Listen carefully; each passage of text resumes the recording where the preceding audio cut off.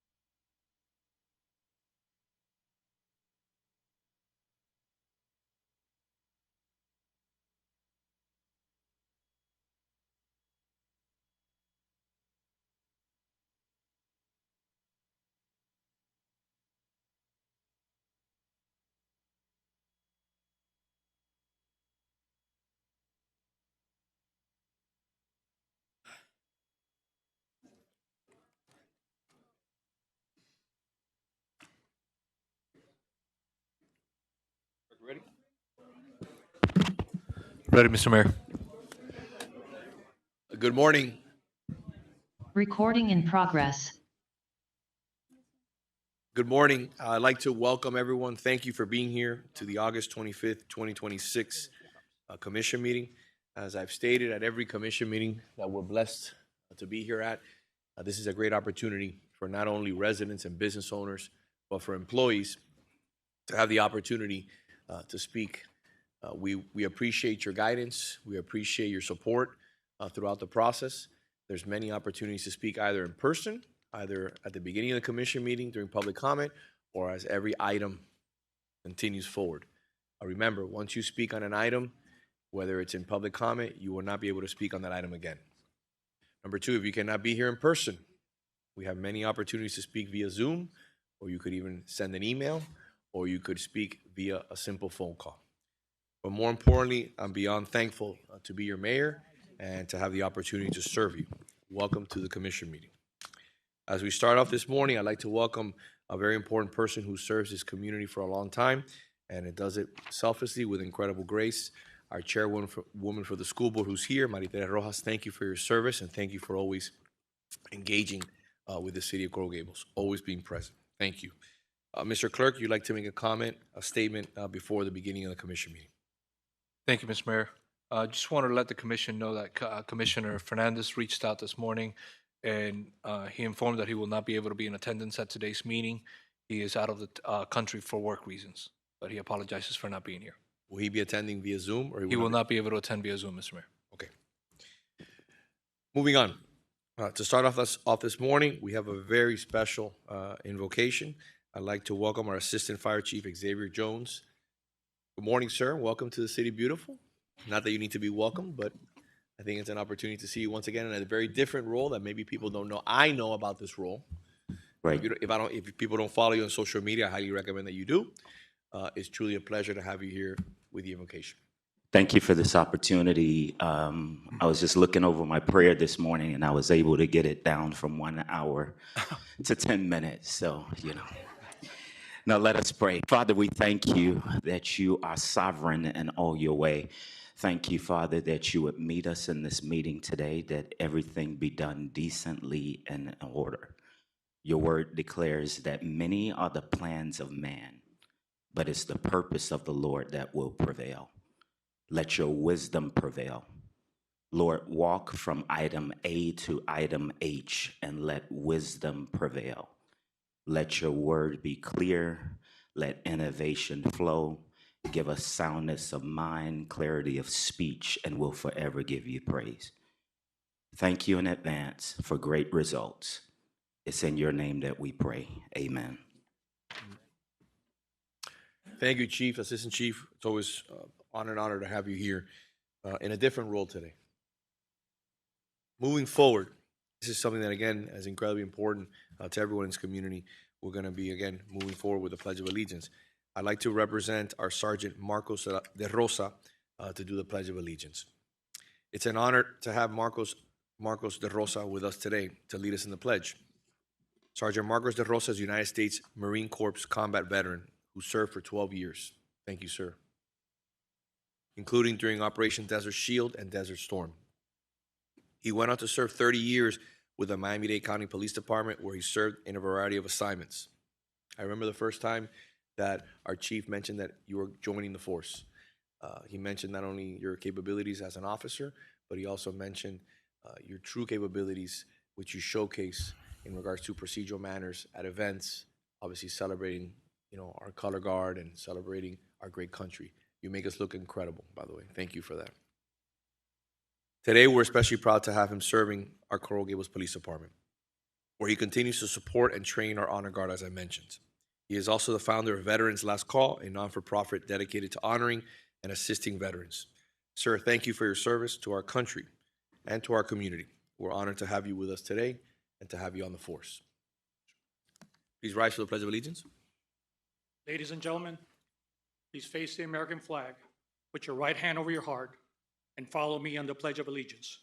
I pledge allegiance to the flag of the United States of America and to the republic for which it stands, one nation, under God, indivisible, with liberty and justice for all. Thank you very much. You may take your seats.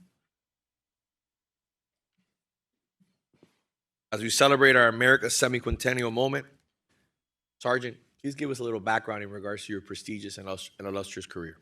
Well, first of all, let me say good morning, Mayor Lago, distinguished leaders of Coral Gables.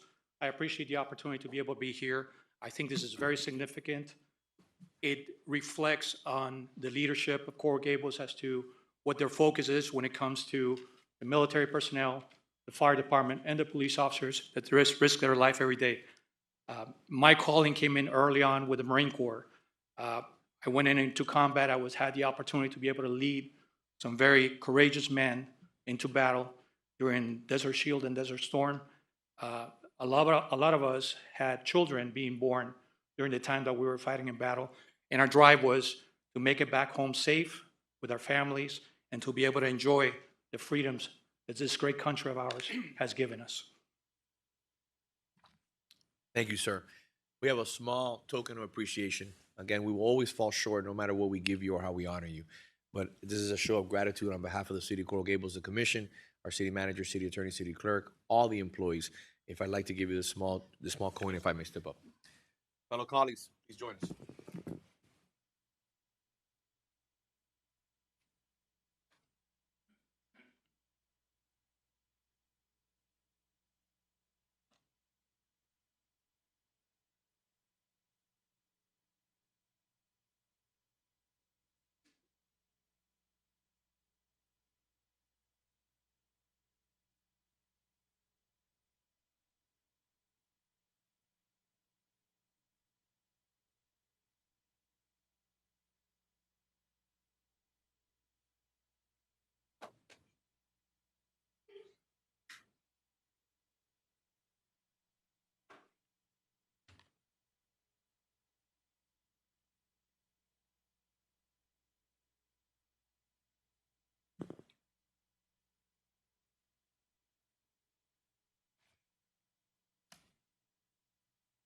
If I may have a personal point of privilege, I want to take a moment to acknowledge the heartbreaking loss of 4 people with deep ties to the Coral Gables community. Adam Havaletti, Henry Para, Roger Duarte, who were Coral Gables residents, and Jose Alberto Suarez, who grew up here. They were among those who tragically lost their lives in the helicopter crash in Kenya last week. Each of them made their own impact, and today I want to remember the lives they lived and the many ways they contributed to and enriched our amazing community. Adam and Henry were Coral Gables residents and life partners who were married right here in our city at the historic Biltmore Hotel and built their lives together. Adam was deeply connected to our community and to the Coral Gables Museum, which I serve on the same board. When he served on the board, Henry was a U.S. Navy veteran and an aviation software entrepreneur who co-founded Trax USA, a Coral Gables-based company. For nearly 3 decades, he helped build a business rooted right here in our community, while also giving back to the people and organizations around him. They were Coral Gables through and through. Roger Duarte was a Coral Gables resident, husband and father of a young son. He and his wife, Nicole Valls Duarte, were building their life together here in the City Beautiful. A proud Gulliver Prep graduate like myself, Roger went on to become a successful entrepreneur in Miami's hospitality and food industry, founding George Stone Crab and co-founding My Ceviche. But beyond his professional accomplishments, Roger was known for his warmth, generosity, and the many friendships he formed throughout his life. He was a valued member of our community, of our Coral Gables community, and touched the lives of many people here and throughout the South Florida community he called home. Jose Alberto Suarez grew up right here in Coral Gables and was a graduate of Coral Gables Senior High School. He went on to build a remarkable career in journalism, eventually becoming a president and general manager of Telemundo stations across Florida. But perhaps one of the greatest parts of his legacy was the people he helped along the way. Jose was a mentor to many in the television industry, someone who saw potential in others and encouraged them to pursue it. He cared deeply about the people he worked with and the communities he served. We are proud to remember him as one of our very own. Each of these men left their own mark on our community. They were neighbors. colleagues, friends, and members of our Coral Gables family. The lives they lived and the people they touched are part of the lasting legacy they leave behind. This is a tremendous loss for their families and for everyone who knew them. They were part of our community, and I know many people here are hurting and grieving alongside their loved ones. Our hearts are with their families and friends. We're thinking of them and holding them in our hearts during this incredibly difficult time. I would now like to ask everyone to join me in a moment of silence in their memory.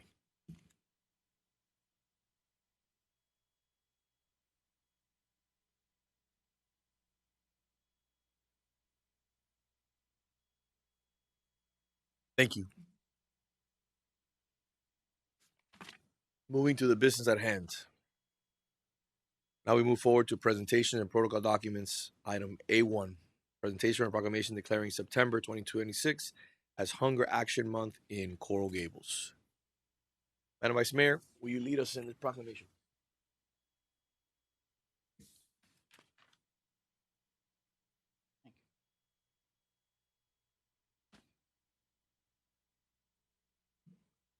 As we all know, hunger is something that many of us don't have to experience, but it's important that we recognize those that are and do what we can to cause an impact to reduce it. Whereas since 1981, Feeding South Florida has worked to address hunger and food insecurity by providing our community with immediate access to nutritious food and other vital resources and support.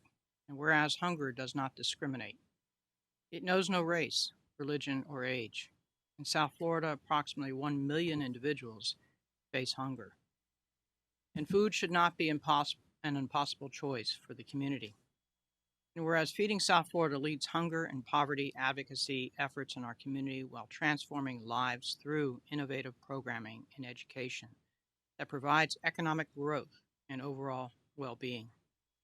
Whereas during this month, the city recognizes the critical importance of addressing food insecurity in our community and encourages all residents, businesses, and organizations and community groups to take meaningful action against hunger. Now, therefore, Ivan Slago, as mayor of the city of Coral Gables, along with members of the city commission, do hereby proclaim September 2026 as Hunger Action Month in Coral Gables. So I'd urge everyone to look for an organization that does help reduce hunger and has a food bank available. Feeding South Florida is a fantastic organization, and contribute. Every bit helps. Do we have anybody here to accept the proclamation? Come on up. Come on forward. Please join us at the podium. Thank you for joining us.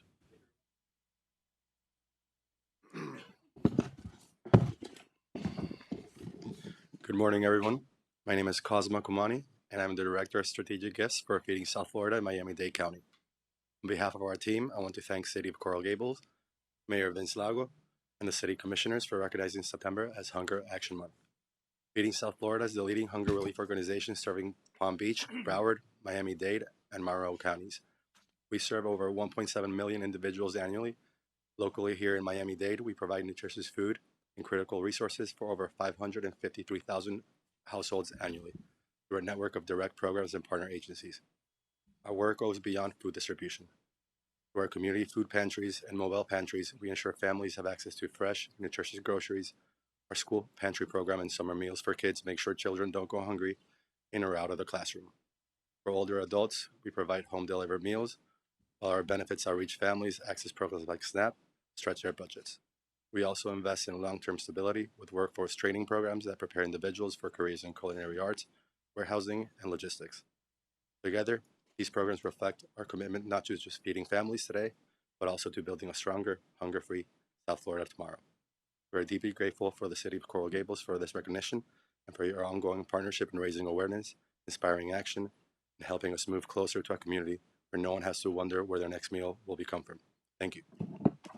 No, thank you. Thank you for our hard work on behalf of the most needy in our community, and we're blessed to have you here every single year. Thank you very much. Thank you very much. Take a photo? Yeah, take a photo. And through the mayor, I just ask that perhaps through our city news, we can inform people of how they can make donations to Feeding South Florida and make people aware of this is Hunger Action Month. Thank you. Thank you very much.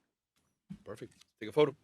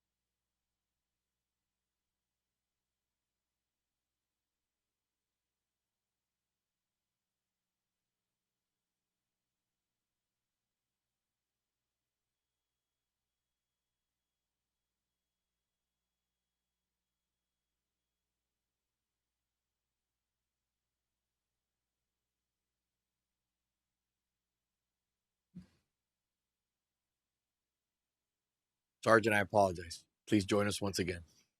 Sergeant De Rosa. Good morning again. Thank you very much for having me here. I would like to share with you a very special message that is directed towards the fire department, police officers, and all our soldiers that protect our freedom. As we commemorate America's 250th anniversary, it is fitting to reflect on the tradition of the Honor Guard and what it represents. For generations, the Honor Guard have served as a symbol of respect, service, and remembrance. They present our nation colors at ceremonies, honor those who have served, and pay solemn tribute to those who have paid the ultimate sacrifice. The tradition is rooted in customs of the military, where designated honor guards protected and carried their unit flags. On the battlefield, colors are represented and they identify with unity, spirit, and those serving together. To carry them is both a privilege and a profound responsibility. Over time, police and fire departments formed their own honor guards, carrying this tradition into public safety and civic life. Today, they serve at memorials, funerals, official ceremonies, parades, and community observances. Through precision, discipline, and dignity, they demonstrate respect to our flag, our nation, and the men and women who have devoted their lives serving others. Here in this beautiful city of Coral Gables, our police and fire honor guards carry on this proud tradition.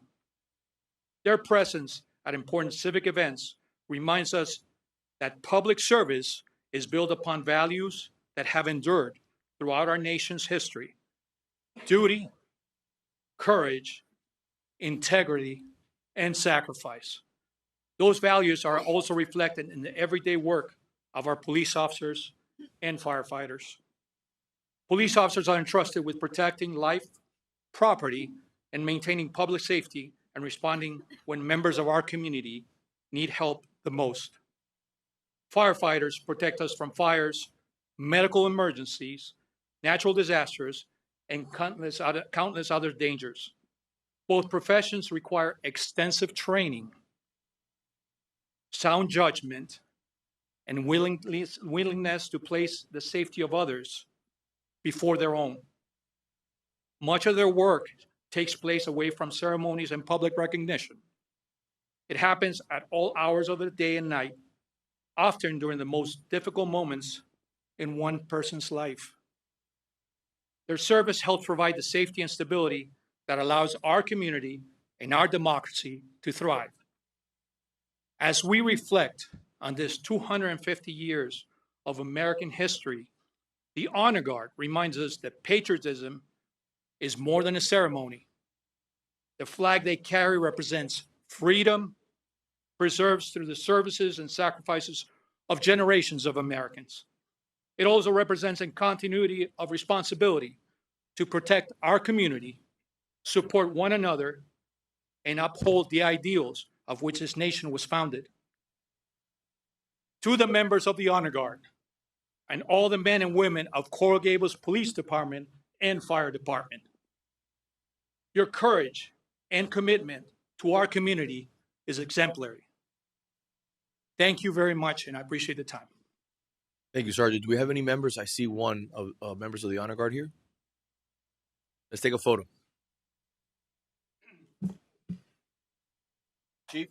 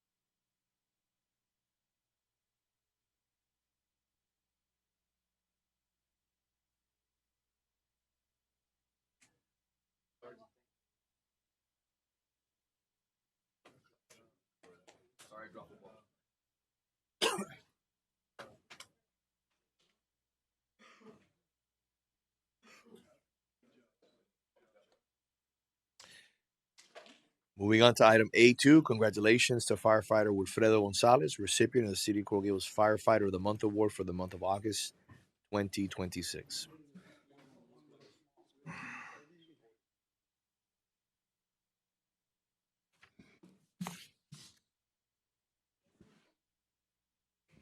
Chief, good morning.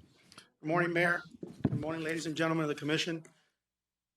So as we prepare to present our firefighter of the month, if you all recall an iconic movie, fire bases called Backdraft, and Dennis Sutherland or Daniel Sutherland had a line in that movie, and he said, "Funny thing about firemen is that they're always firefighters."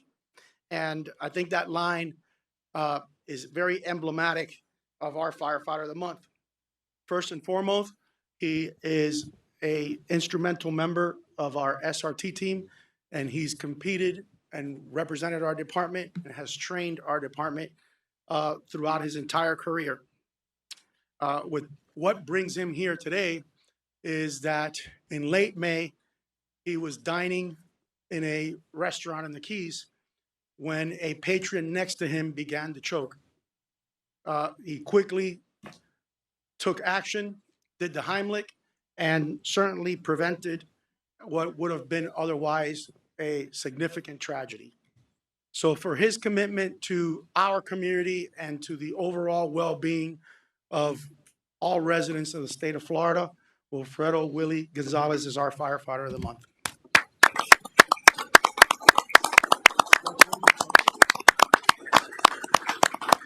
Good morning, everyone. Morning.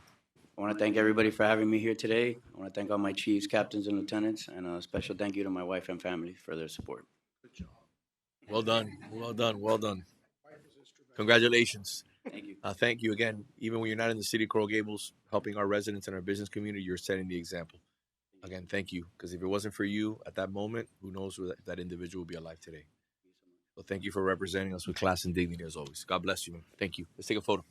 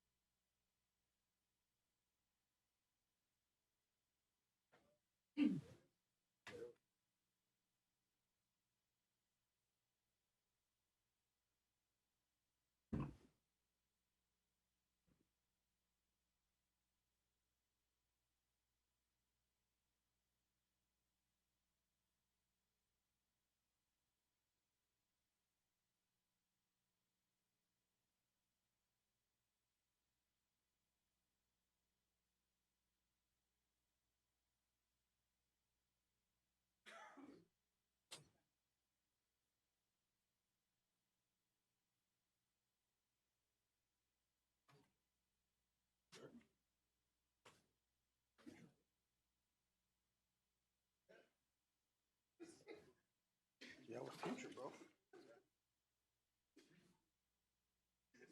And moving on to our final presentation of the morning before we go on to our first time certain item, which will be F1. Item A3, congratulations to Detective Natalie Rivera, recipient of the City of Coral Gables Detective of the Second Quarter Award. Chief, good morning. Thank you for being here. Morning, Mayor, Commissioners. This time I'd like to be joined with Detective Natalie Rivera, please. So Natalie, recently assigned to our Youth Resource Unit as a detective of the Second Quarter here in the Coral Gables Police Department. Our Youth Resource Unit runs out of the Criminal Investigations Division and is really partners with the school board police and takes care of the life, families, traffic, whatnot with our students. On May 31st, 2026, a parent came to the station to report that his son is being extorted for money. His son, who has cerebral palsy, was being bullied into paying money into two classmates. The subjects would call the victim names, send extremely violent videos, threatening violence if the victim did not pay him over $900. Detective Rivera worked feverishly and quickly to stop the bullying and quickly identified the two subjects. She was able to establish probable cause to arrest the two subjects, identifying the home residents and apprehend both subjects within 2 weeks. Again, bullying in our schools is not tolerated by the school board, not tolerated by the school board police. And quite frankly, the reason why I got into this job was because I really can't stand bullies. The bottom line is, because of her work, because of her quick action, because of the fact that she brought her motherly instinct to what this investigation did, these two individuals' lives hopefully were interceded with the criminal justice system, but also changed and bettered the life of this child who was going to school and hopefully will become less affected by what these two individuals did. For these reasons, she was nominated and elected as the Detective of the Second Quarter 2026.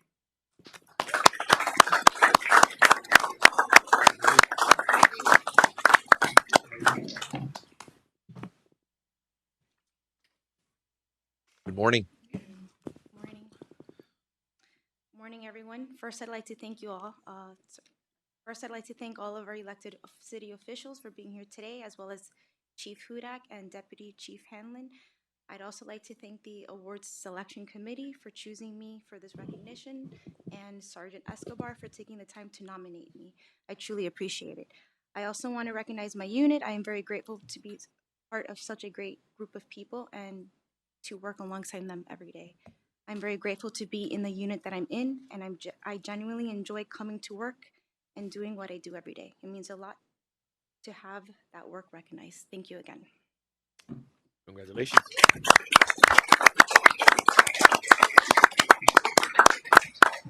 All right, I have to call an alibi. I know most of us, when our officers of the month and detectives of the quarter come up, they recognize their family members. Her husband happens to be the sergeant of our traffic homicide unit, so I'm going to recognize him as well, since I know you forgot him. But it's got to be fair. It's got to be fair.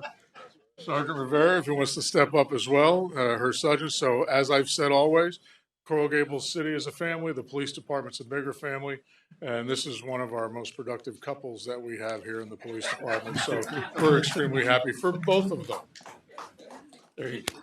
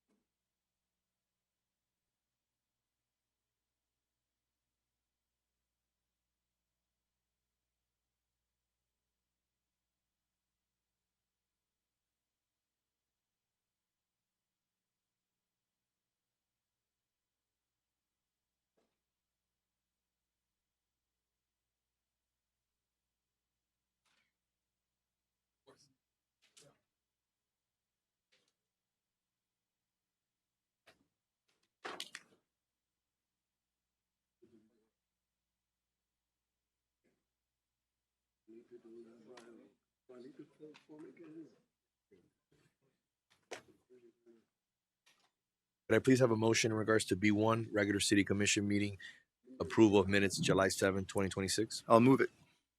Second. All in favor? Aye. Aye. Thank you.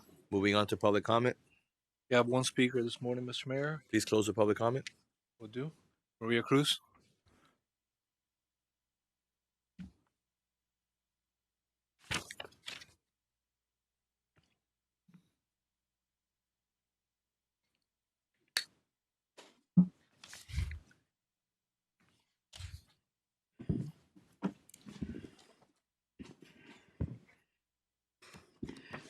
Mrs. Maria Cruz, 1447 Miller Road, 305-323-2154. This is the day the Lord has made. Let us rejoice and be glad in it. I think most people will agree that everything slows down during the summer months in our city.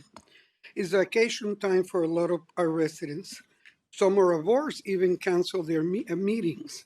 Even our commission went back to one meeting a month. Yet for some reason, those in charge are not concerned.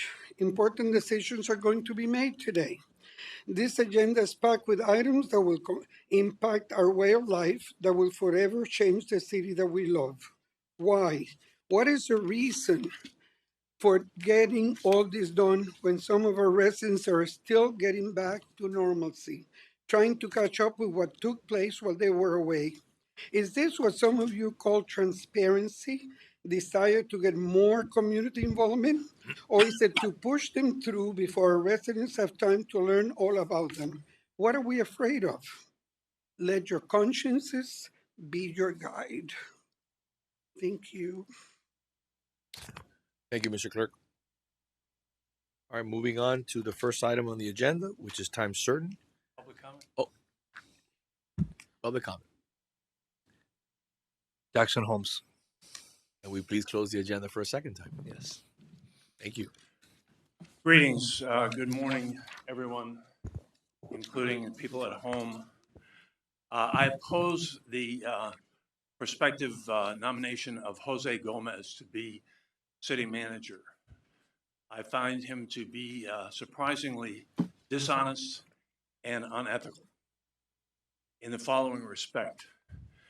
Many of you know that I've been pursuing strong reason to believe that there is free energy. And in fact, that there's a 60 Minutes video quoting the U.S. Department of Defense saying that there is free energy. Now we have the U.S. government on our side saying there is free energy. Mr. Gomez, maybe a year and a half, 2 years ago, promised me that he would watch this video. I've sent it to him countless times by email. Finally, we had the problem in the Persian Gulf, the closure of the Strait of Hormuz. I asked for a meeting. He gave me one, but he told me he never watched the video. So he was dishonest. Then he proceeded to tear into me and try and malign and defame the evidence of free energy. And when I tried to point out his fallacy, he hung up on me. So I had to call him back, begging him to rewatch the video because he was trashing. Look, how can he be fit? He's an engineer. And in violation of the principles of his licensure as an engineer, he's defaming a potential rescue for Coral Gables from sea level rise, from climate change, even from these monster hurricanes created there, but from the climate change and the warm waters over the oceans. And it dawned on me when I finally learned that he's being nominated for city manager. This actually may have been purposeful on his part, trying to curry favor with you, Mayor Lago, thinking that this is going to get him his job. And I ask of you all, this is not a man fit to be the city manager of Coral Gables. He's throwing solutions to climate. He's lying, number one, lying, and then he's throwing solutions to climate change under the bus so he can advance his career. We can do better. This needs to go to a national search. It'll taint you, Mayor Lago, if you push on with this. Thank you. All right, thank you very much. That's it, Mr. Mayor. Thank you. Moving on to item F1 times cert. F1 is a resolution of the City Commission authorizing a joint use agreement with Miami-Dade County Public Schools regarding Coral Gables Preparatory Academy's non-exclusive use of Phillips Park during certain time periods for 5 school years, beginning with the 2026 to 2027 school year and continuing through the 2030 to 2031 school year with a renewal option of 1 additional 5-year term. Good morning. Good morning, Mayor, Vice Mayor, Commissioners. My name is Chelsea Gurnell, and I'm the Government Affairs Director. The resolution before you authorizes a joint use agreement with Miami-Dade County Public Schools and Coral Gables Preparatory Academy, their non-exclusive use of Phillips Park. This agreement continues a long-standing and valued partnership between the City of Coral Gables and Miami-Dade County Public Schools. The city and the school district have worked together for many years under the Education Compact, which was accepted by the City Commission through a resolution in 2006. As part of that partnership, Coral Gables Academy has historically used Phillips Park for physical education and other student activities during the day. Since 2019, there has not been a formal joint use agreement in place. Bringing this forward now is especially timely following the recent renovations to Phillips Park and the city's $6 million investment of the park for the benefit of the community. For the first time, this agreement will also allow park users to access the school parking lot after hours and on weekends, when the need for parking is often the greatest. We are very pleased today to have School Board Chair Mari Terje Rojas, who is an incredible advocate for our public schools. We have Assistant Superintendent of Government Affairs, Tony Ulivari, who is formerly the principal of Coral Gables High School, and Coral Gables Prep Academy Principal, Jeanette Sierra, with us today. We're sincerely grateful for their time and their partnership. Their collaboration has really brought this process forward. It is also a good example of what can be accomplished through a positive partnership between Miami-Dade County Public Schools and the City of Coral Gables. I just want to note that we worked collaboratively with all departments, the Intergovernment Affairs Office over at the district, and the principal and the PTA of Coral Gables Prep. And we want to really thank everyone involved who was instrumental in bringing this forward. For those reasons, I would recommend the commission to approve the resolution that's before you, allowing the city manager to enter into a negotiation to execute the joint use agreement. And I'm not sure if the school board, or the chair rather, wants to say any words, or the principal, but I'm sure she does. Thank you, Madam Director. Thank you for your hard work on this. Madam Chair, it's always great to have you. As I mentioned in the beginning, it's truly a pleasure. You always not only answer my calls, but you answer everyone's call, and you're front and center in ensuring that we have the best public schools, the best school system in South Florida, by far, head and shoulders. And I wanted to commend you also. I spent some time with the principal at Carver the other day, Patricia Fairclough, excuse me, I apologize, a longtime friend who also was the vice mayor in Homestead. An amazing job, and has taken that school along with your leadership to new heights. I think we're at all A schools now in the city almost. I think we may have one that's a B plus. Close, right there. But let me tell you, it's a lot better than when I started here 14 years ago and before you took over. So all of this, again, hard work and these accomplishments are because of your hard work, your amazing staff that's here, your amazing staff, and the teachers and the parents who obviously play a major role. So I just want to commend you for always being there, because one of the things that the principal said at Carver was that you're front and center. We're talking about you, and that's one of the things that we agreed upon most. And I want to thank you, because you didn't have to be here today. You could have sent your team, you could have signed this agreement, but again, you said I wouldn't miss this opportunity. So thank you for being here. Thank you so much, Mr. Mayor. You don't know how much I appreciate your words and your kindness, and the fact that you don't just talk the talk, you walk the walk through the actions that you and your amazing team do here on a daily basis. So, Mr. Mayor, Madam Vice Mayor, and all of our commissioners, it is indeed an honor for me to be here representing not only as the chair of the school board, but representing this district, whom I very proudly am the now official, once again re-elected board member for, God willing, another several years to come. So we have a lot of work ahead of us together as a team. As I always say, teamwork is what makes the dream work. We can never do it alone.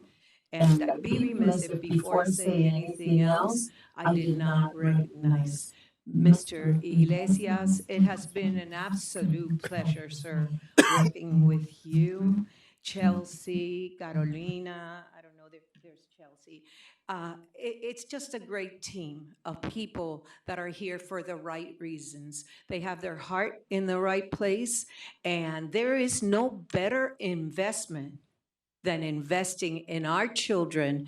They are the future of tomorrow. So I thank the entire commission, because I am telling you, your return on investment is going to be absolutely phenomenal. So thank you for that. And I want to take a moment also to let everyone know that we do have a region director who's been involved with us, and that's Mr. Alejandro Perez. He's joined us as well. And our illustrious principal from Coral Gables Preparatory Upper and Lower Academy, Miss Jeanette Sierra, who's also been an absolute pleasure to work with. This partnership is especially meaningful because it directly benefits our students. And this is through the agreement that the middle school age students that are attending our Coral Gables Preparatory Upper Academy will continue to be able to have access to Phillips Park. And this is so that they can continue having their required physical education classes and for other events that may come up. You have no idea how significant this is for our students, for our principal, and for our parents.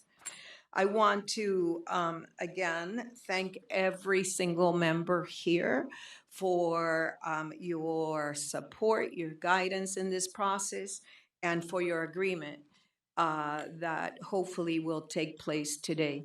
The longstanding partnership that Miami-Dade County Public Schools has with the City Beautiful is beyond amazing.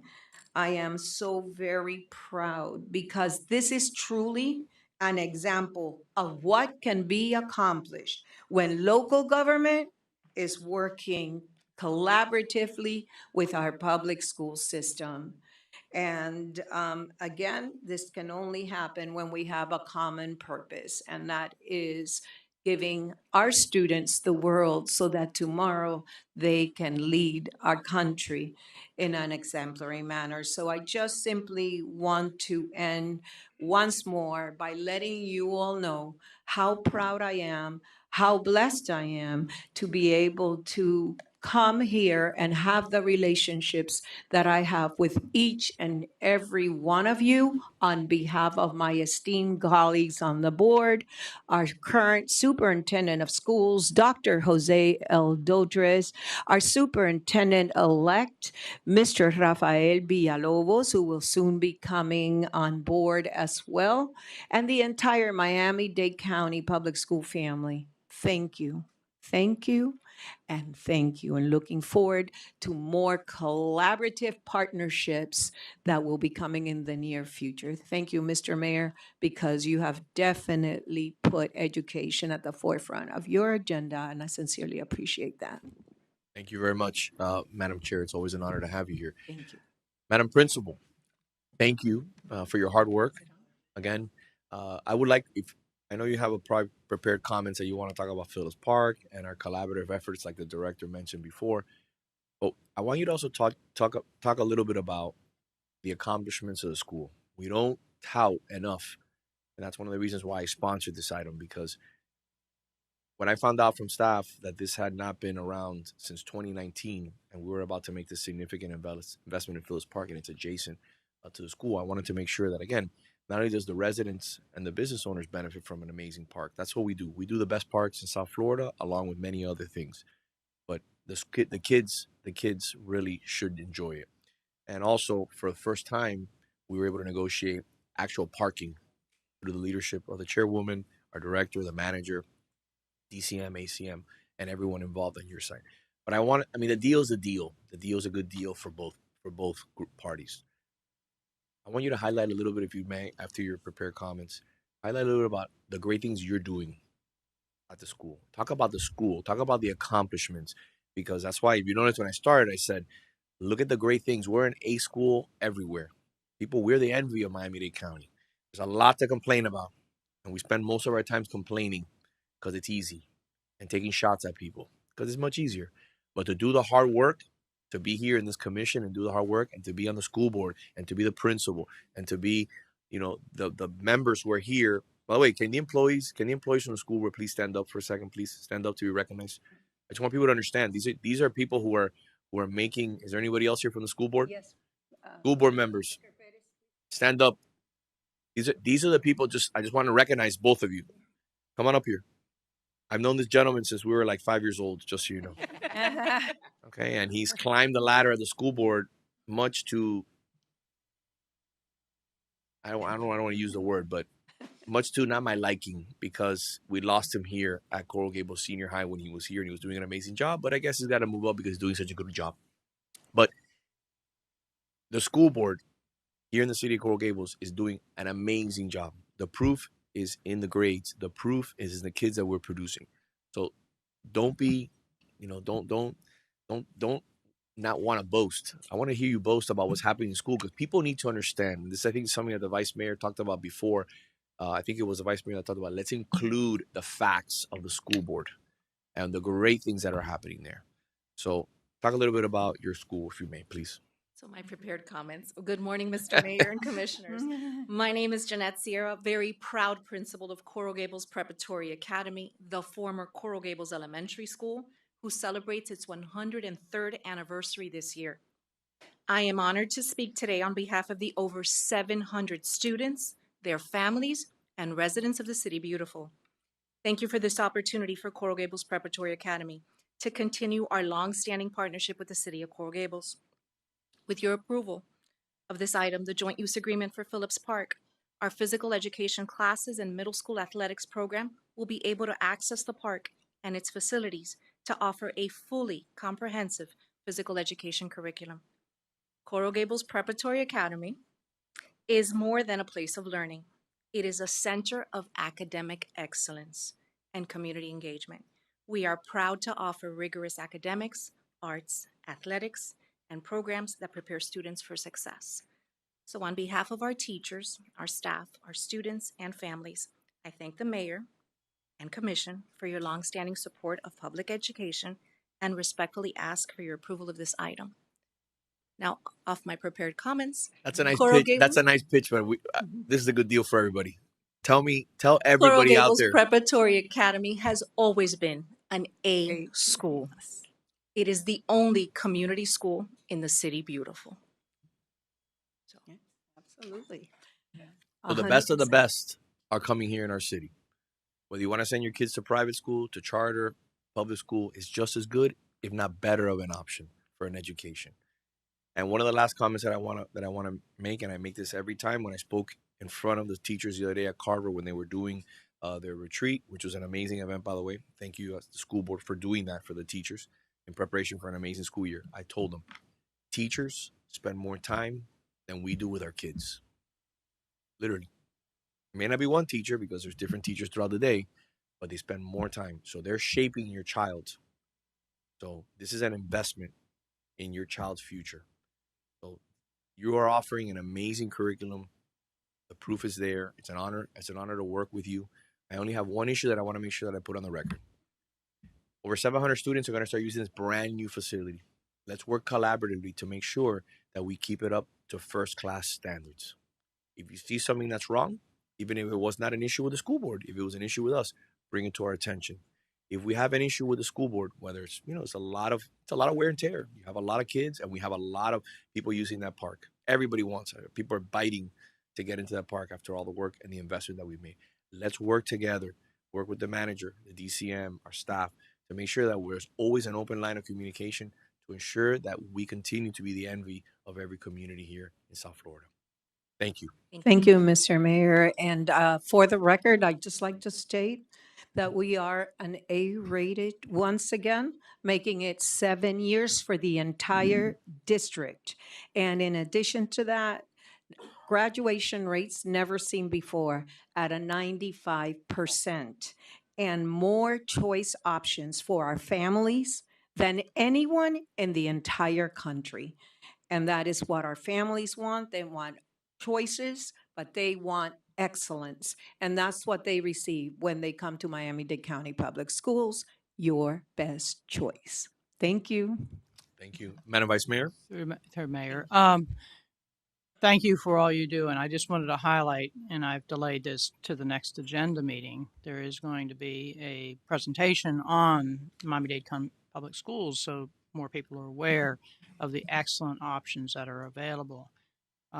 As I've said before to folks, I was a product of public schools, so were my girls, and they made, a fantastic start. You have so many choices in public schools now that if you have the information at your fingertips, which next month's presentation will hopefully provide, you'll know that if you want to focus on robotics versus IB program and have college credits before you step out of the door of high school, where you can go to accomplish that. So thank you for everything that you do. This is fantastic that this has worked out. I applaud our staff for the hard work that they've done to bring this forward today, so that with the beginning of the school year already upon us here, we have a smooth transition going forward, because we know how important physical education is for the mind, body, and spirit to succeed. So that I'll move this item. We have a second. Well, before I second it, I wanted to welcome you as well, Marite Terez Rojas, the chair of Miami-Dade School Board. And I want to welcome you as well and congratulate you for the amazing work you've done. So I can't add much more to what my colleagues have said, other than just to put it very simply, that it's a beautiful thing when the City Beautiful collaborates with the Miami-Dade County School Board in helping polish even more such a brilliant diamond. Coral Gables Prep is an amazing institution. And another little point of personal privilege, right? I always will take my advantage when afforded to state that once again, I'm a very proud graduate of Coral Gables Senior High School. I am a proud public school kid. And I'll repeat it at the end of the meeting that there's a 40th anniversary coming up for Coral Gables Senior High School graduates, September 19, right here at Bay 13 in the City Beautiful. So come one, come all for a beautiful evening reminiscing what it was like back in the 80s. But again, congratulations to you all. It's a beautiful thing that we've been able to accomplish today, and I will second. Thank you very much. We have a motion, a second. Do we have any public comment? Yes, Mr. Mayor. Okay. Maria Cruz.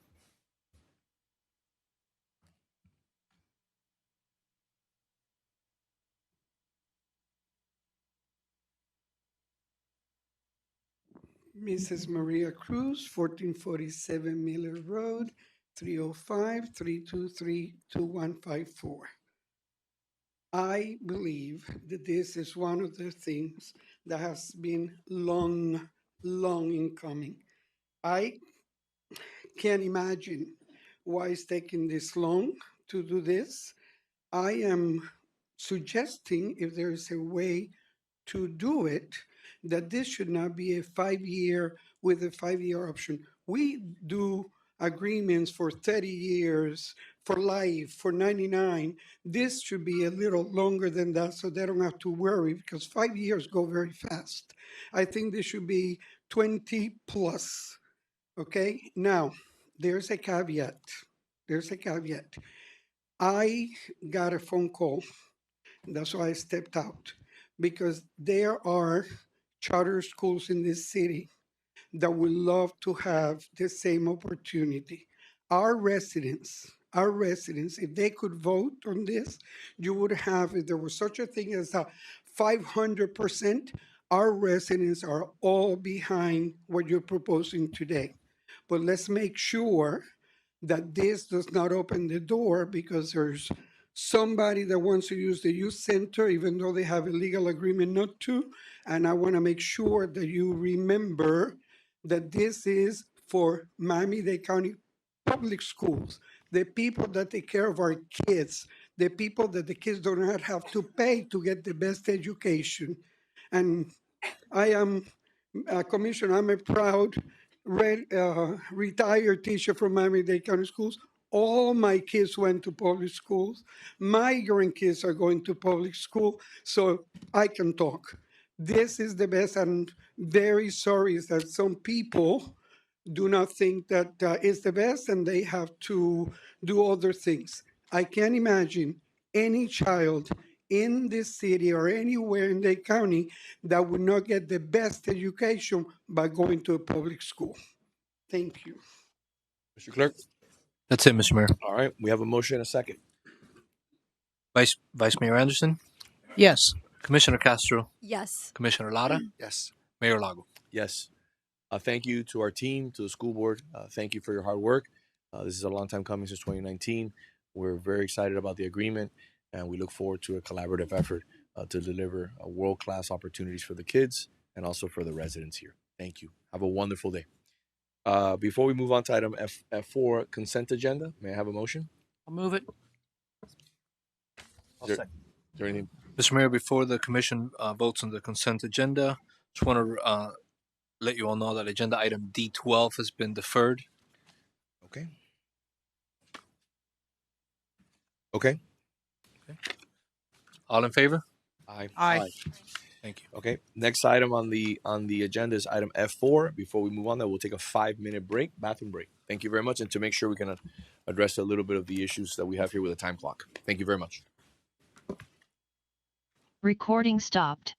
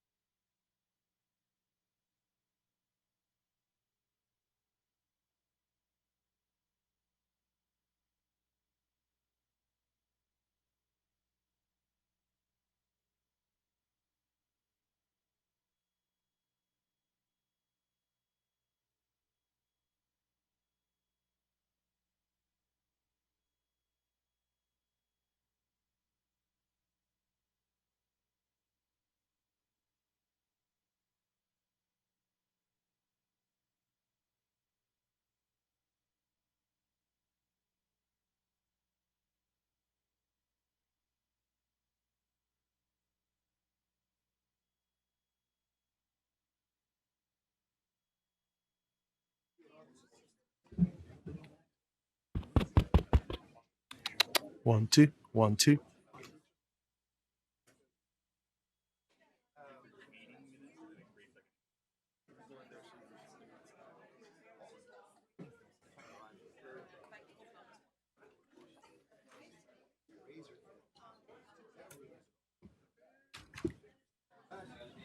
1, 2.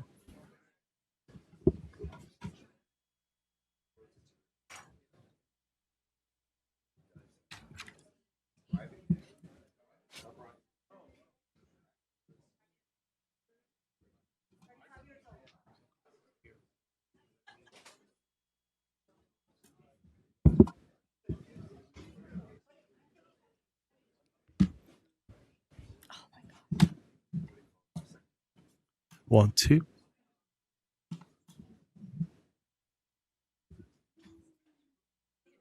1, 2.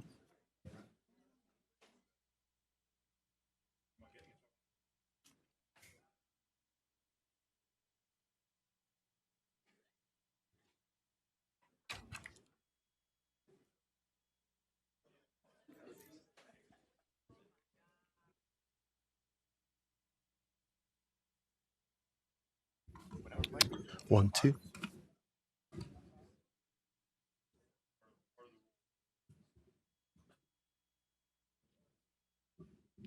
1, 2.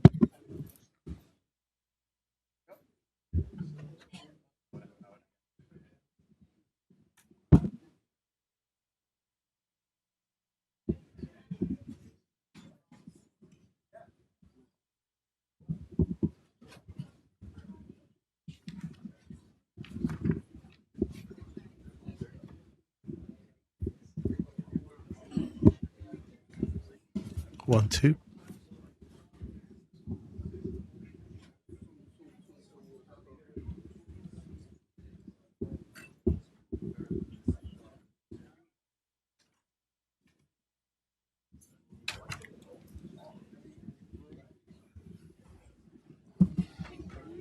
1, 2. 1, 2.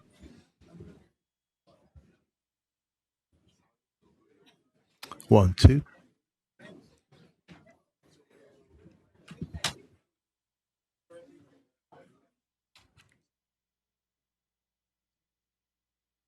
'Got it. Know where it's coming from. Broadcast. Okay, good. Sign on this.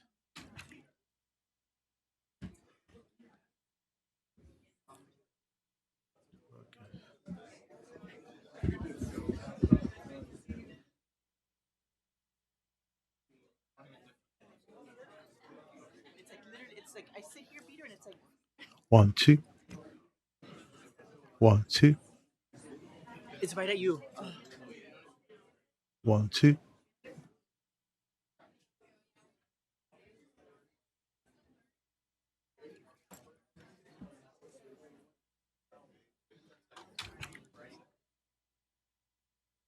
1, 2.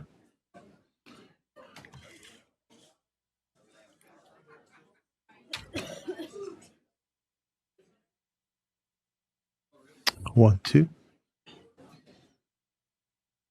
1, 2.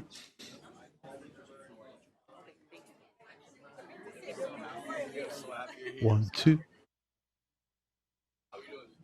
Good. All right, no, that's good. We good? Sit down. As long as I just couldn't. What's going on? No, we just wanted to increase your volume a little bit.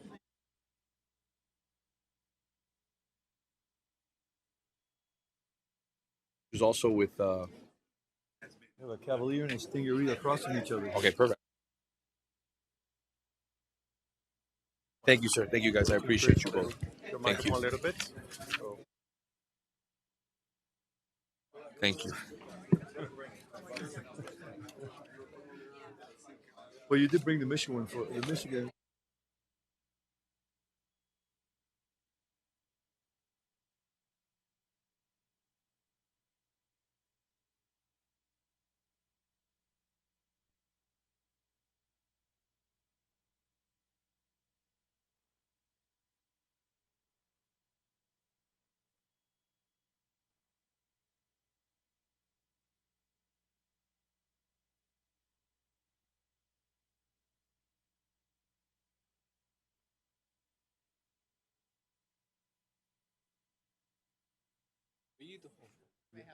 She wants to be put on the spotlight.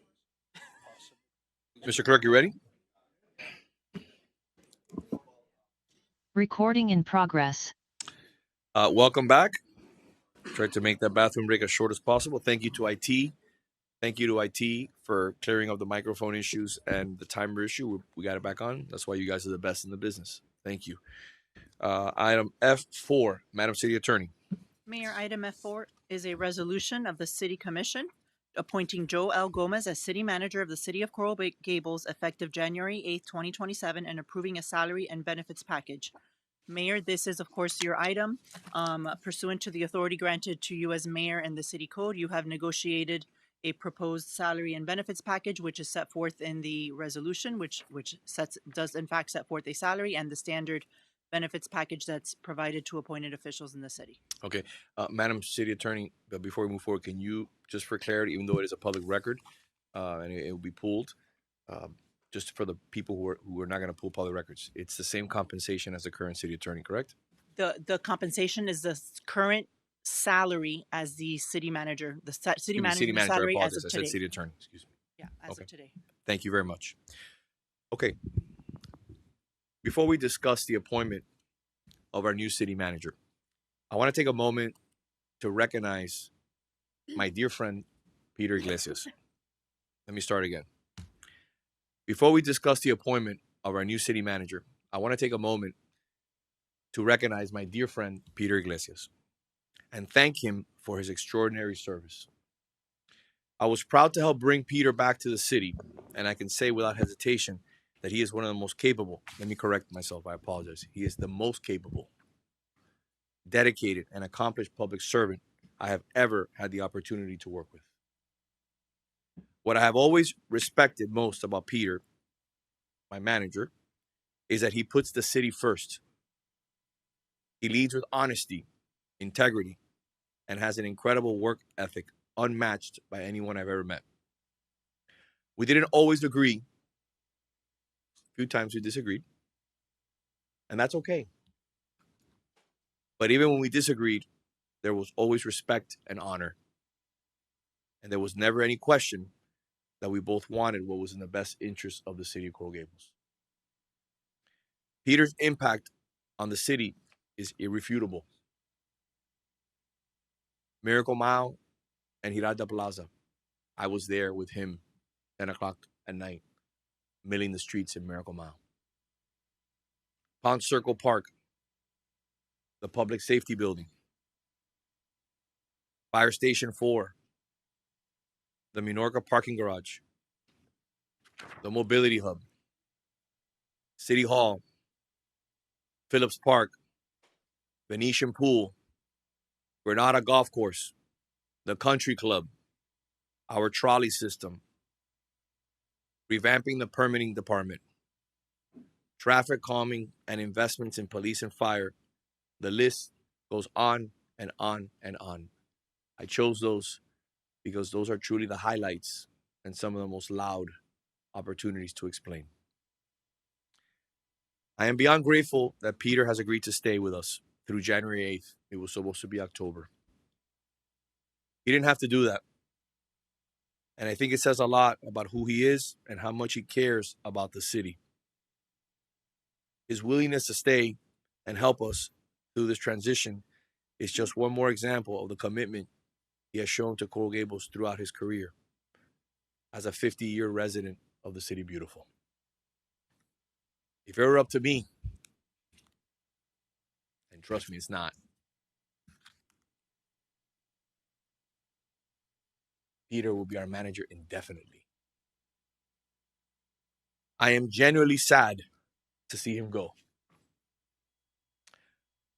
But more than anything, I am grateful for his leadership, his counsel, his friendship, and the many years he has given to this community.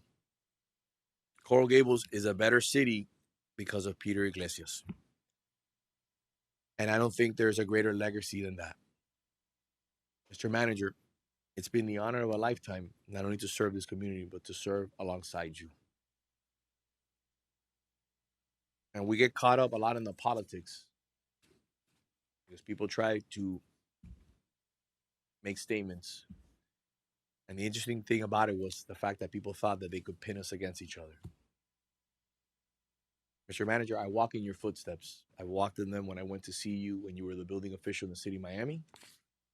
And you told me no over and over and over and over and over again because it was not in the best interest or there was no way it could be done as per the code. You got the job as city manager here. And before that, as building official, because of your intelligence, your hard work, your diligence, your ethics, because you're a man who puts the city first. And as you move on to the next phase in your career, traveling the world, hopefully a grandfather soon, God willing, I hope that you give the city what it needs. I hope you engage in different forms because a person of your capabilities, of your intellect, and of your integrity should not retire. Should not. And it's the same thing I tell my father. And if there's one man that I can compare my father to, is you.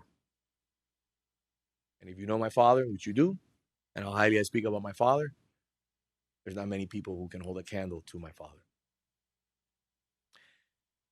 So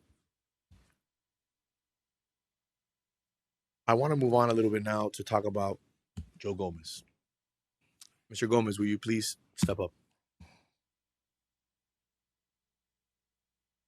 I believe that we're incredibly fortunate to have someone of Joe Gomez's caliber already here and ready to lead. Joe knows Coral Gables. He knows our team. He knows the projects underway. And most importantly, he understands this community and the high standards our residents expect. I will always say that when I first met the DCM, Joe, I was skeptical. Given the circumstances surrounding his hiring, I wasn't sure what to expect. But he quickly earned my respect. His passion for the city, his work ethic, and his commitment to getting things done have stood out. But more importantly, the respect as an engineer for his own craft, for his own license, and for the legacy that he built, not only here, but in the city of Miami Beach, running the Public Works Department, would never allow him to falter. More importantly, I've come to know Joe as a principled man. He is not someone who will simply go along to get along. When discussions began about the structural condition of City Hall, the DCM understood the facts, relied on his professional expertise, and was willing to disagree with members of the commission, especially then City Manager Amos Rojas. That takes integrity. I can speak personally about Joe's work ethic. It doesn't matter the time of day. His wife's laughing because she knows. It doesn't matter what time of day. Whether it's a weekend or a holiday. If I text or email Joe, I hear back from him in 30 seconds.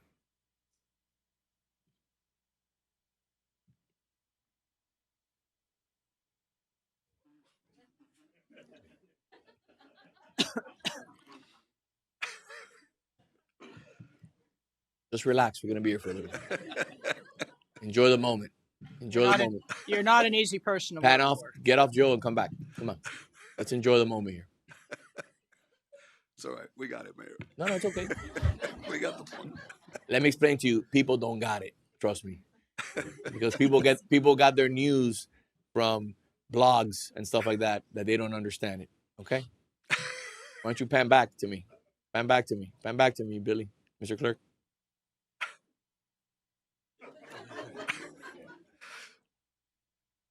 Mayor, I think we got it.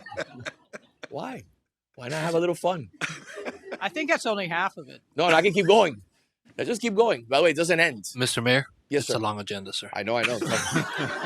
Thank you, Billy. This is worth the wait. Remember, don't forget this is the public record that was used last time in the campaign against me, and obviously it failed miserably because we won by 19%.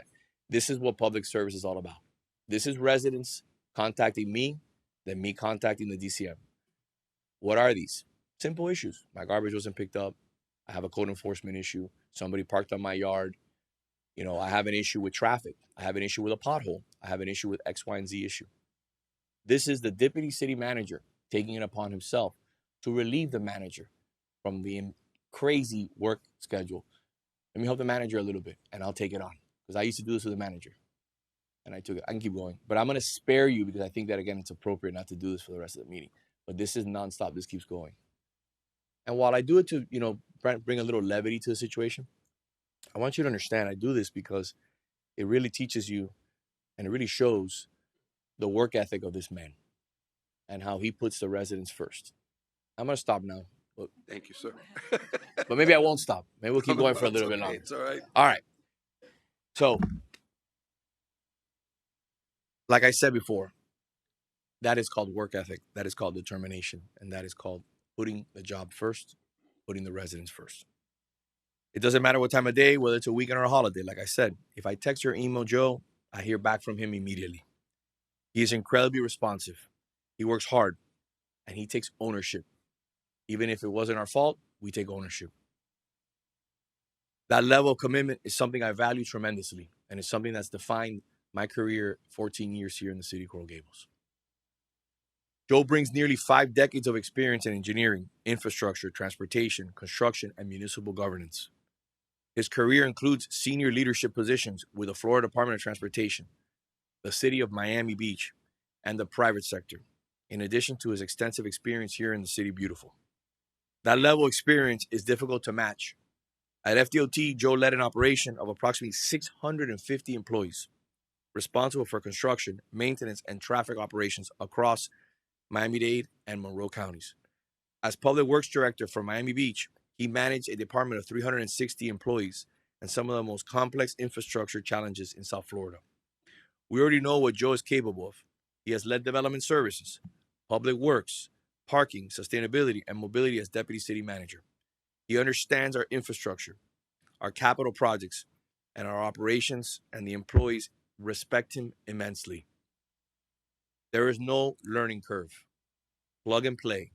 He's here, boots on the ground.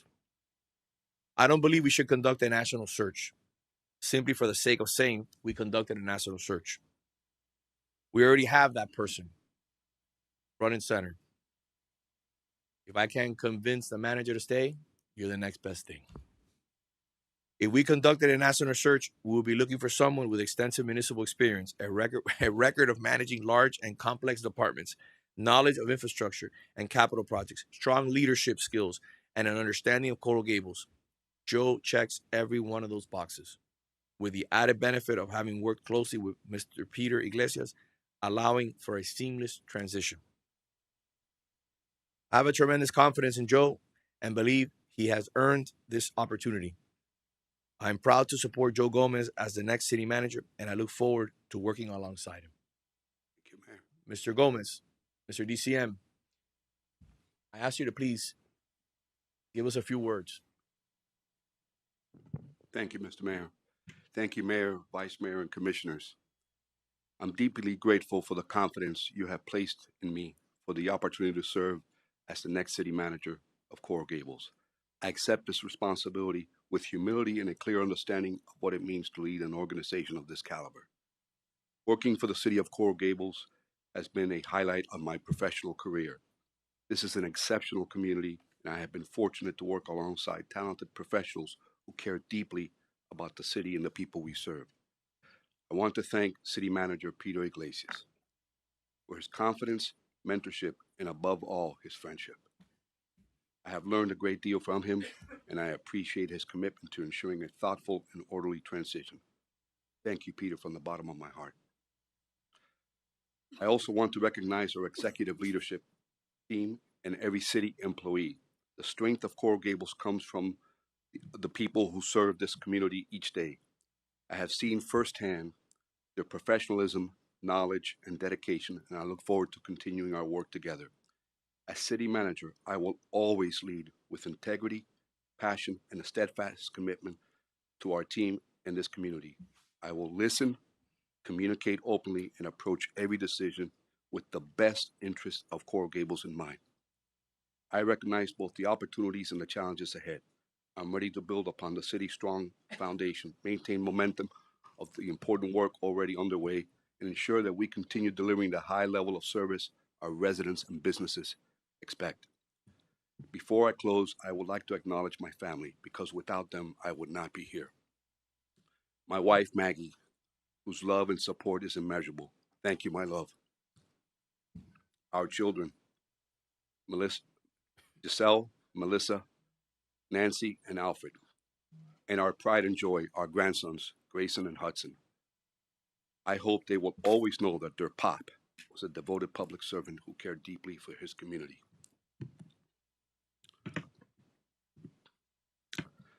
A year ago, on August 24th, my mother, Clara, passed away.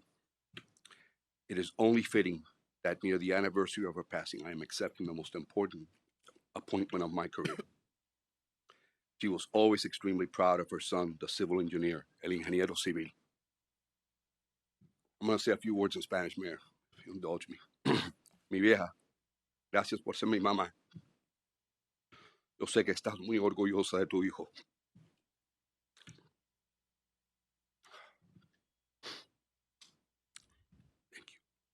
Thank you again for this extraordinary opportunity. It is an honor to serve Coral Gables, and I look forward to working with each of you as we move the city forward together. May God bless you all, and may God bless the city of Coral Gables. Thank you, Mayor. Thank you, Mr. DCM. Thank you.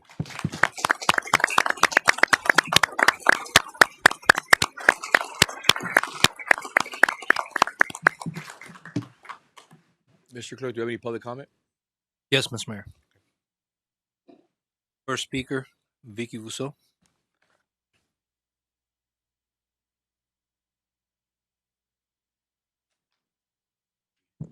Can you hear me? Yes, ma'am. Good morning, Commission. My name is Vicky Bousseau. I'm from the Flagler section of Coral Gables. We're north of 8th Street. And I'm going to make it short and sweet. If Peter Iglesias is leaving, and he's been absolutely awesome to us. We've had issues in the neighborhood, and he's been there for us, and he's responded to everything. Then I think Joe Gomez, we're here to endorse him.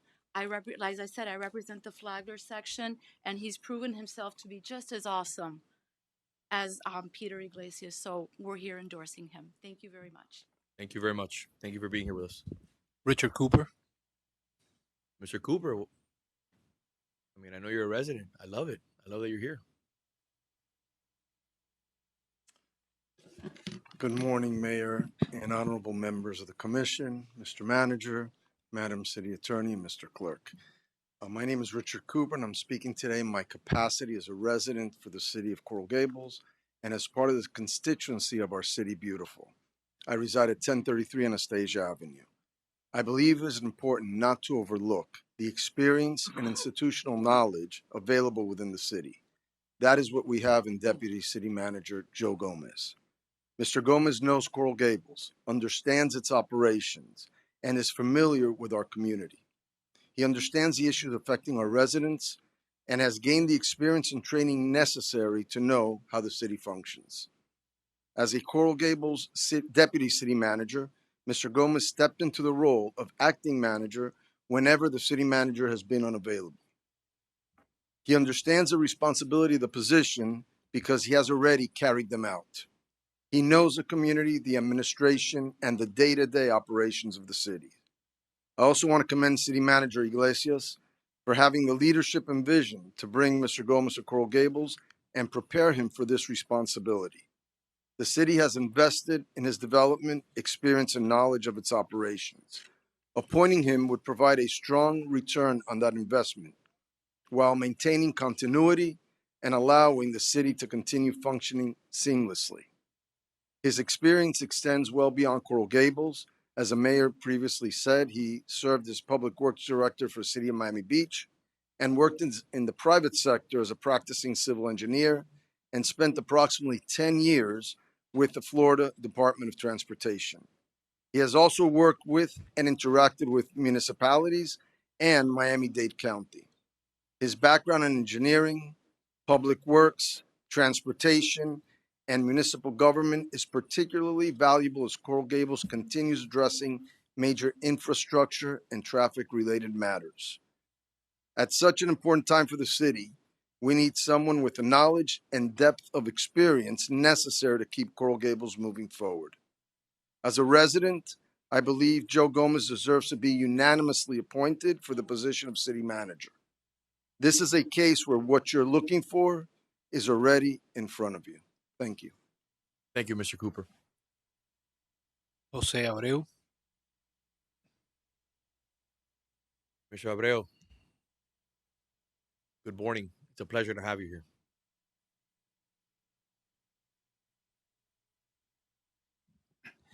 Mayor, Commissioners, thank you for the opportunity. I'm obviously here to support my friend and colleague, Joe Gomez. Full disclosure, he's in fact one of my best friends. But I am also an expert in Joe Gomez's character. You see, Commissioners and Mayor, I first worked with Joe Gomez in early 1981. That was before MTV.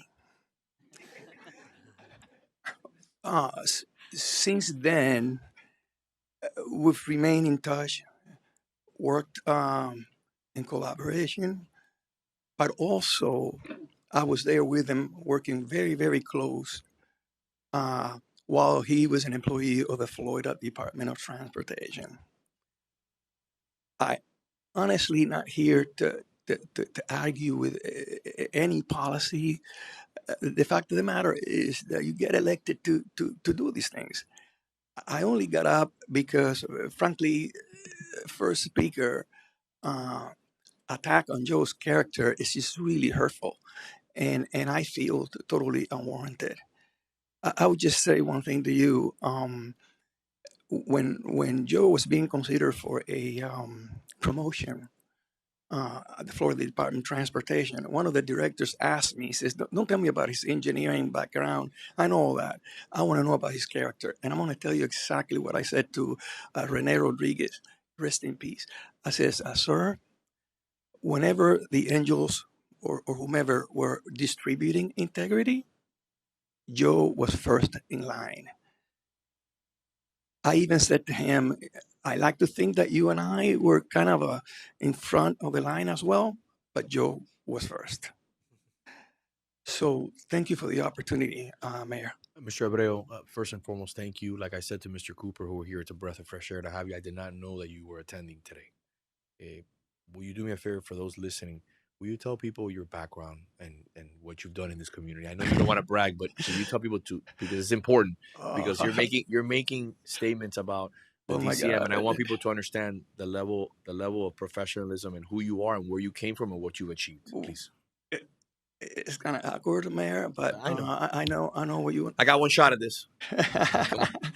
Well, I'm a civil engineer, and I've been around for a little bit. I think what you're referring to is my background as the Florida Secretary of Transportation under Governor Jeb Bush. Also District Secretary for District 6 of the Florida Department of Transportation for 8 years. And then ultimately Director and CEO of Miami International Airport for 8 years, where we deliver both the North and the South Terminal. Those were 8 years as well. But I got to tell you, Commissioners, were like dog years. So I mean, I don't know what else to say, but I mean, throughout my career, and I'm still at it, you know, Joe has remained a colleague and a friend and even a competitor. and even a competitor. There's nothing wrong with that, And integrity, I got to tell you, I mean, I think the speakers just before me said it all. I mean, I just don't know anybody quite like Joe. I mean, straight as an arrow. He was in charge of public hearings at one point in time for the Department of Transportation. You know how those can get? And he always found a way to balance things out, and I just love the guy, honestly. Thank you. Amazing. Thank you. Thank you, sir. Maria Cruz.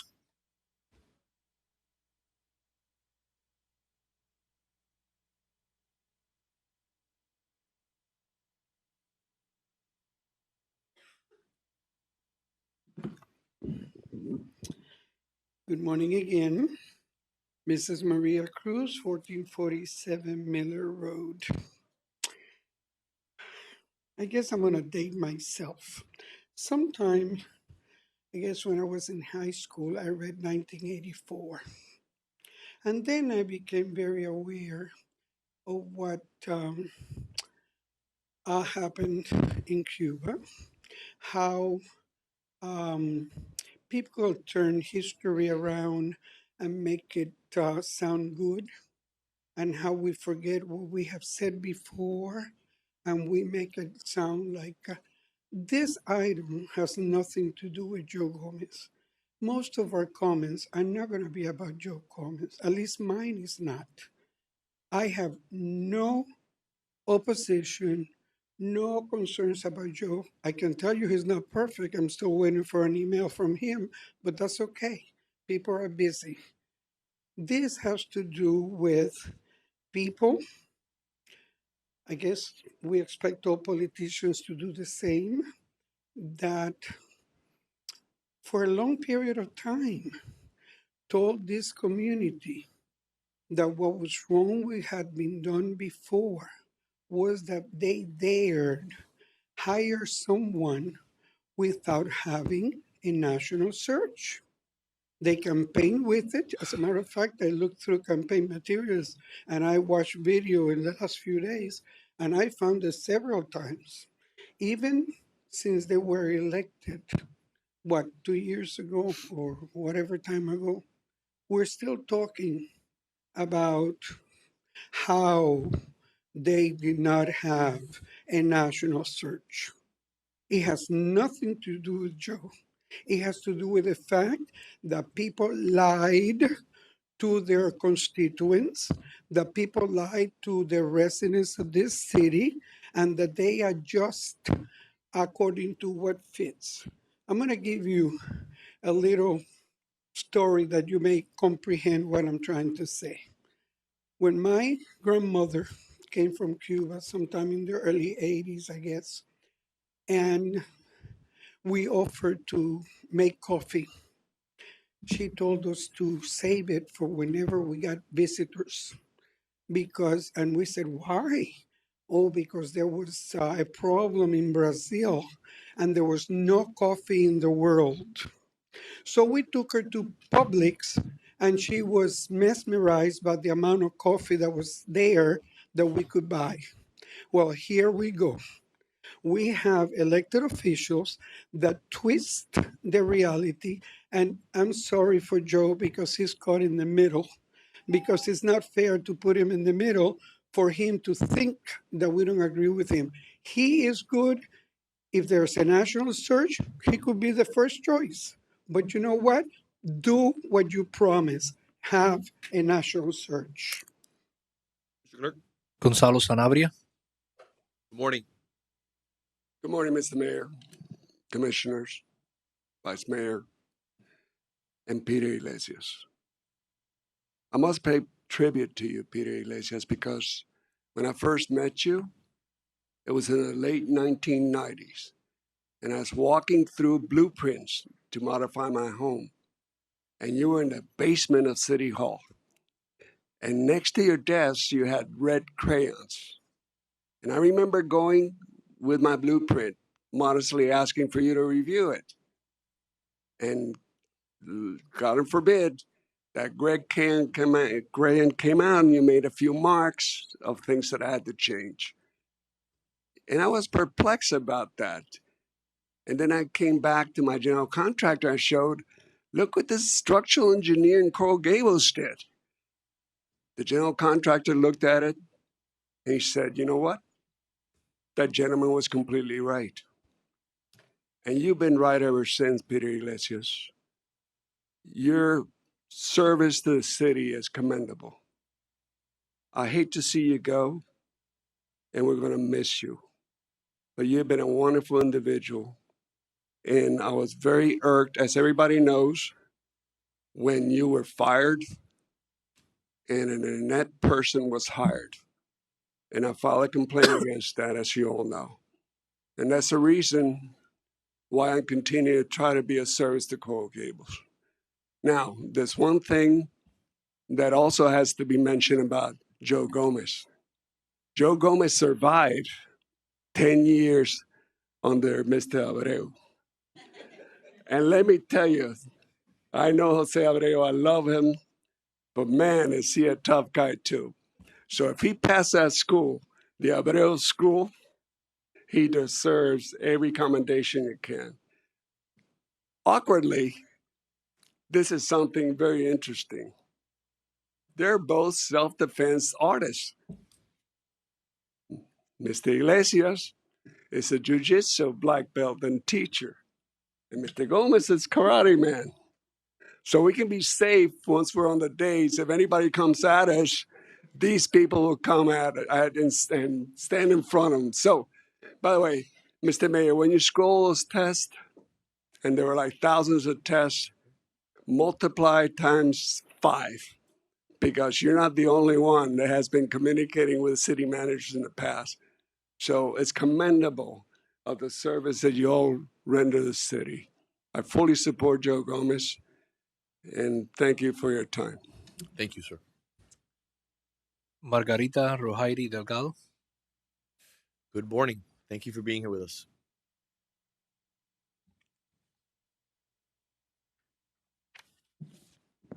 Good morning, Mr. Mayor, Madam Vice Mayor, members of the Commission. Margarita Rojaide Delgado, 1503 Capri Street. And I am here, hardly ever come to the Commission meetings, but this is an important item. And I want to express my full support for the appointment of Mr. Gomez, whom I have known since 1994 when we worked together on projects under Jose Abreu for the Florida Department of Transportation. But more importantly, Joe is a man of character. Joe is a true professional, smart, accountable, and extremely responsive, as the mayor showed.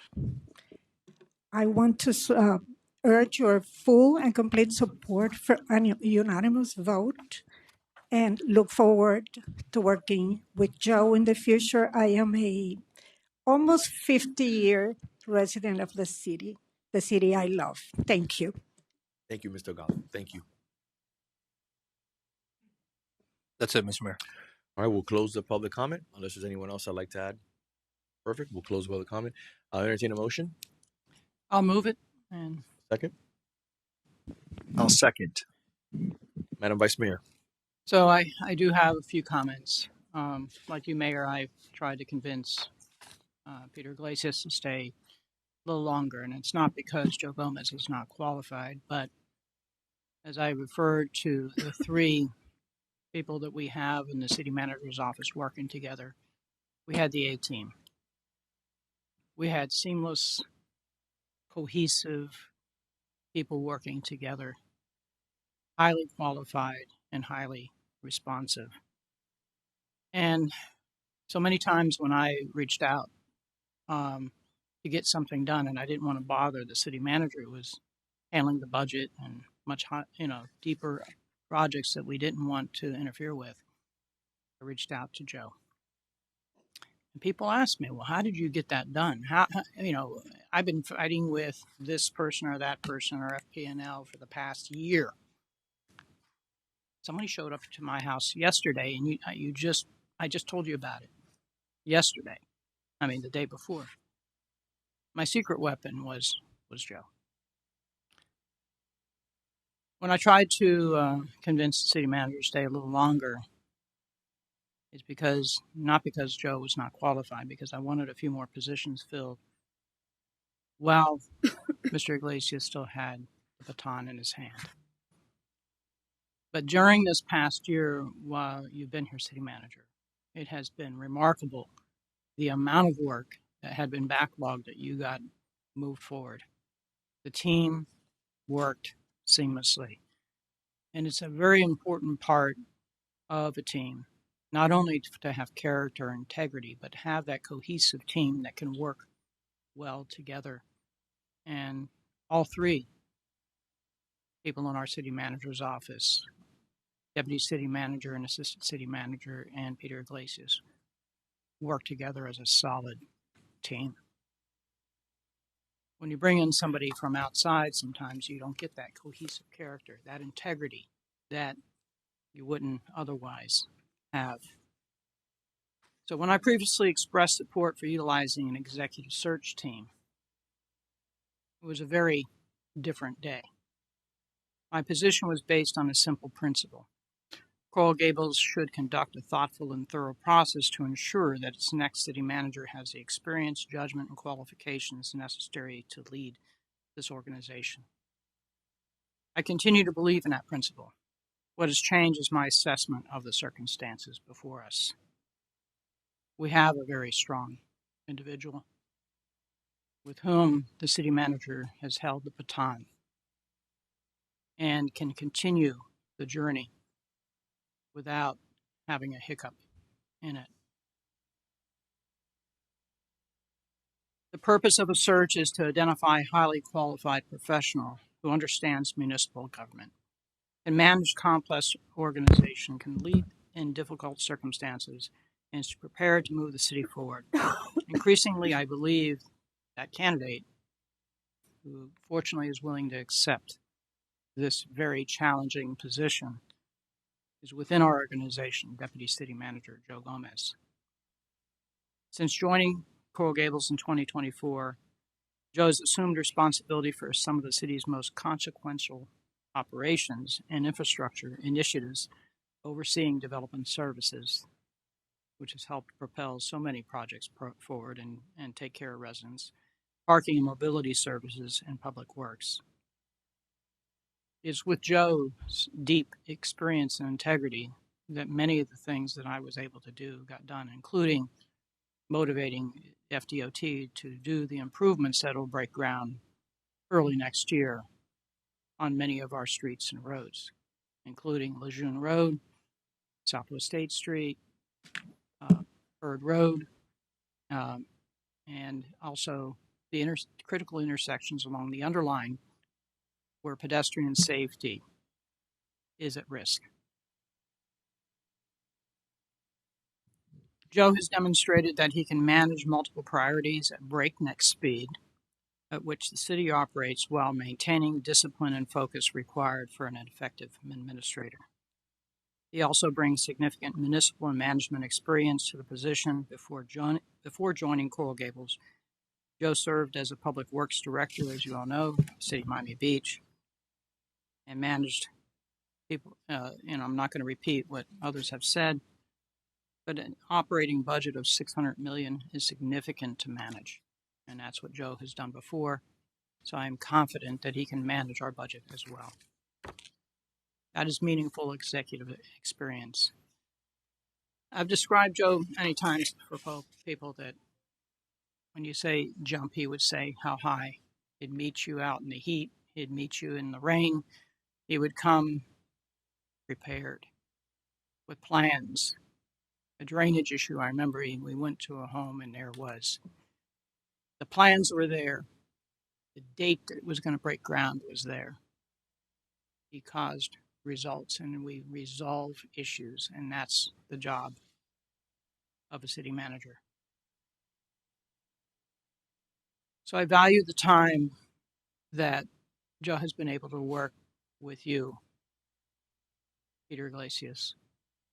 I'm confident that your opinion of Joe is solid because I share that same opinion too.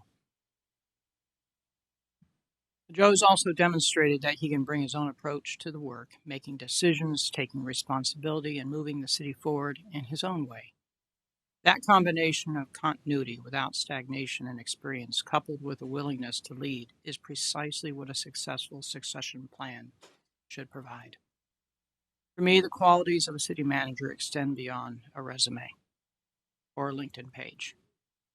A manager should treat people with respect, remain steady in a crisis, lead by example, exercise sound judgment, and above all, understand to faithfully follow the city charter.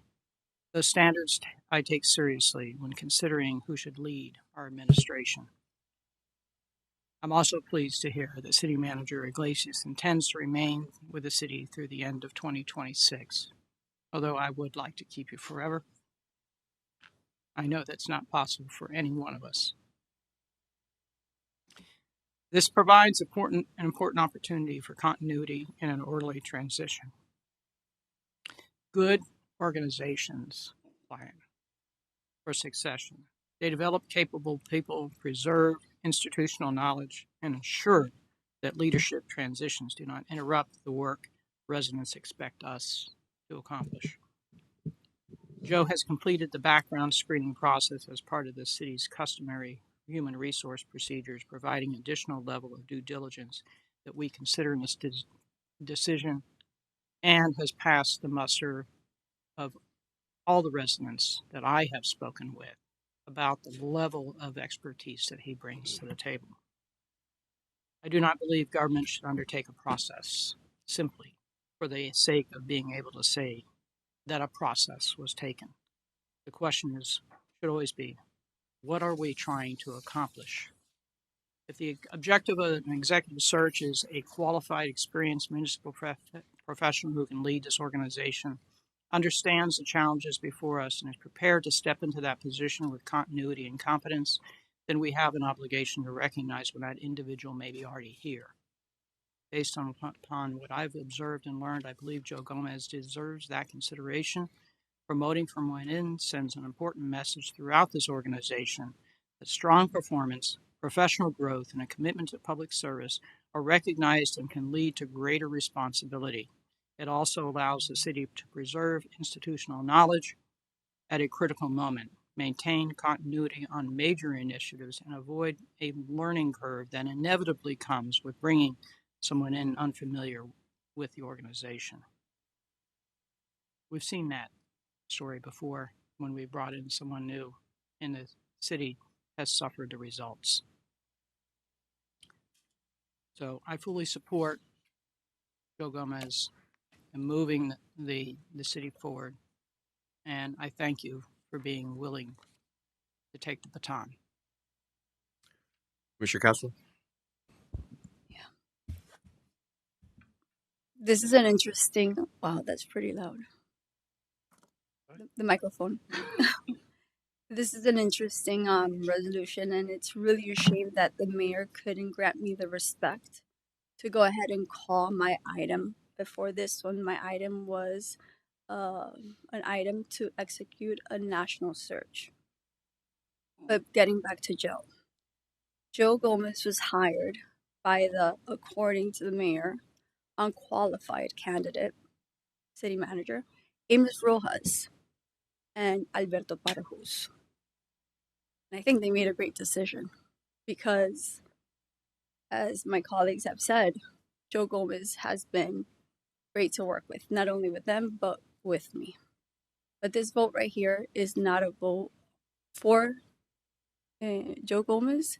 This is really a promise that all of my colleagues here have promised to go through with a national search. It was always about due process.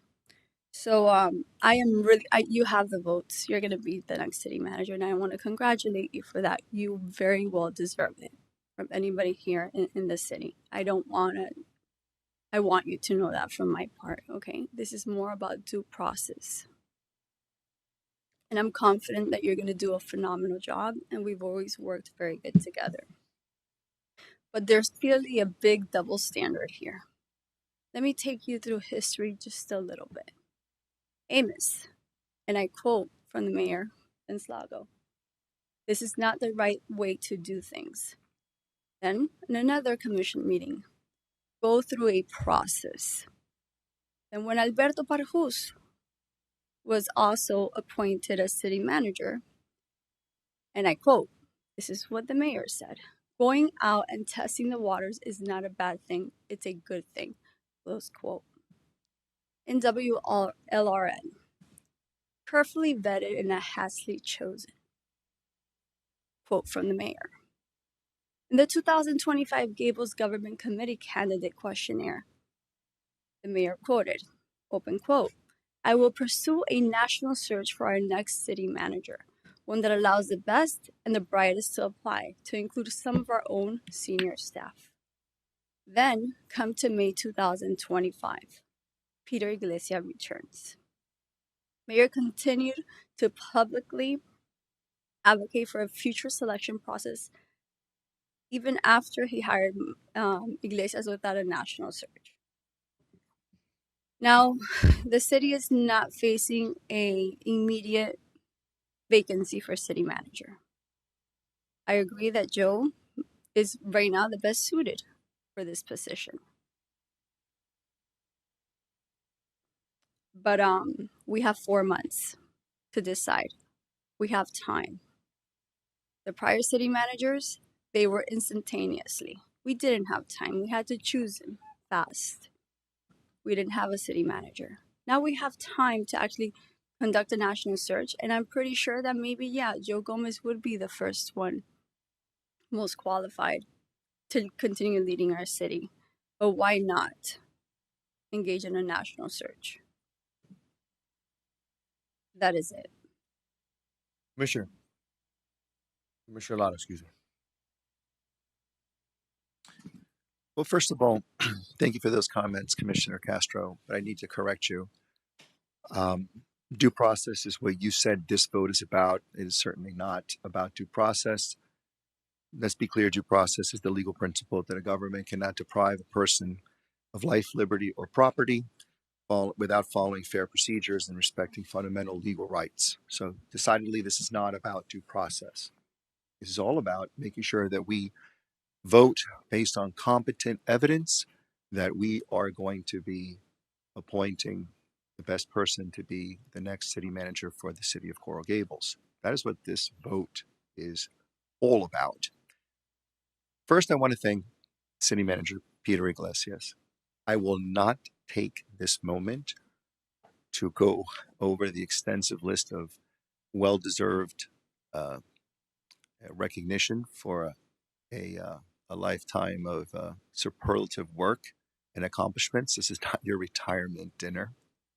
And I'm also a little, and I will be for some time, hesitant to accept the fact that you're moving on. I really am unhappy that you're going to be going, but I can't have all I want in life. If you could stay here forever, I echo what my colleagues have said. I would make sure you would. I mean, in January 2025, I came before a commission meeting and announced my candidacy for commissioner, and I cited as one of the principal reasons what I believed then was a wrongful firing that you were the victim of.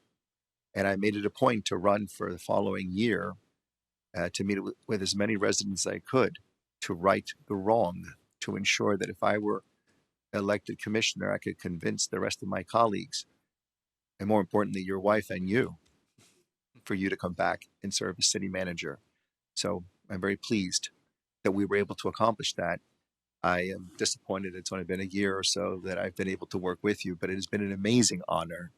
I have rarely experienced in all of my years of public service and in working as an attorney, such a collaborative, intelligent, and inspirational leader as you've been for your department, leading the DCM, the ACM, and the rest of the city staff in the most important position for the employees of the city of Coral Gables, the city manager position. You've really done an amazing job, Peter. Um, and I echo what the sentiments of the people who have come before today to speak on your behalf, so many residents, and of course my colleagues on the commission. I also want to thank you for agreeing to remain with the city through January 8th. I believe it's very important for this organization because it does give us the opportunity to do an orderly transition, maintain continuity of the work that's already been started by you, by the way, years ago, before you had to involuntarily be put on pause and then be brought back into the game. You've done an amazing job. I just want to make sure that the handoff to Joe Gomez is going to be as smooth as I know it will be, so we can just continue with the momentum that you've brought to the commission, and ensure that Joe is positioned to succeed from day one. I don't believe it. I know, though, that Joe is the right person. Joe Gomez is the right man for the city manager position.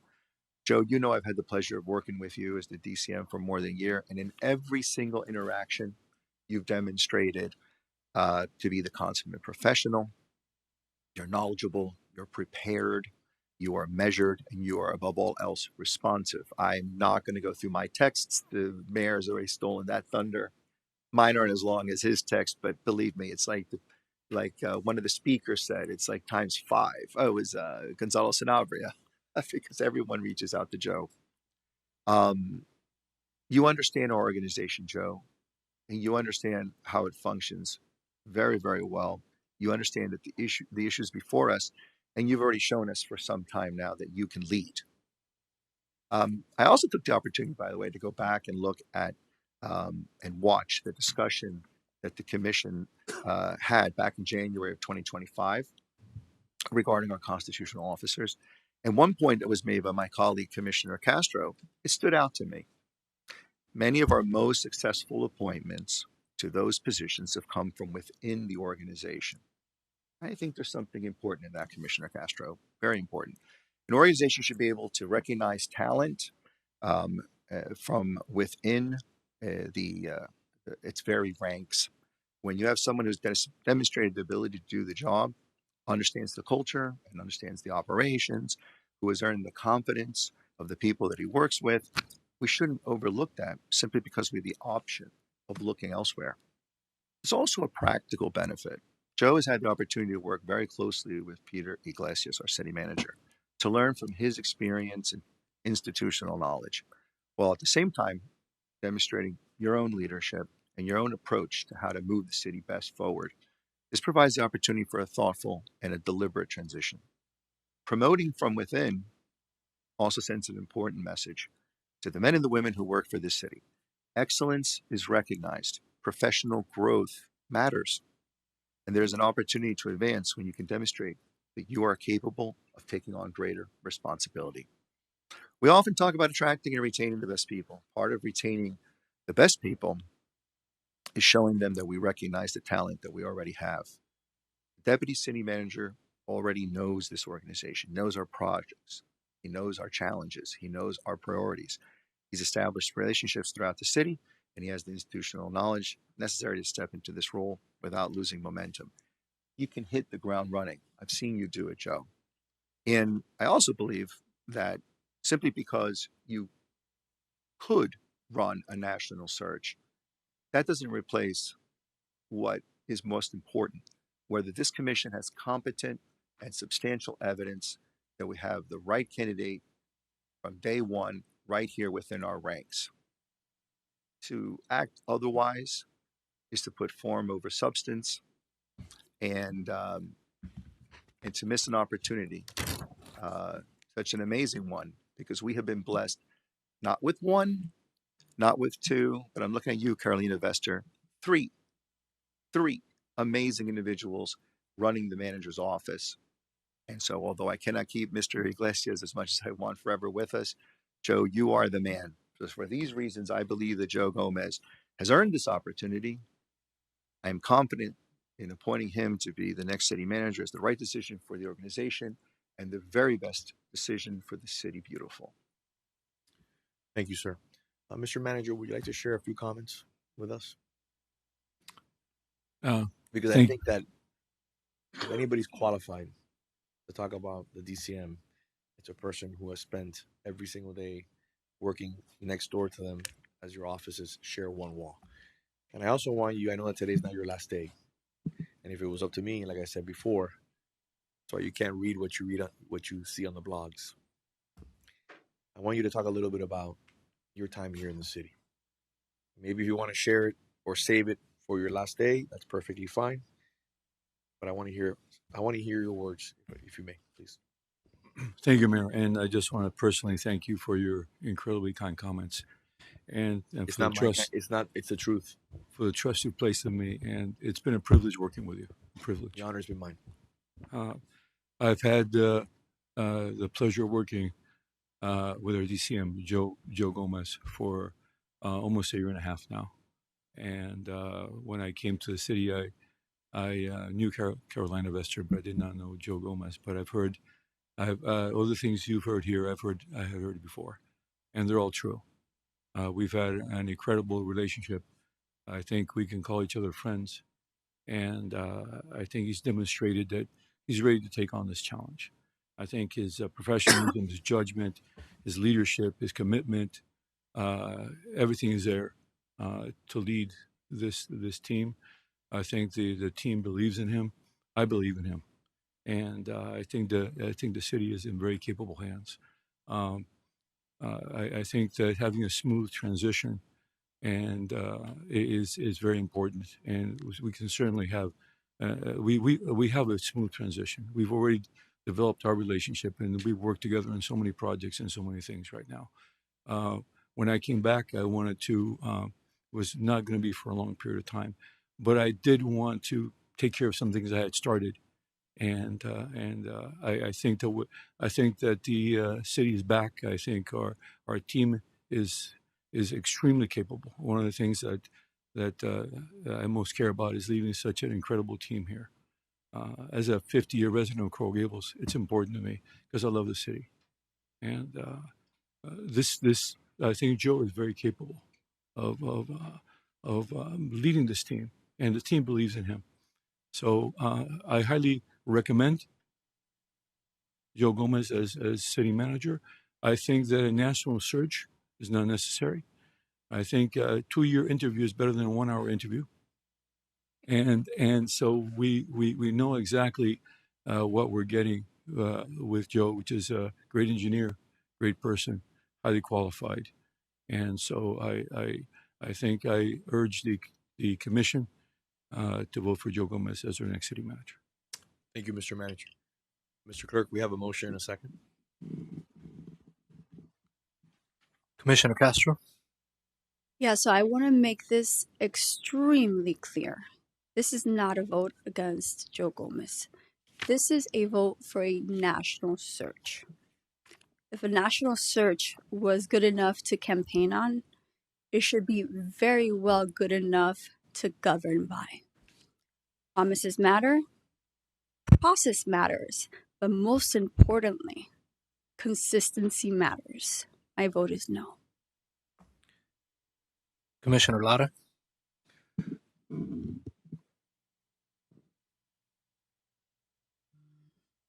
Some points were made earlier about that there were exigent circumstances that caused someone, well, 3 former commissioners, 1 former 2 currently, to vote without conducting a national search, claiming that it was due to exigent circumstances. Well, I believe then, and I believe now, that the firing of Peter Iglesias was not only uncalled for, wrongful, it was also an emergency created entirely by a majority of the commission with no support for same. So you can't create the urgencies and then claim that that's the reason why you had to hire a former U.S. Marshal with not 1 day of public works experience to be leading this city. So I'd rather not get into the weeds. I had hoped that we would have a unanimous vote for the clear and obvious candidate for serving as the next city manager. of the city of Coral Gables. It is not a vote for a search. It is a vote for appointing Joe Gomez as the next city manager. To be clear, to be consistent, my vote is yes. Vice Mayor Anderson. My belief is my role here is to do what's in the best interest of our residents and our city. And unequivocally, selecting Joe Gomez as our next city manager is in the best interest of our city and our residents. So my vote is yes.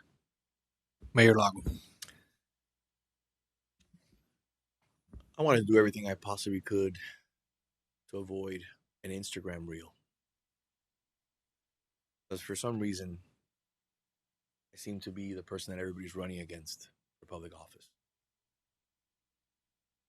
I put together something that Laura and I worked on for some time.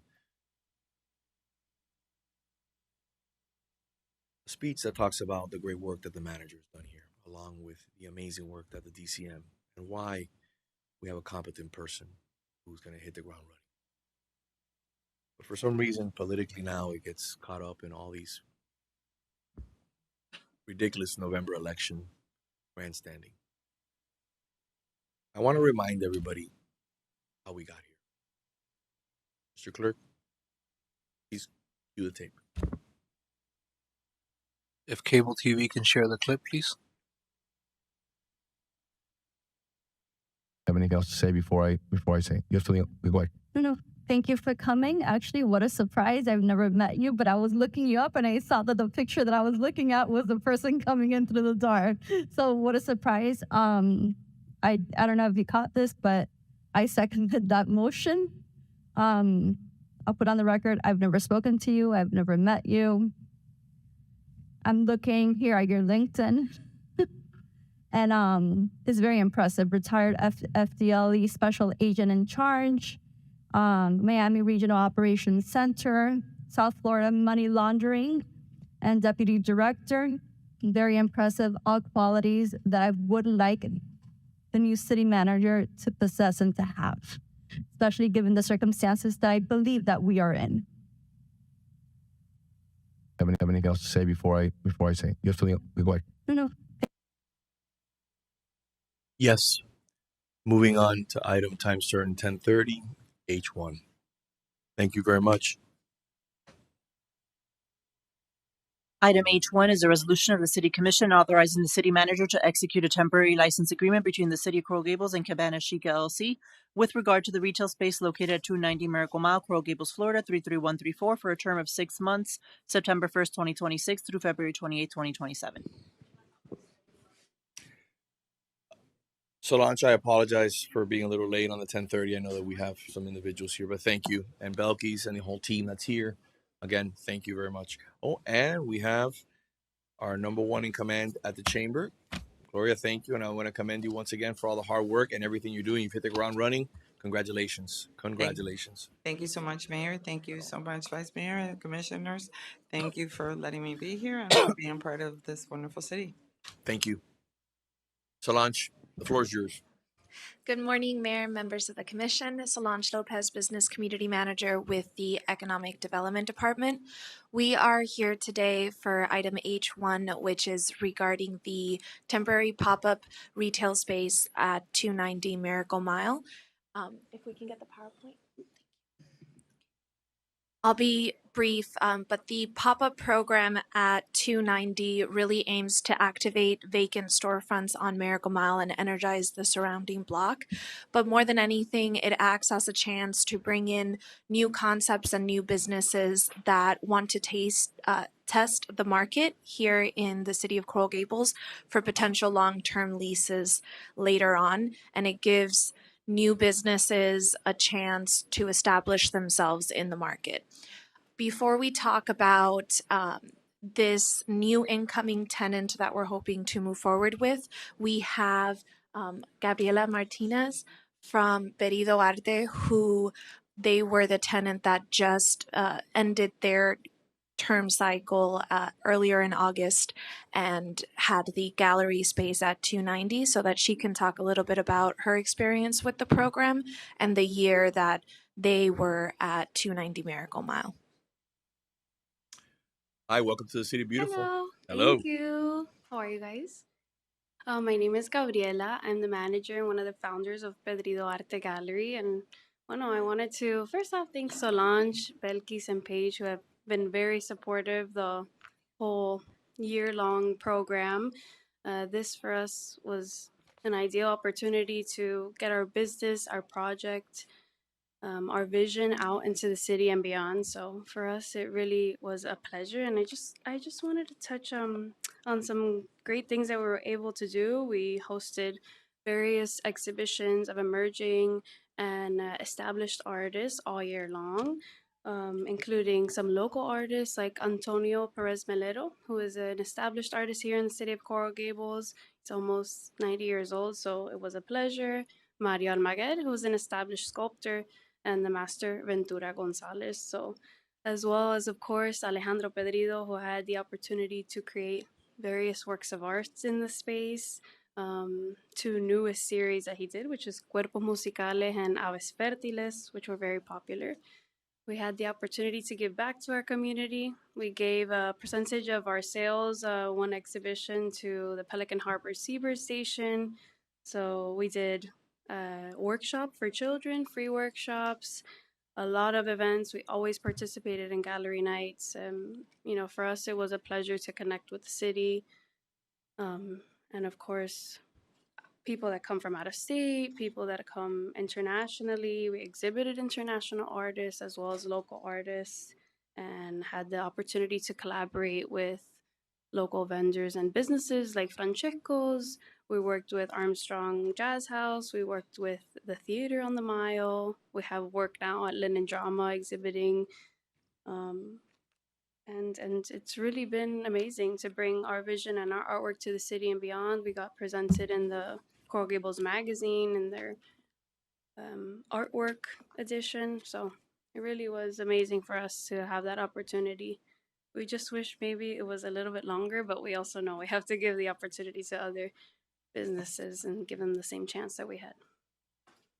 And we'll continue to work with Pedrido Arte as they look for permanent locations in downtown Coral Gables. So we'll stay in contact with them and we'll hopefully be at a ribbon cutting soon. I love it. Do we have any public comment, Mr. Clerk? So, Mayor, No, if I Ms. Mayor. can, real quick, for Perfect, the yeah. next term of the cycle, 290 Miracle Mile is an 850 square foot space. We're moving forward with the same terms, which starts as a 6-month term for the program with an option to renew for a full, an additional 6 months, so for a full year for the new tenant incoming. The monthly rent is going to be $2,200, and that is a reduced rent comparatively with the rest of Miracle Mile, because again, it's giving these new businesses that are just starting out a chance. More than anything, their required hours that they have to stay operating throughout the week to really activate the space. They'll be required to participate in not only city activations and events, but Chamber of Commerce sponsored events and activities. Thank you, Gloria, for giving the new incoming tenant. They're going to work with the Chamber to have a membership for the Chamber of Commerce so that they can take advantage of those opportunities and networkings. And we're currently in the process of finalizing the lease agreement after this item is approved by you all. The selected tenant is going to be Cabana Chic, who is a women's apparel resort wear boutique, bringing in additional retail mix that we need for Miracle Mile and that type of activation. This program cycle had 8 applicants compared to last year's 4, so the program is growing and increasing in popularity, and we are very excited to see this new tenant come into the space and what they'll be able to do with it. Well, thank you very much. Great work. Something exciting. I'm happy that the Chamber's collaborating front and center. Congratulations to the artists and designers. And most importantly, thank you to our amazing team at the City of Coral Gables. Belkis, your team, again, always does a great job. Thank you, Solange, for being front and center on all this. So thank you. Public comment? None, Mr. Mayor. Can I have a motion? I'll move it. I'll second. Commissioner Lara? So my daughter was just commenting that she wishes there were some more women's clothing stores in or around the Miracle Mile area. So I'm thinking, yay, this is perfect timing, pop up. So again, when is it open?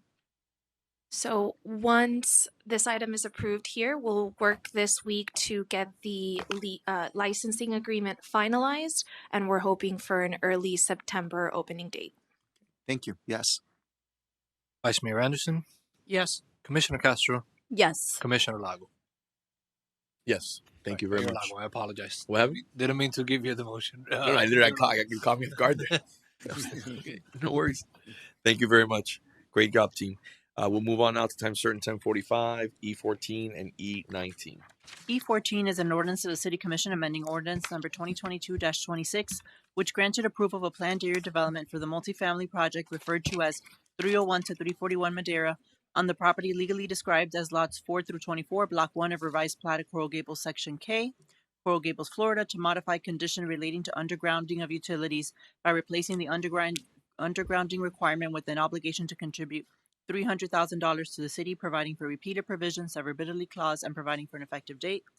E19, the related item, is a resolution of the City Commission amending Resolution Number 2022-126, which granted conditional use approval pursuant to Zoning Code Section 2-400, District Overlay Section 2-405, Residential Info Regulations for the multifamily project referred to as 301 to 341 Madera, located in property zoned multifamily 2, legally described as lots 4 through 24, Block 1 of Revised Plat of Coral Gables, Section K, Coral Gables, Florida, to modify Condition 4B relating to the undergrounding, providing for an effective date. So the resolution E19 will not be voted on today. It's just on for your information. And I know the applicant is here. Sir. Good morning, Mr. Mayor, Commissioners. My name is Mario Garcia Serra with offices at 600 Brickell Avenue and 901 Ponce de Leon Boulevard. Here today representing Urban 301 Madeira, the owner and developer of the 301 Madeira multifamily project, which is presently under construction. This project was approved in 2022, subject to certain conditions of approval. As has happened to other projects, as we have gone through the construction process, we have come to the realization that one of the conditions of approval is not feasible. In particular, condition number 4B required the installation of all overhead utility lines, the underground installation of all overhead utility lines between the northern boundary of the project, running 3 blocks south along Salzedo Street. What was not realized at the time was that these lines and the poles which serve them also serve as connecting points for overhead transmission lines, which run east-west through 6 blocks in total. This means that the scope of work would have to be greatly expanded, and/or a majority of the poles would simply be replaced with new poles, thereby defeating the original intent behind underground installation. In a meeting of the project architect, FPL, and the city manager, the conclusion was reached that this underground installation was simply not feasible. And in lieu, my client has proffered a $300,000 public benefit payment to the city. This project is bringing much needed new housing stock to this part of the city, as well as a new public park. We would ask that you approve this modification so that we can complete the project. Many thanks. Thank you, sir. Staff, Mr. Manager. Thank you, Mayor. We have looked at this project. I've even spoken to FNL. This is part of the undergrounding, but it'll be a feeder system with poles instead of underground. Most of the feeder system, I would say only about 20 to 25% of the feeders in Coral Gables will be underground. The rest will be hardened above ground. This is one of those areas. So we agree that this is better served by having the proffer of $300,000 by the developer that we can use in other areas to further any city projects. Perfect. Mayor. Yes. I'd like to move this and have the money directed for the North Flagler District to be able to handle the streetscape there. It's an area that we haven't addressed yet. We've done working on Ponce Phase 3. We need the additional funding for Ponce Phase 4. And being that this is a feeder line, I'll just make a note that it's something that we may need to discuss again in the future, because the size of the poles that have to go in on feeder lines are much larger than the ones you typically see. And I've seen one, or actually it's two, now put on another set of feeder lines, and the neighbors have nicknamed it the Sequoia. It's massive. So, although we do this for beautification, we may need to look at it again on feeder lines and come with a better solution and plant appropriate trees underneath there that where you know, like the bridal veils, you don't see what's above on the feeder line. So with that, I move this, and thank you for coming forward and offering to provide a benefit for the community in lieu of that. Thank you. Second. Okay, I have just one comment on that front. Currently, this project is using a site down the street as a staging area. I wanted to find out that that staging area is owned by the city, correct? That lot? Are you referring to 301 Mallorca, maybe? Is that what we're using for staging? I'm not familiar where I think we're there's an staging. empty lot that I've seen when I've driven by. There's an empty lot down the street, Mr. Manager. I'm not sure. Mayor, I will look into that. Okay, just to find out, because I want to see, well, obviously when the project is done, I want to collaborate with the developer to make sure that we leave that site impeccable. Of course. Impeccable. I think it's an empty site that we got about a block away from Ashore that we have on that same street. Oh, Mayor, any site that's used by any developer would have to be not only left but improved prior to the end of the project. Perfect. Okay. Thank you very much. We have a motion and a second. Any public comment? Yes, Mr. Mayor. Okay. Maria Cruz?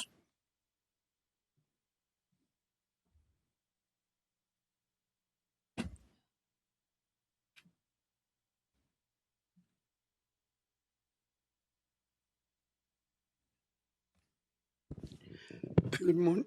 It's a good morning. Yeah, good morning again. Mrs. Maria Cruz, 1447 Miller Road.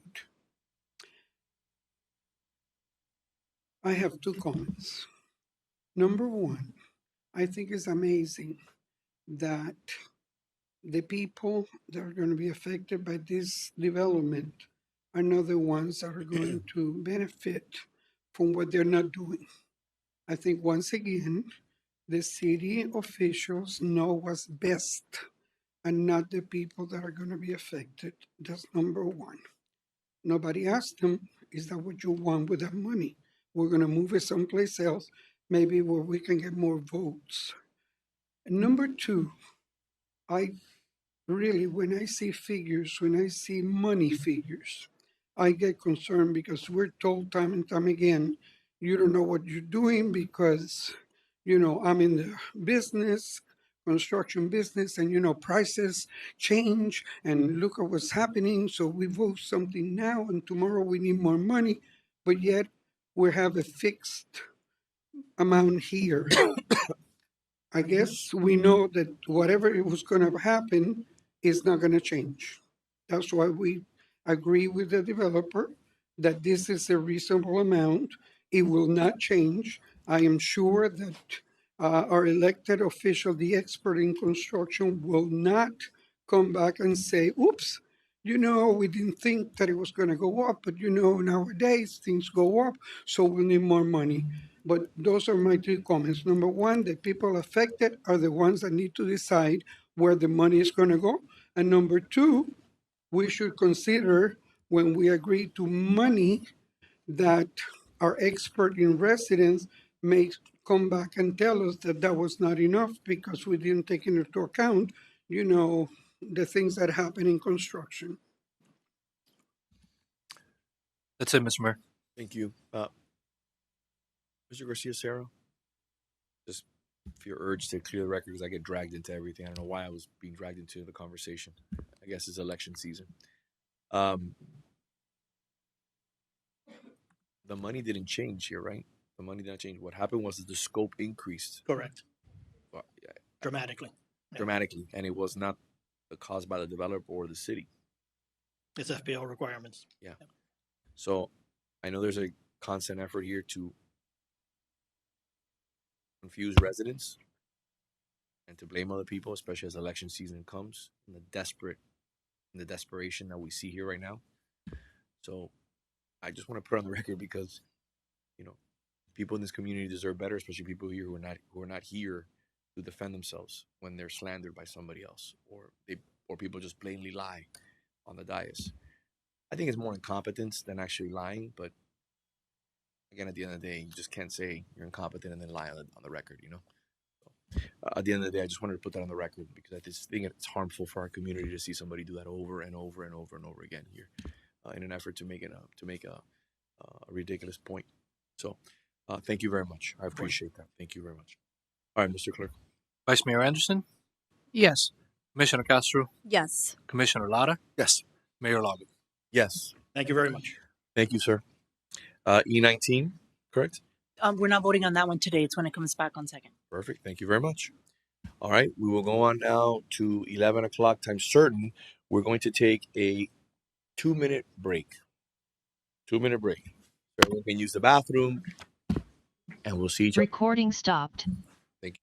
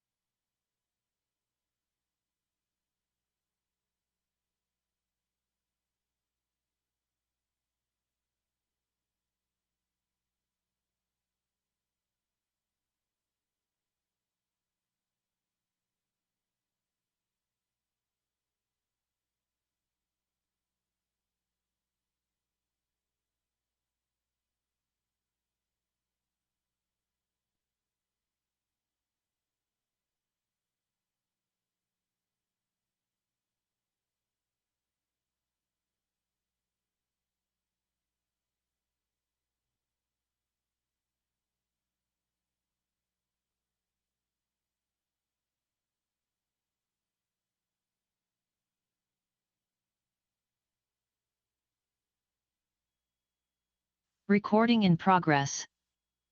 Back. Yes.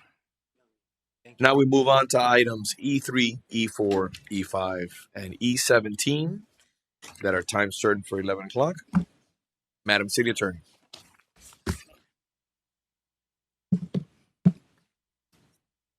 E3 is an ordinance of the City Commission amending the future land use map and mixed-use overlay district map of the City of Coral Gables Comprehensive Plan pursuant to Zoning Code Article 14 Process Section 14-213 Comprehensive Plan Text and Map Amendments and Small-Scale Amendment Procedures from religious institutional to commercial mid-rise intensity and to include within the boundaries of the North Ponce Mixed-Use District Overlay Block 21 Revised Plat of Coral Gables Douglas Section, Coral Gables, Florida, providing for repealer provision, severability, and providing for an effective date.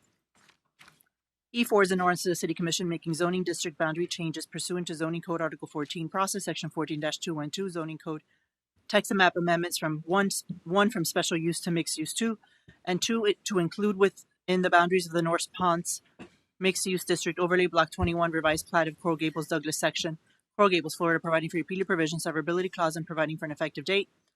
E5 is an ordinance to the City Commission granting approval of a planned area development pursuant to Zoning Code Article 14 Process Section 14-206 General Procedures for Planned Area Development for a mixed-use project referred to as Crystal Residences, including a private school on property legally described as Block 21 Revised Plat of Coral Gables Douglas Section, Coral Gables, Florida, superseding Ordinance Number 1909 and Ordinance Number 2962, including required conditions, providing for repealer provision, severability clause, and providing for an effective date. And then E17, Mayor, is a resolution of the City Commission requesting mixed-use site plan review and encroachment agreement pursuant to Article 14 Process Section 14-203 Conditional Uses for a proposed mixed-use project referred to as Crystal Residences, including a private school and live-work units on property legally described as Block 21 Revised Plat of Coral Gables Douglas Section, Coral Gables, Florida, superseding Ordinance Number 1909 and Ordinance Number 2962, to permit the current accessory school as a principal use, including required conditions, providing for repealer provision, severability clause, and providing for an effective date. These, because certain of these items are quasi-judicial items, I'm going to ask the city clerk to please swear in any individuals who will be testifying today. And also, Mayor, we can consolidate the public hearing for all of these. Yes. Thank you very much. Those who will be testifying on this item, please stand and raise your right hand.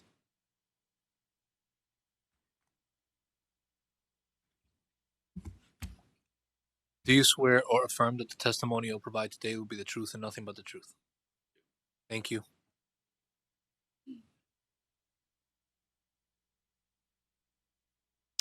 Madam City Attorney. What do we got? Who's in it? So the applicant, Mayor. I know. I'm waiting for the applicant. You ready? Good morning. Good morning. Mr. Mayor, Commissioners, George Zavarro with offices at 333 Southeast 2nd Avenue. We're excited to be here back before you today for what we hope are the final approvals for this important project in your North Ponce area. It's a project that will not only deliver new housing opportunities and help activate the North Ponce area, as we discussed at our last hearing, but also it's a project that helps secure the future of Crystal Academy, a vital nonprofit institution in this community that serves many families and many children. As you all know, this project has been thoroughly reviewed since it was originally submitted in 2021. It's received favorable recommendations at all levels of review throughout the process, including from your city staff, who's recommending approval, from your city planning and zoning board, who also recommended approval, and from the Board of Architects, who approved this project. But this project's even more important today. We had some photos to show you. We're trying to get them up on the screen, but in recent weeks, the Crystal Academy building has experienced significant structural issues. Over the last couple of weeks, we've had issues with the roof, which is leaking and has had to be tarped. Also, there's been significant water damage within the building and the flooring, which is collapsing. We have been working with Crystal Academy to try to repair those, but this project is important now more than ever. And we hope to have your approval here today so we can move forward and really create a true permanent home, one that is up to the quality and the standards that's needed for an institution of this nature. At our last meeting, the Commission asked us to provide specific feedback and address several items before coming back. And our team has worked hard to ensure that each and every one of those items that you requested has been addressed. And I'd like to go over them one by one to show you how we've responded to your questions. First, as requested by the mayor, we've revised our public benefit commitment to not only include the exterior build out of Crystal Academy, but also to include the full internal build out of the school as well. So that public benefit contribution covenant has been updated to include all the interior work for Crystal Academy as well. So, quick question. Right now, where do we stand in regards to the total square footage of the interior of the school? So that is the second item that I wanted to address, Mr. Mayor. We have increased the square footage of the school by 35%. We have a plan that we'll show you, but we have increased the square footage from 5,000 square feet to 6,700 square feet, while still maintaining the internal pickup and drop off. That was one of the items that we had worked with the neighborhood on. So outside of when you talk about the construction from a vanilla shell, obviously to a finished product. Correct. You know, again, all of the cabinets, all the bathrooms, all the internal walls. I want to make sure that everything is taken care of. Again, we're not talking about ultra luxury, but we got to talk about products that, again, can withstand the wear and tear of an educational facility. And also, let's talk candidly here, in educational facilities with special needs children. So it has to be able to handle certain things a little bit differently. Yeah, we are going to work. Our design team is going to work with Mary Palacio from Crystal Academy to make sure that all her needs are addressed when we design that interior plan, and we hope to start on that as early as next week once this project is approved. Is it safe to say that the interior, Mr. Manager, rounded off to 7,000 square feet, just to round it off to a number? $200. I want to be, conservative. $200 a foot for interiors. I just want to quantify, the upgrade in regards to what we're requesting, what I requested for the students at Crystal Academy. You think that the number is going to be around $1.5 million of additional construction work? We've estimated the interior work to be approximately $1 million. Well, I hope you can build it for that, but if not, I want to make sure there's a commitment in place that if again, within reason, and the manager, with the time that we have here, I'd like for the manager to engage on that, because again, I think that's important to make sure that if we do vote in favor of the project today, that gets addressed. This is a project I think that needs to last for the next 30 years. And it needs to be something that, again, uses a level of quality. I'm not talking about luxury. What I'm talking about is just the wear and tear, the durability. And you're going to see that, especially with special needs children. So I want to make sure that we give them what they need, because this, to me, in my opinion, and the opinion of my colleagues on the commission, this is an asset here in the city, and I want to make sure that we treat it like that. So, but I want to commend you for stepping up to the plate, Mr. Manager. What do you recommend? Mr. Mayor, I think that the estimate's about $150 a square foot, which is a I think appropriate estimate for high level construction from a durability point of view, and which is what I believe what you're talking about. People don't understand that school has to be durable, and it's not necessarily gold-plated fixtures. It's durable fixtures and durable construction and reinforcement of drywall and those things that you're talking about. I think $1 million would probably be about $150 a square foot, which is right about there. Thank you, Mr. Manager. If your team, again, depending on what happens today, could work hand in hand, obviously, with the manager on that interior. I'm not talking about the rest of the project. I'm just talking about just that piece of the project. For me, is incredibly important. I want to make sure that we deliver something exceptional, that at the end of the day, not only am I proud of and the city's proud of, but that you're proud of. Thank you. And Mr. Mayor, we'll work with your city manager. Once we have an internal plan designed and the finish is selected, we could work with the manager to review those prior to submitting for building permit. Perfect. Thank you very much. The third item were some requests by the Vice Mayor regarding tree preservation and landscape enhancements. As you know, we've already committed to relocating the large oak to the southwest corner of the property along East Ponce, but as requested by the Vice Mayor, we have further committed to relocate an additional on-site oak onto East Ponce. We've created a bump out where that tree can be accommodated. We are going to begin root pruning for that tree prior to construction, hopefully very soon, so we could have both trees ready to relocate. And I think Madam Vice Mayor, with the additional building setback that you requested on East Ponce and the additional landscaping, this new tree specimen there will really contribute to the creating a nice green canopy along East Ponce, which I think was your intent. Thank Um, you. We've also committed to plant additional landscaping along the north side of Phoenicia Avenue. So we're working with the Women's Club to make sure that both sides of the street are treated the same from a landscape perspective. And finally, in response to comments from area residents and at your direction, Madam Vice Mayor, we've committed to perform an additional traffic study and to implement any traffic calming or pedestrian safety enhancements along Phoenicia at the corners. We have an exhibit where we're going to be providing crosswalks there at those two intersections now across from the school on the east side of the property.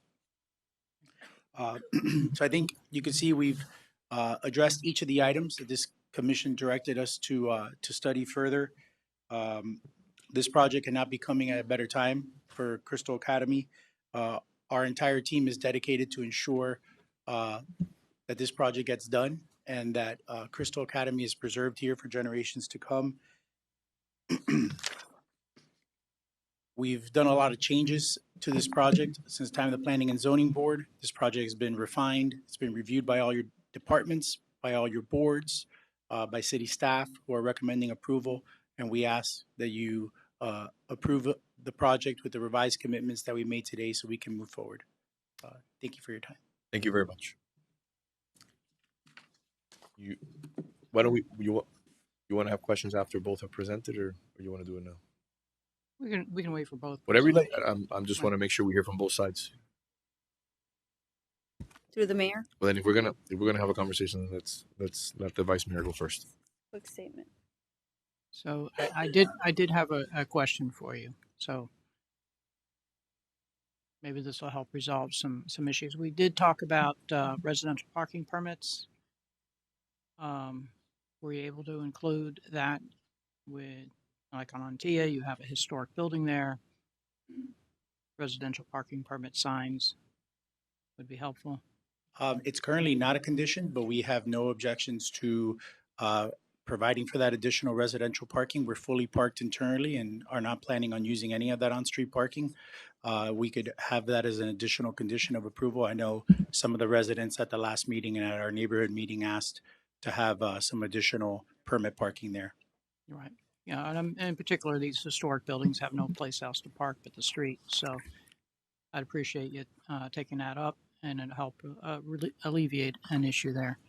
And your commitment to take care of the hardwood trees. I'll just highlight for the record too that our staff has designated additional trees on the Phoenicia side to be moved into the public realm. I know you have it covered, but I just want to make sure that the public knows that the healthy gumbo limbos are items that our staff has requested to be moved into the a public area and preserve those as well.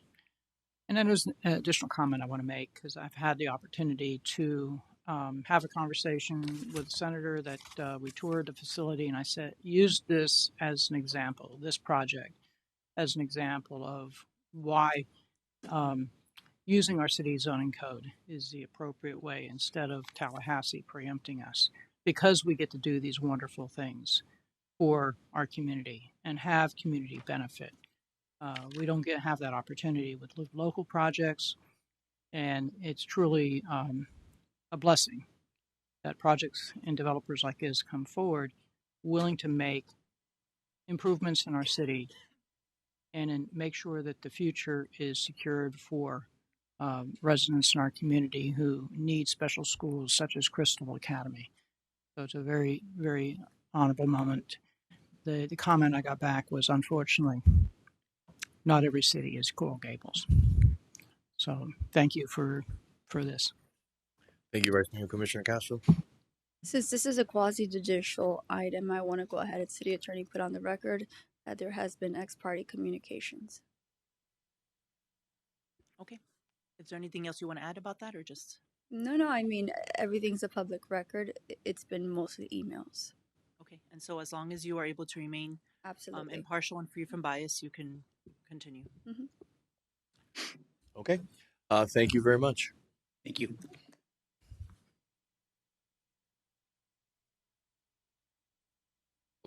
David Winker. No, our zoning director, please. Oh, I'm sorry.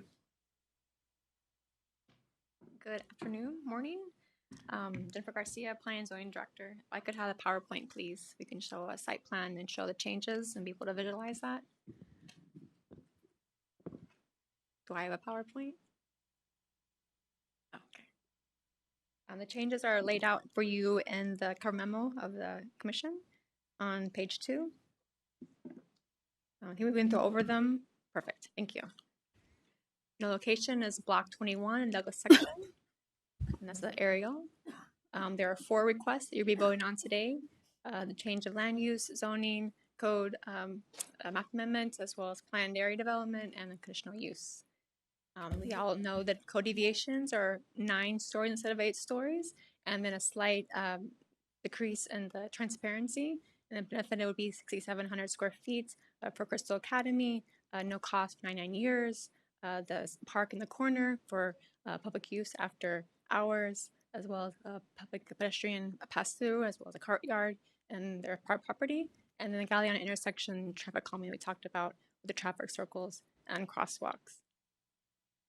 This is the site plan that's been updated since you saw it last. You see the park in the corner, the northeast corner of the property. The school has been enlarged to be 700 square feet. The drop-off is still interiorly located. The live works are wrapping around the entire building, and I think everything else is pretty much the same. So the changes from first reading were the removal of the arcade on Andia and East Ponce, the setbacks, additional landscape on Phoenicia and Galeano, to relocate those additional trees pursuant to a tree relocation feasibility study that we done during permitting, the crosswalks and traffic circles on Galeano, at Andia and Phoenicia, and expansion of Crystal Academy, and then to provide interior build out of Crystal Academy. That's laid out for you in the applicant's proffered covenants as far as the details of how much paint and the cabinets and the fixtures and the plumbing fixtures. So staff determined it's consistent with the comprehensive plan as it providing more housing in an area that needs it. Recommend approval with conditions. And those conditions are outlined in the ordinance for the pad as well as in the conditional approval. To sum it up, it is a maximum height of 9 stories or 93 feet. The square footage of 6,700 square feet for Crystal Academy. The removal of the arcade and stoops to be reviewed and approved by the city architect. Public courtyard and the covered walkway in the park be publicly accessible. The tree relocations, including the oak trees per location, the tree relocation feasibility study, and then offsite improvements. This is a little bit different from what we saw last time. The landscape along the north side of Phoenicia, which was requested, but also pedestrian crosswalks and traffic circles. Staff had gotten a lot of complaints about crashes and traffic issues, needs traffic calming along Phoenicia and Antia. The way it's drafted today in the ordinance, after discussing with the applicant, we want to revise that so that they are going to persuade the county to have a 4-way stop, either at the East Ponce and Phoenicia or East Ponce and Antia. So that would not require the raised crosswalk as proposed in the ordinance if they're able to get one of those intersections to be a 4-way stop, which would be more preferable for staff as far as controlling the traffic calming area. I think that's it. Thank you. Thank you very much. Mr. Winker? Thank you, David Winker, 4720 South Lejeune Avenue. I'd like to, if it was okay with you, I'd like to go after public comment. You guys, okay. Thank you. Mr. Clerk? Mr. Mayor, would you like me to start public comment? Yes. First speaker, Maria Cruz.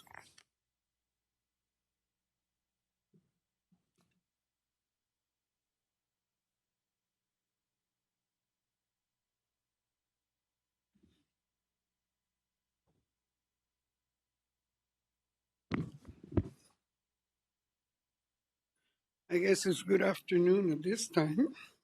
Mrs. Maria Cruz, 1447 Miller Road.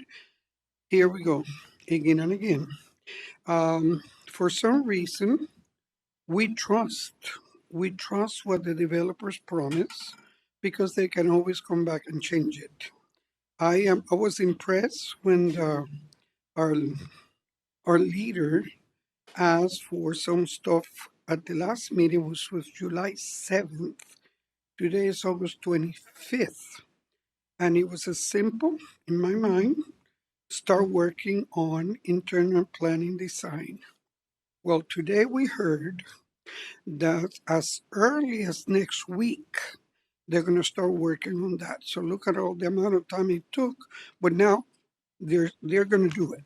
And we trust that they will do it, because if not, they'll have some excuse why they couldn't do it. I'm also very interesting. See, I'm going to what was said today. Now, we're going to save a tree, but of course, we're going to bump out so we can use the city property that what could have been parking to have the tree off their property. That's very important. I wonder how many neighbors, how many residents can do that. Move whatever they don't want to the city side. Okay?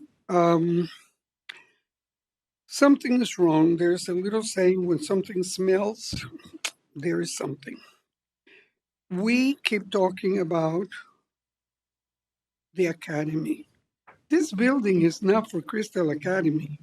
This building is a development, a developer that's going to make a lot of money on this property, and to pull on our heartstrings. Wow. If we're going to call it Crystal Project, the Crystal Academy will be there. And you know what? The kids will not suffer. Most of the kids that are there now will most likely age out by the time they're back in that building. They have to be moved someplace. And today we heard there's problems with the roof. There's other problems. So the best thing that could have happened is for them to find the place where they're going to be and get going, instead of trying to repair what is going to be torn down anyway. You know, that doesn't make sense. We're repairing what has to be torn down because we still haven't found a place to put them in while they're being built, while the building is being built. You know, very confusing, very extremely confusing.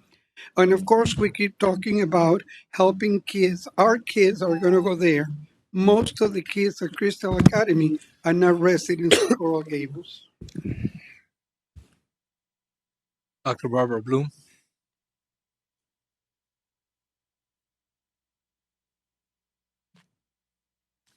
Hi, Afternoon. good afternoon. I'm a resident of North Gables. I actually am a native Floridian. And I've been in North Gables now for 12 years. We love the area. I am not completely opposed. I know that this is going to happen, but I think there are several issues that need to be addressed that haven't been directly. As everybody knows, this area is mostly very small apartment and condo buildings, low rises. Very few have parking within their buildings. Commissioner Anderson, at least you did bring that up, but I think it's also very important that it is going to start to have more people parking on the streets, especially with the live-work issue, which I'll bring up in a minute.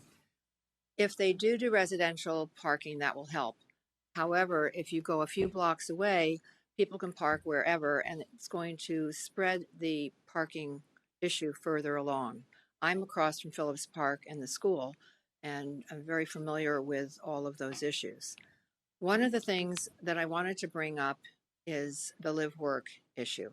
I think two things are going to happen with the building. One is you're going to have increased traffic, and the other is you're going to have the parking issues. I'm very opposed to the live-work. It is so not representative of the residential area. The live work, most people that are coming to be clients or coming there for whatever they're doing with their work, most of them are going to try to park on the street. As a rule, most of the buildings that have been built do not have adequate parking within the facility, no matter what they tell you.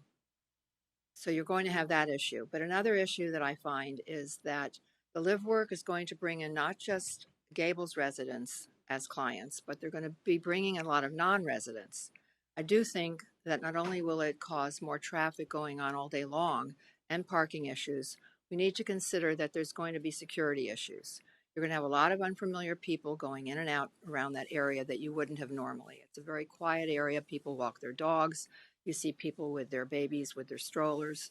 A very, very different feeling. Additionally, the only other thing I wanted to say about the live work part is that this is a school for autistic kids. I don't think that it's very beneficial to the school school students themselves if you're going to have a lot of unfamiliar people coming in and out of the surrounding area of the building. If this is going to take place and you're going to have Crystal residences, I really hope that you will eliminate the live work part. And that's a very important issue. Thank you. Thank you. Manuel Santamaria. Good afternoon, sir.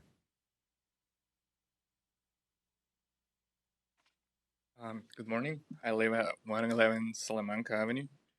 I am a proud resident of our city, beautiful, and have a couple of opposition points that I want to emphasize. And I know it's been said before, it's not to be repeating, it's to make clear that it's very important. And the main one is that developers are leveraging the novel work of Crystal Academy to appeal to motion rather than sound urban planning.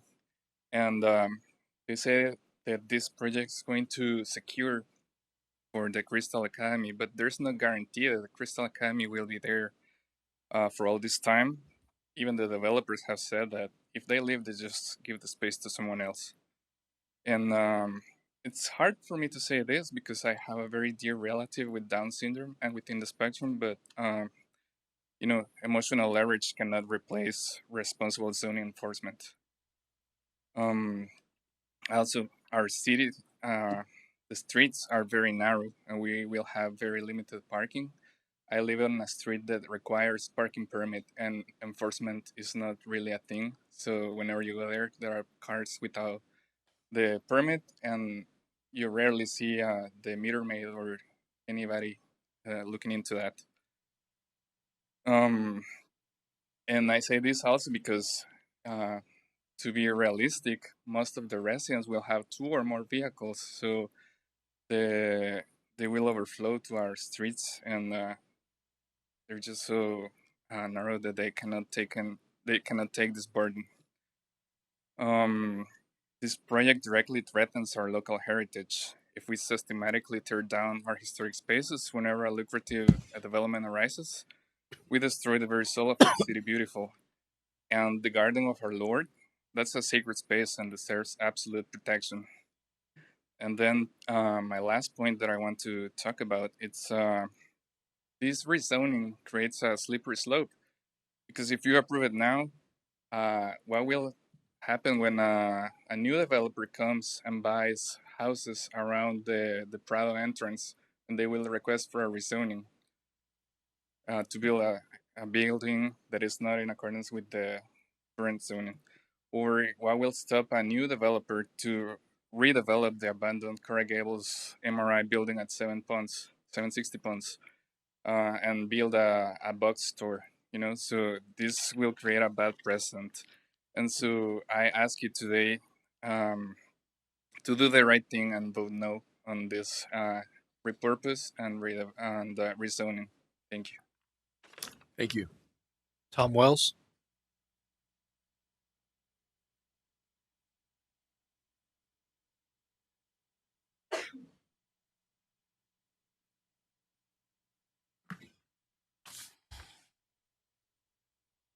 Good afternoon. I'm Tom Wells. I live at 1310 Corway.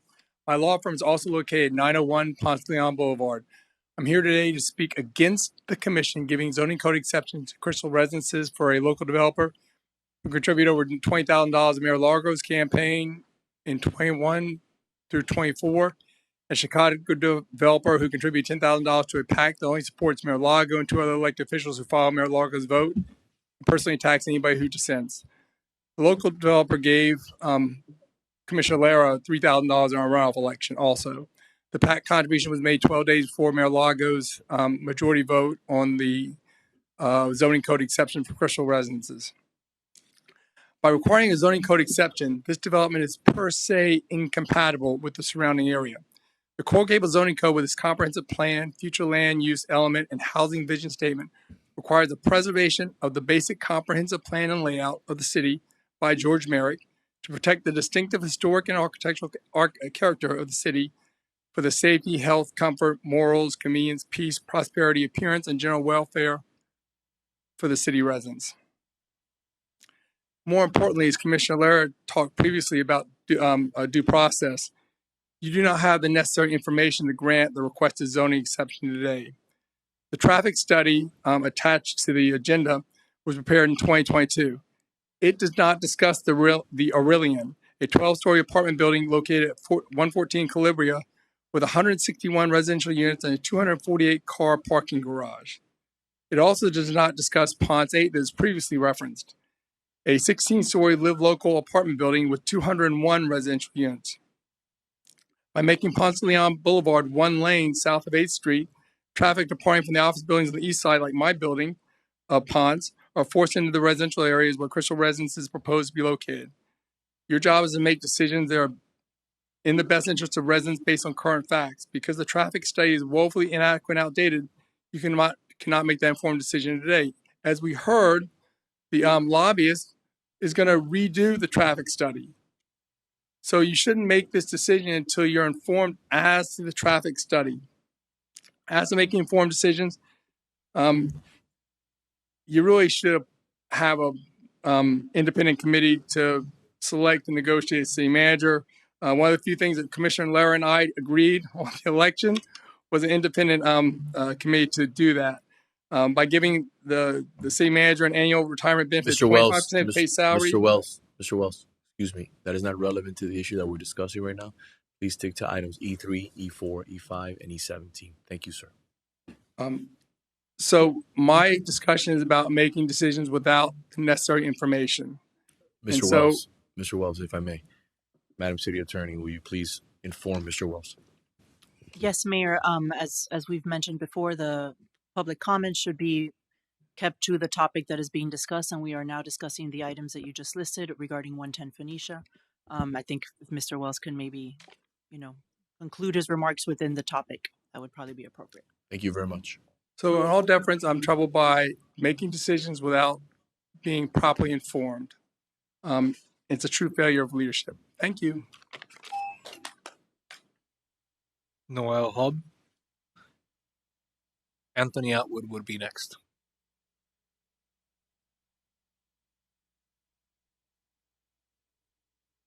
Mr. Atwood. Sir, good morning, and first and foremost, thank you for your service. Thank you, Mr. Mayor.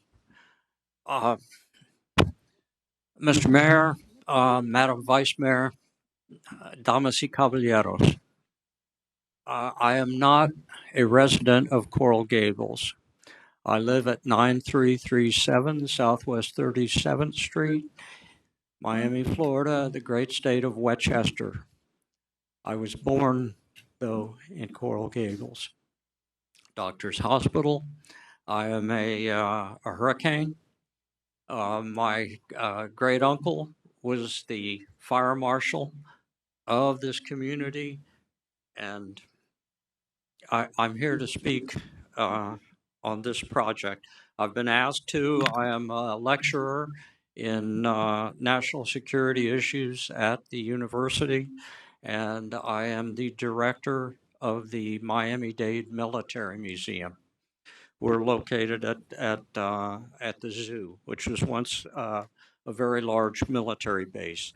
About this project, there are a number of issues that just jump right up. Number one, the project violates the North Ponce Neighborhood Conservation Overlay District. Number two, it violates the Historic City Plan unanimously approved by this commission. Number three, it violates zoning code section 1-103, the compatibility requirement. Number four, it contradicts the city's own North Ponce planning process. Number five, the infrastructure cannot support it. It's for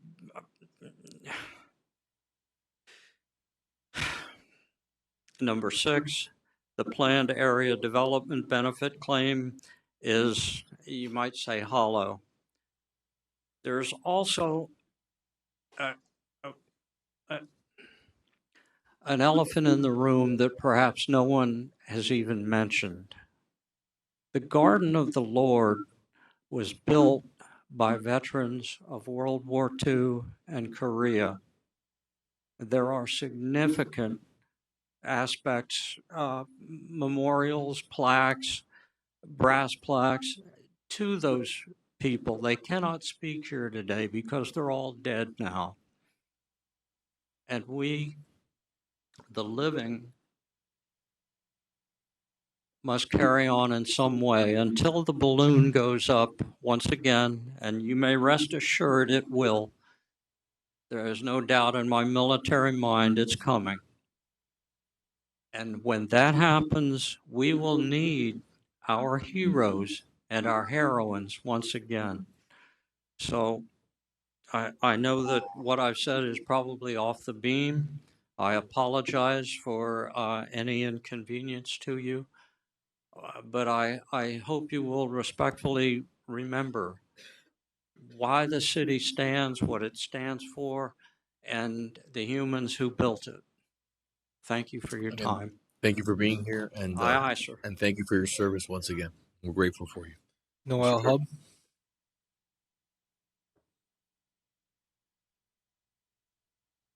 Good afternoon. Good afternoon. My name is Noelle Hobb. I'm from 1201 East Ponce. I stand against this project. It's not compatible to the neighborhood. You were discussing the landscaping for Phoenicia and East Ponce and Galliano. My understanding is that all the black olives on Antia are going to be ripped out. Supposedly, we just got the award of 58% tree canopy, but yet here we are tearing it out. The live work is not compatible. As the woman said before, there's going to be outsiders coming for traffic. The beautification project on Ponce de Leon was done after the traffic survey, which you did. So it's not relevant anymore because you've closed Ponce all over the place, gotten rid of parking spaces to do these bump outs. You're funneling people onto our streets. I can't tell you how many construction trucks go by my building every day between dump trucks and concrete trucks to get to the other project down the street. We have nowhere to park. It's nuts. You're getting rid of our trees. You're putting this massive project right on our streets. You're destroying our community. My family's been here since 52. We owned a property for 64 years. Okay, and it's a historic property. So I know the historic rules and everything. My mother did battle with you guys. She actually won. But you're not saving anything. You're destroying this city. And I'm sorry to see it go. Thank you. Lynn Bluestein.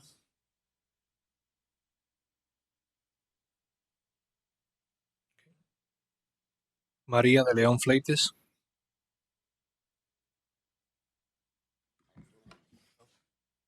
Hi. Lynn Bluestein, 4330 Southwest 15th Street. I am here today to support someone I consider to be a local hero, and that is Bonnie Bolton. Sergio Pino purchased the property in November 2021. The original intention was residential development, not preservation of the garden or church. The garden and historic trees weren't part of the plan. The property was bought purely as a developmental site, with the existing religious and garden use seen as something to be cleared for new construction. In less than 3 years, his wife filed for divorce and he was involved in a murder for hire plot to have her killed. As agents were closing in to arrest him at his Coral Gables home, Pino fatally shot himself on July 16, 2024. This whole sordid story reminds me of all the Indiana Jones movies put together. While he was trying to save sacred spaces and relics and antiquities, There were always dark forces trying to steal them and destroy them. It didn't end well for the adversaries. I think this is a story as old as time. I invite you to take a brief moment and think back in your life of the time or times when your heart has been broken by someone or something. If you are human, this has happened to you. And now I would like you to be aware that you are breaking the hearts of thousands of people who would urge you not to desecrate and destroy the garden of our Lord. It is possible that the destruction and desecration of the garden of our Lord will follow you into whatever your futures may bring. And I also want to say that it is perfectly okay to change your mind and change your vote at this time. Think about it for a second. And I'll sign off with one of my favorite sayings. Just because you can doesn't mean you should. Thank you. Maria de Leon Fleites.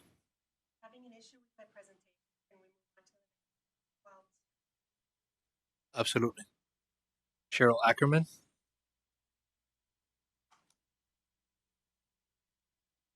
Good afternoon. Good afternoon. My name is Cheryl Ackerman. I live at 816 Sorolla Avenue, Coral Gables. That's North Gables. I'm opposed to the zoning changes. And I've been here before and not comfortable with it. I am a villager and we work towards saving historical places. The garden is one of those places, and as many people have already stated, there's many reasons to save it. Thank you. Thank you. Elvis Cruz.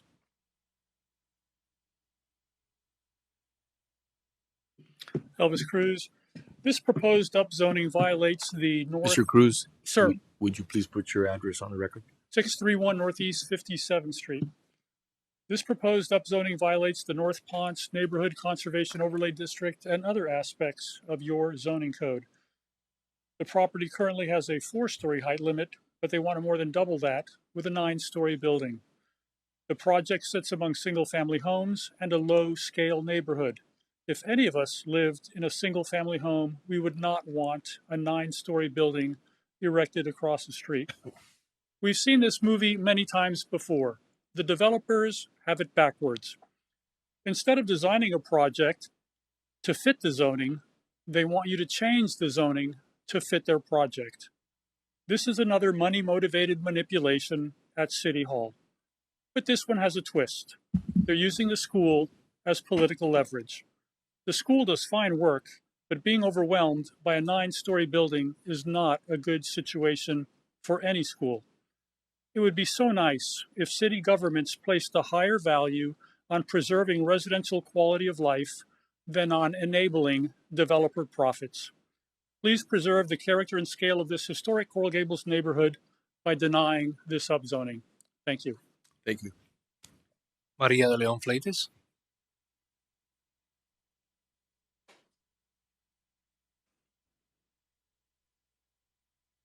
Good morning. If we could have the PowerPoint presentation, please. Mayor, Commissioners, thank you. My name is Maria de Leon Fleites, and I live at 825 Messina Avenue and have been a Coral Gables resident for 43 years. I speak as an architect, an adjunct faculty member at the University of Miami, and a neighbor who cares deeply about this community. My primary concern is the loss of the Garden of Our Lord Meditation Garden, a cherished sanctuary of reflection, beauty, and community connection.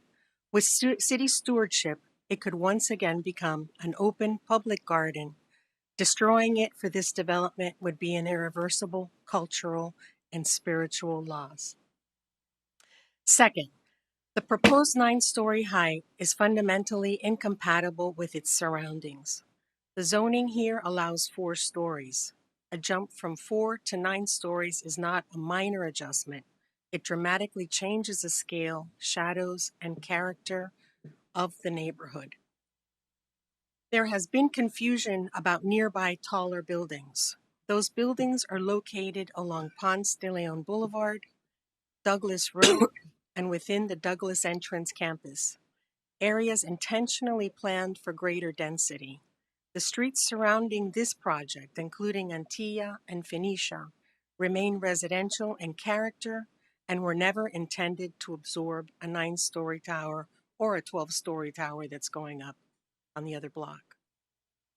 Showing here is an aerial graphic illustrating all the buildings taller than 4 stories within a 5-minute walk, which is in a typical neighborhood is a 5-minute walk.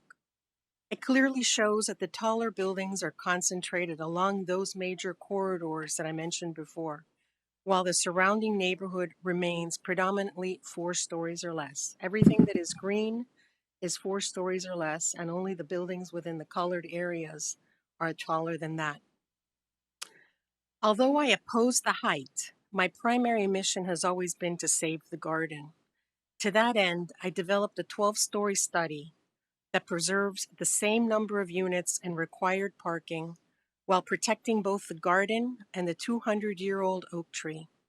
While the current proposal would relocate the tree, transplanting a specimen of that age carries significant risk and would remove it from the historic setting where it has stood for generations.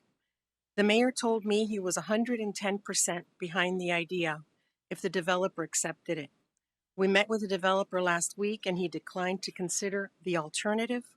It made one fact clear: preservation was possible, but the developer rejected the only option that saved the garden.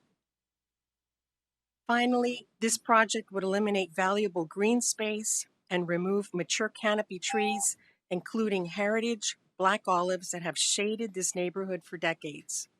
These trees cannot simply be replaced. It will take generations to recreate what already exists today. I urge you to reject this proposal. Coral Gables deserves development that respects its heritage, protects its trees and green spaces, and preserves the character that makes our city unique. Thank you for your time. Victor Fleites. Thank you.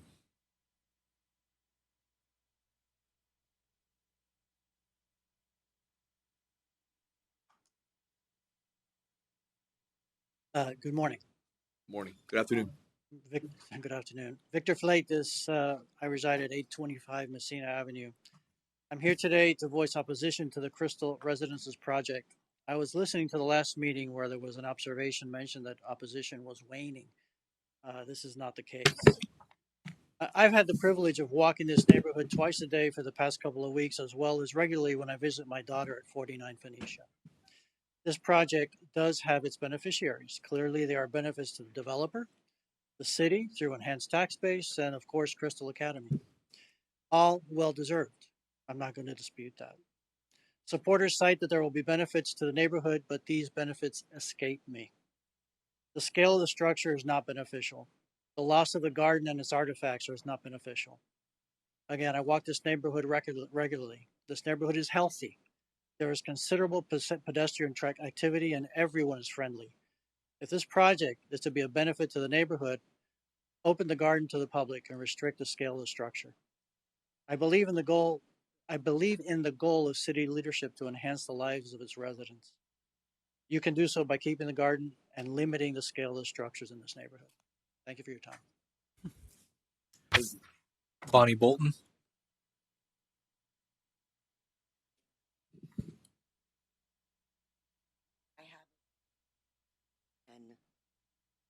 You can request your presentation, ma'am. It's ready for you. Okay. Okay, put it up, please. All right. First, where's my presentation? And I need the clicker. First and foremost, Ma'am, can you please state your name and address for the record? I'm sorry, Bonnie Bolton, 42 Phoenicia Avenue here in Coral Gables.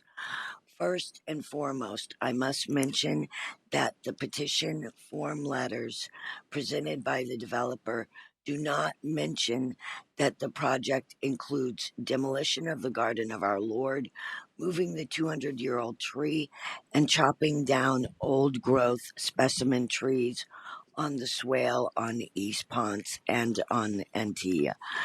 And I want to thank Nicholas Cabrera for serving as the motivation to investigate the petition form letter fraud. I counted each form letter twice. It is flagrantly obvious. Approximately 318 came from the city of Coral Gables, and approximately 173 came from the city of Miami. They were submitted by David Butler of Greenberg Trorg.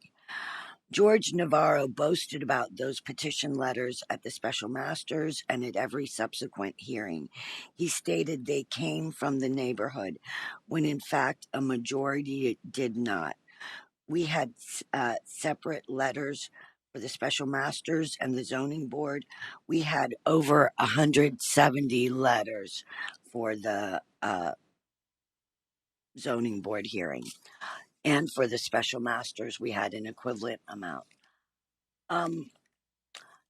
At the Planning and Zoning Board meeting, Ignacio Alvarez, a member of the board, states, "This burial site keeps coming up.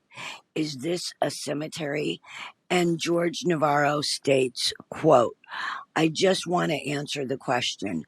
No, this site was alleged to be a cemetery 4 years ago. The state of Florida came and certified that it is not a cemetery. I received a letter from the state of Florida yesterday stating that the garden is still a cemetery, and there is the form sent by the state of Florida yesterday." That's fraud, Mr. Navarro. And I want to mention that quasi-judicial decisions must be based strictly on competent, substantial, and truthful evidence. If an applicant's attorney lies during a quasi-judicial hearing, their deceptive statements can invalidate the entire application and subject the attorney to immediate ethics investigations. Mr. Navarro stated the state had said that it was certified not to be a cemetery. I provided proof to the contrary. I'm also submitting an arborist report, which states that the tree is at least 163 years old and cannot be moved because of damage to its roots. Also, I am submitting articles which state that some of the trees and bushes in the garden today came as seeds from Gethsemane. I am submitting articles also stating that the garden was always open to the public. It changed after I had the Herald write an article about the garden, and I'm submitting an affidavit which details additional fraud perpetuated by Mr. Navarro. And I need to mention the $10,000 donation to the mayor from Steve Fifield days before the commission vote for the first reading of the zoning change. Thank you. Thank you very much. That was a violation of my due process, what George Navarro's done. Okay, just for the record, 1 additional minute from the 3 minutes. I have no idea what violation of due process that was. We'll move forward. By lying that the If you would state certified it to be not a cemetery. I provided the proof. Okay. Thank you very much. Please sit down. Thank you so much. Carelli Carbonell. Good afternoon.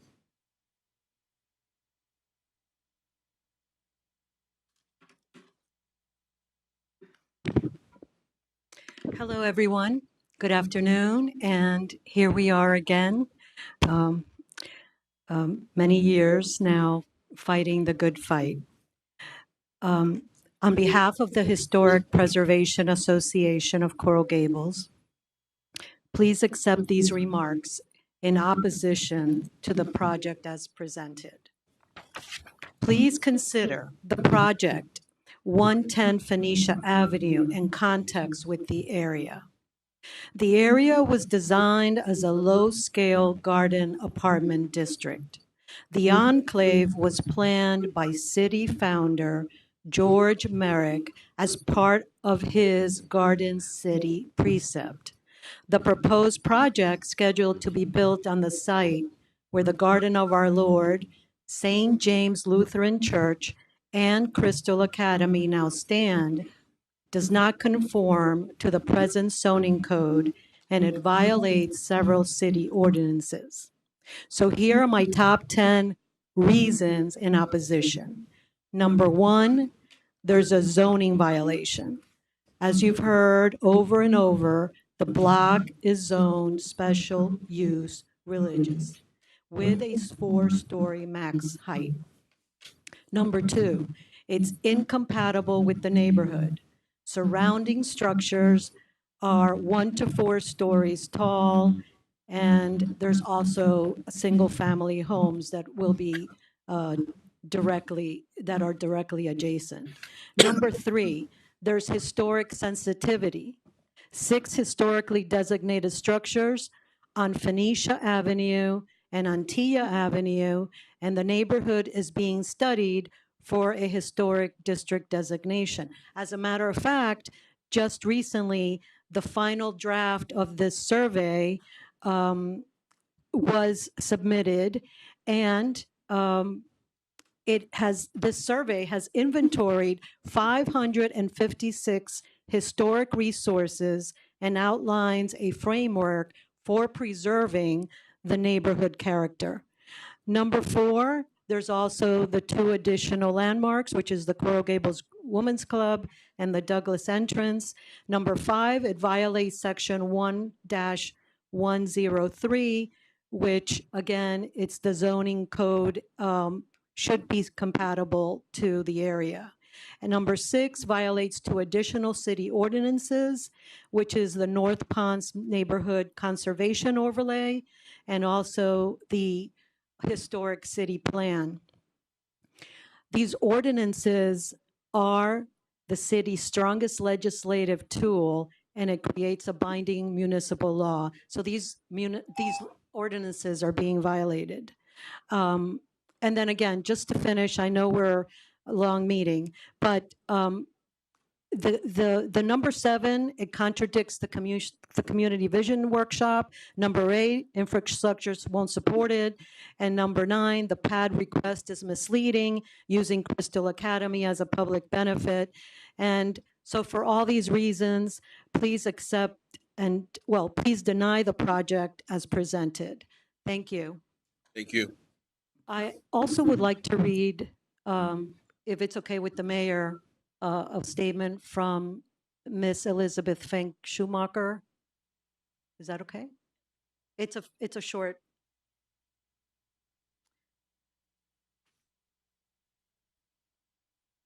Okay, it's very short. I know she's met with a few of you last month, but it says, "Good afternoon. I am Elaine Fink Schumacher, the granddaughter of H. George Fink and the first cousin twice removed of George Merrick.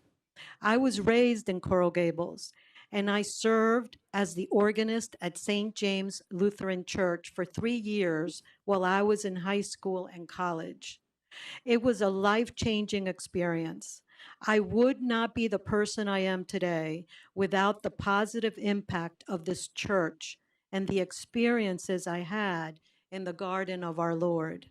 I am here to ask the city to deny the 4 zoning changes which the developer is requesting at the garden of our Lord.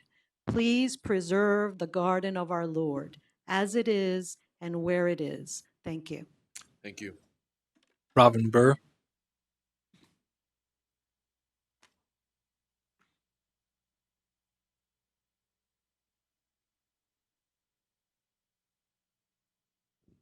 Good afternoon, Robin Burr. I live at 18500 Southwest 244th Street in Homestead, Florida. I am a longtime resident of Coral Gables, 32 years. I am a member of the Coral Gables Women's Club for 26 years.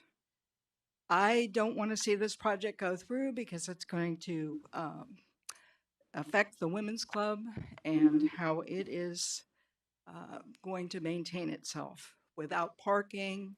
Our historic club actually uh, rents our facility to maintain it and the children's dental clinic, and we need that income in order to proceed.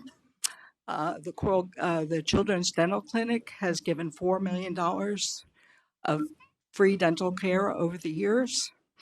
And actually, some of the children from the Crystal Academy have been patients there. One of the things that no one has really addressed until I heard Maria Cruz say something today is, what about these children being displaced during the time that they're going to be building? It's going to be 3 or 4 years. And everybody's tugging on our heartstrings that the children are they need continuity and a place to be that there is their own, but they're not going to have a place for quite some time during the construction. The other thing I want to point out is that the trees, yes, I'm hearing that now they're finally going to be moved. I don't know if anybody realizes how difficult that is. I live in the Redland now. I'm part of the agricultural community, and I have a very good friend named Jody Haynes who works for Signature Palms, and they move trees for a living. A tree, I discussed this with him, and he said a tree of this nature, or the 2 trees of this nature, would require over a year to be moved.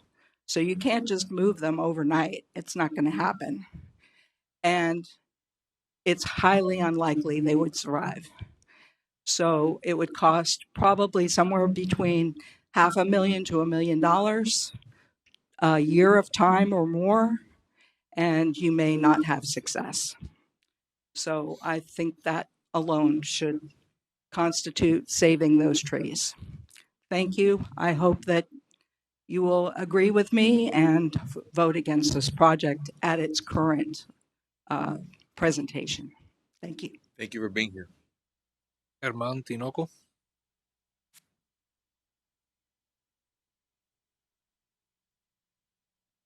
Good afternoon. Good afternoon, everybody. My name is Herman Tinoco. I live in 888 Douglas Road, just 5 minutes away from here. I live in Coral Gables, and I love the city. I love the green areas that it has already. But there is something that everybody must know and respect about the progress of the city. That is something that we can't stop. Yeah, every city has their issues. Every city has their conflicts. This is part of it, part of the life. And if this city wants to progress and continue doing the way that it has been developed, this construction is respecting all the regulations and designs that the city is requesting for it. And I think there is nothing that could stop it, for develop this project. And besides the population and also the school, school is a good issue.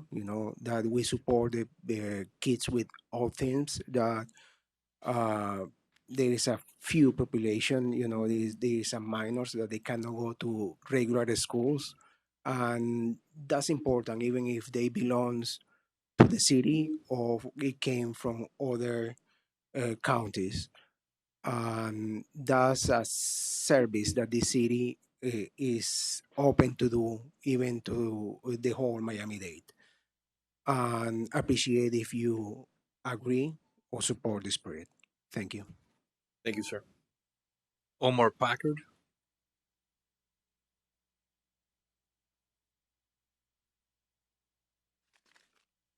Good afternoon. My Good name afternoon. is Omar Packard. I reside at 911 East Ponce de Leon Boulevard. I've lived in Coral Gables for more than 40 years. I never expected I would have to come before this commission this many times to defend the neighborhood I call home. We have been discussing this project for more than 5 years. At this point, I think the issue is very simple. The community does not want this project in its current form, and the developer has made no effort to find a compromise or work with the community.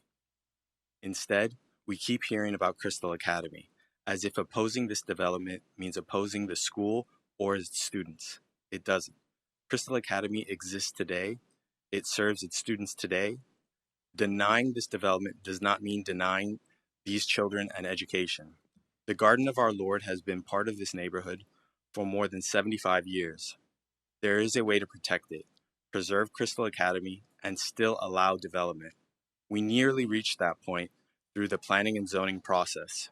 What is missing is the willingness from the developer to compromise. And there's still serious questions about the supposed public benefit and traffic impact. This commission has a choice. You can continue to bend the rules to accommodate a wealthy developer from Chicago, or you can stand up for the residents who actually live here. Protect the Garden of Our Lord, protect the neighborhood. Please vote no. Thank you. Judith Packard.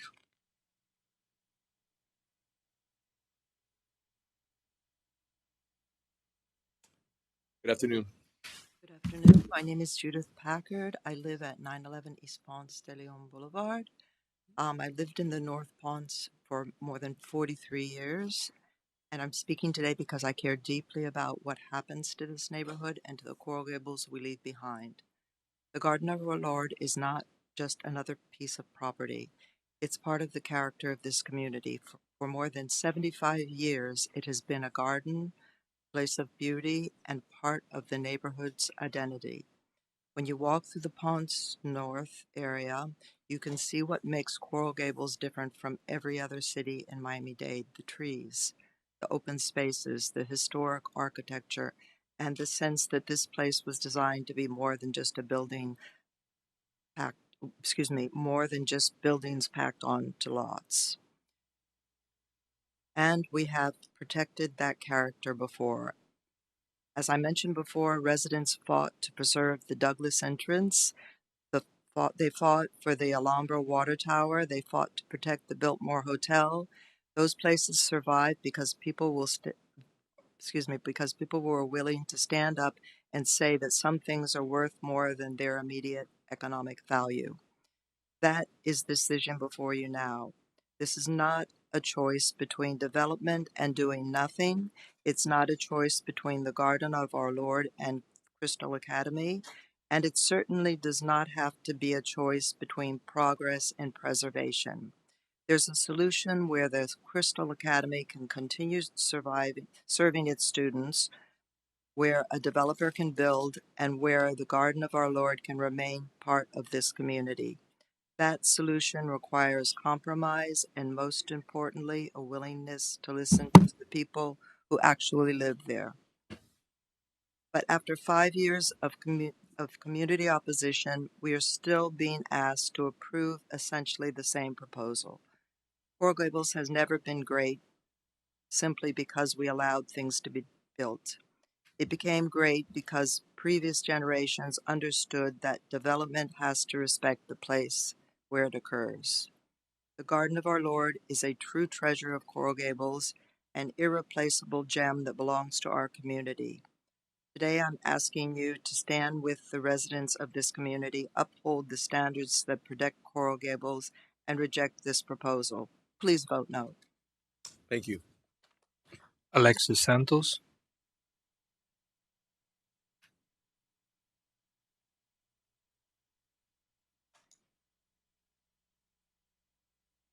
How are you?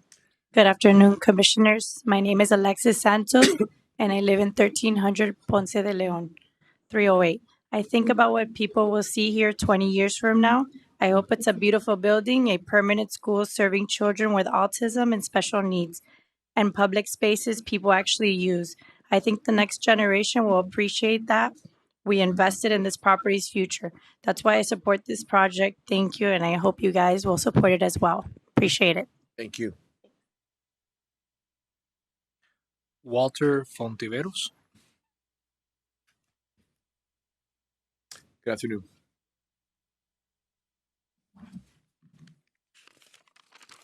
Hello, my name is Walter Fontiveros.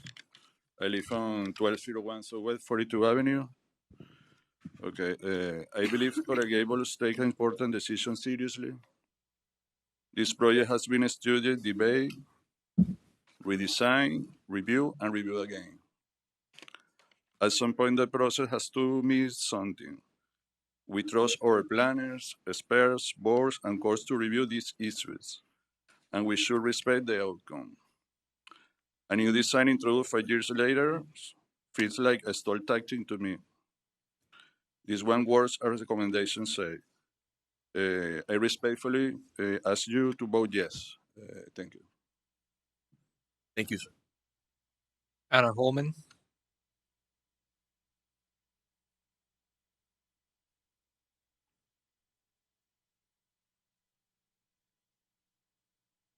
Hello, 235 NT Avenue, apartment 2.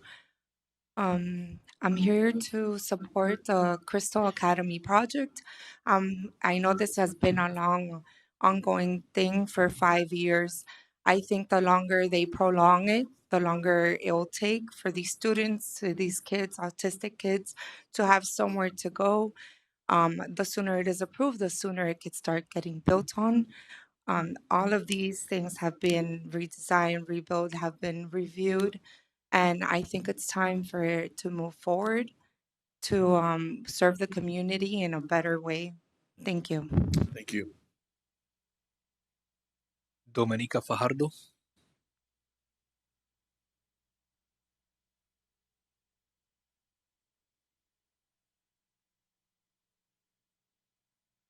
Hello, good afternoon. Good My name is afternoon. Domenica.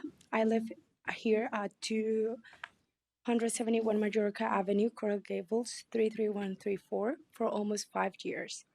And no, boat doesn't preserve everything as it is. Crystal Academy has served children with autism here for 16 years. This project gives the school a new proposed built home rent-free for 99 years. Without the project, that certain doesn't exist. To those that both know, what exactly are you saving? A 3 and private property that used to be a garden? I hope all of you put these kids as your priorities, and voting yes secures the school's future. Please approve it. Thank you. Thank you. Marisol Rivera.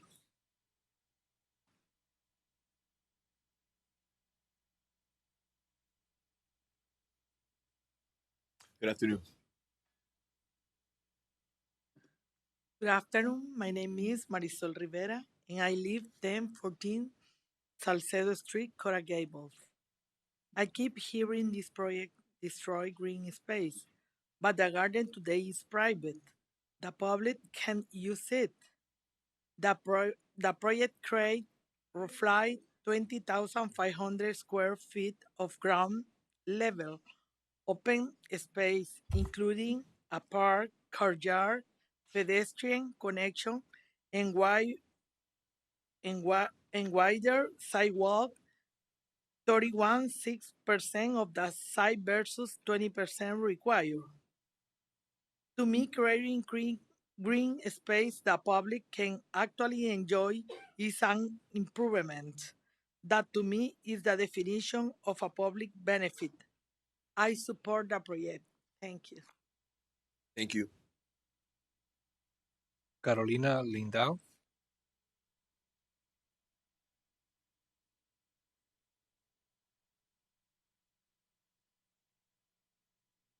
Good afternoon. Good afternoon. My name is Carolina. I live in 4105 Southwest 11 Street, Coral Gable, 33134. I have been here several times because I truly care traffic was one of my concerns. So I look on the plan. School drop off, pick up, and circulation are internalized.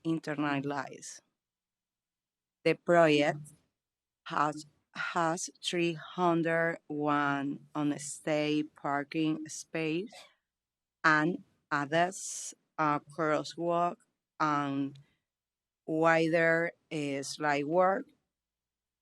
The crazy process this has gone through has reviewed every single detail many times. The city staff agrees and support this application, and the plans address my concerns, and I support the project. Thank you. Thank you. Thanks. Veronica Mairategui. Good afternoon.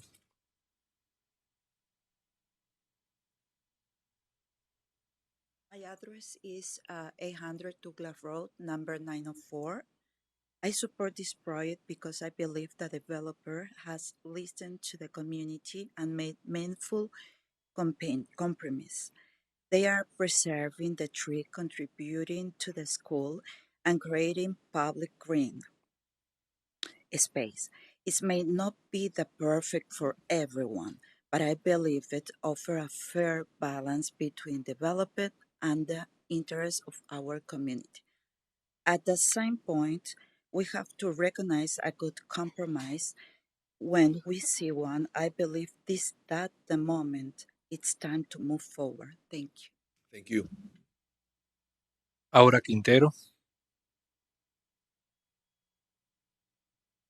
Good afternoon. Good afternoon. How are you? My name is Aura Quintero, and I live 335 Navarre Avenue, apartment number 5, Coral Gables, 33134. 110 Foundation is privately owned, and its owner has spent years going through. The city requires reviews and legal process. If the community believes this property must remain exactly as it is forever, the fair solution is to acquire and preserve it, not prevent a private owner from using it indefinitely. Caring about the place doesn't make it public property and stop positive progress. By the way, this shouldn't be about neighbor versus neighbor. It should be about right and wrong. This one is right. Please vote yes. Thank you. Thank you. Giancarlo Vergara.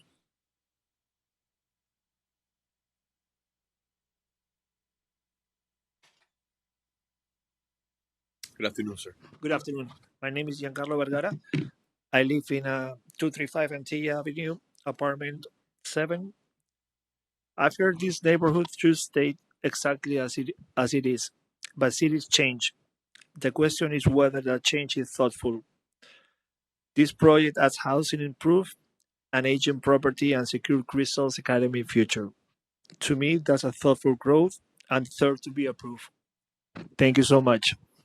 Thank you. Maria Gracia.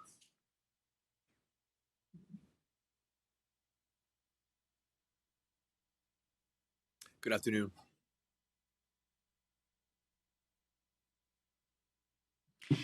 Good afternoon. My name is Maria Gracia. My address is 800 Douglas Road, 608 33134.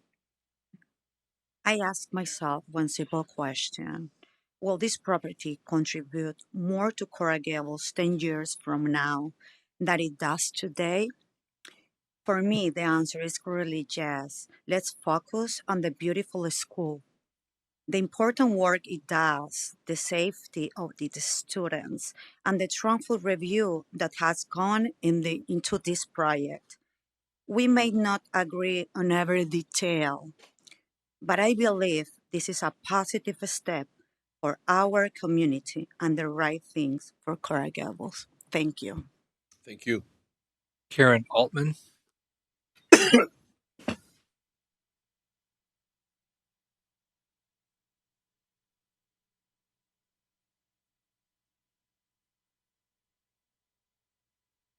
Good afternoon. Good afternoon. Karen Altman at 291 Navarre Avenue. Good afternoon, everyone. I walk my dog through this neighborhood almost every day. What matters to me is what this project feels like at street level. It adds wider sidewalks, landscaping, public plaza, outdoor seating, and gathering spaces. Improvements make the neighborhood better for people who experience it every day, in my opinion. While I respect the opposition's concerns, it is important to me that you know that there are many of us who support the plan. We keep showing up just like they do. I support it. Thank you. Thank you. Mr. Mayor, I'm going to go to Zoom next. Okay. First speaker is going to be Joseph Fidel.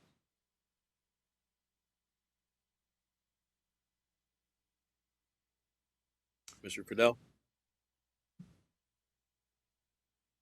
Mr. Fidel, if you could please unmute. Mr. Clerk, you want to come back to him? Yep, we will. Thomas Mooney will be next. Mr. Mooney. Good afternoon, Mr. Mayor and members of the commission. I wanted to thank you again for all your time and effort with this process and the project. Ms. Mooney? Yes. All right. Can we ask him to please turn on his video? Oh, sure. And also provide us with your address, please.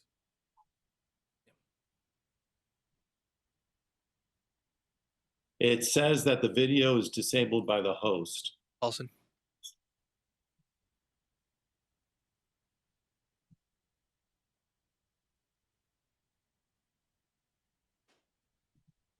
And okay.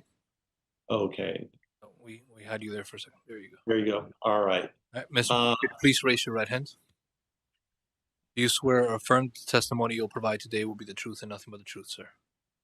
I do. Thank you. And for the record, my name is Thomas Mooney. I reside at 601 Navarre Avenue. I'm a 26-year resident of the city of Coral Gables.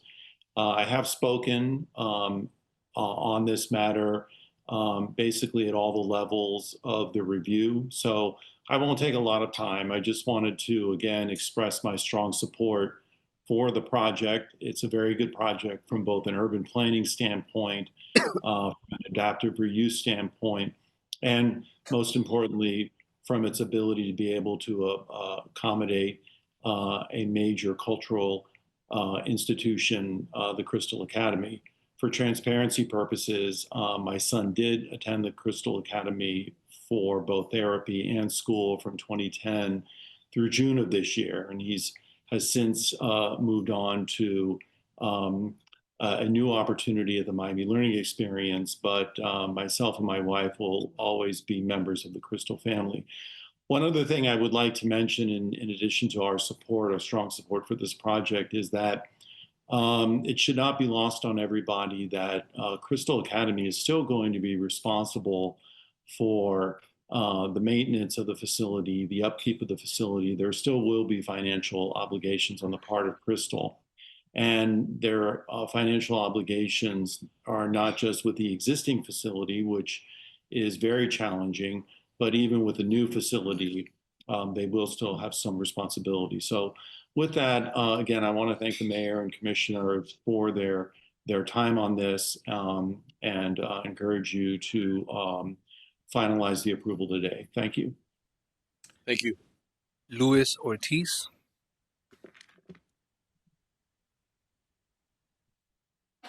Good afternoon. Can you hear me? Yes, sir, we can hear you. If you could please turn on your video. Yep, I'm doing that.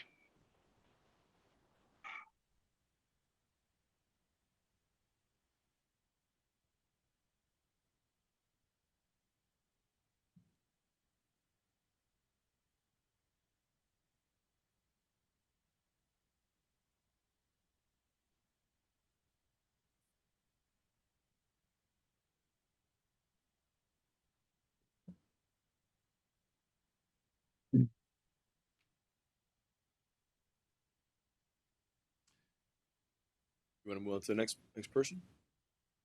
That's all we have. You want to go back to Mr. Fidel? Okay, Mr. Fidel, Yes, can you hear me? We can hear you, sir. Can All we right. My name is Joseph Fidel. Good Sir, before you afternoon. continue, we're going to ask you to please turn on your video. You cannot start your video because it is disabled by the host. Is there something you need to do or something I need to do? Can you hear me? We can hear you, sir. Just give us 1 second. Yeah.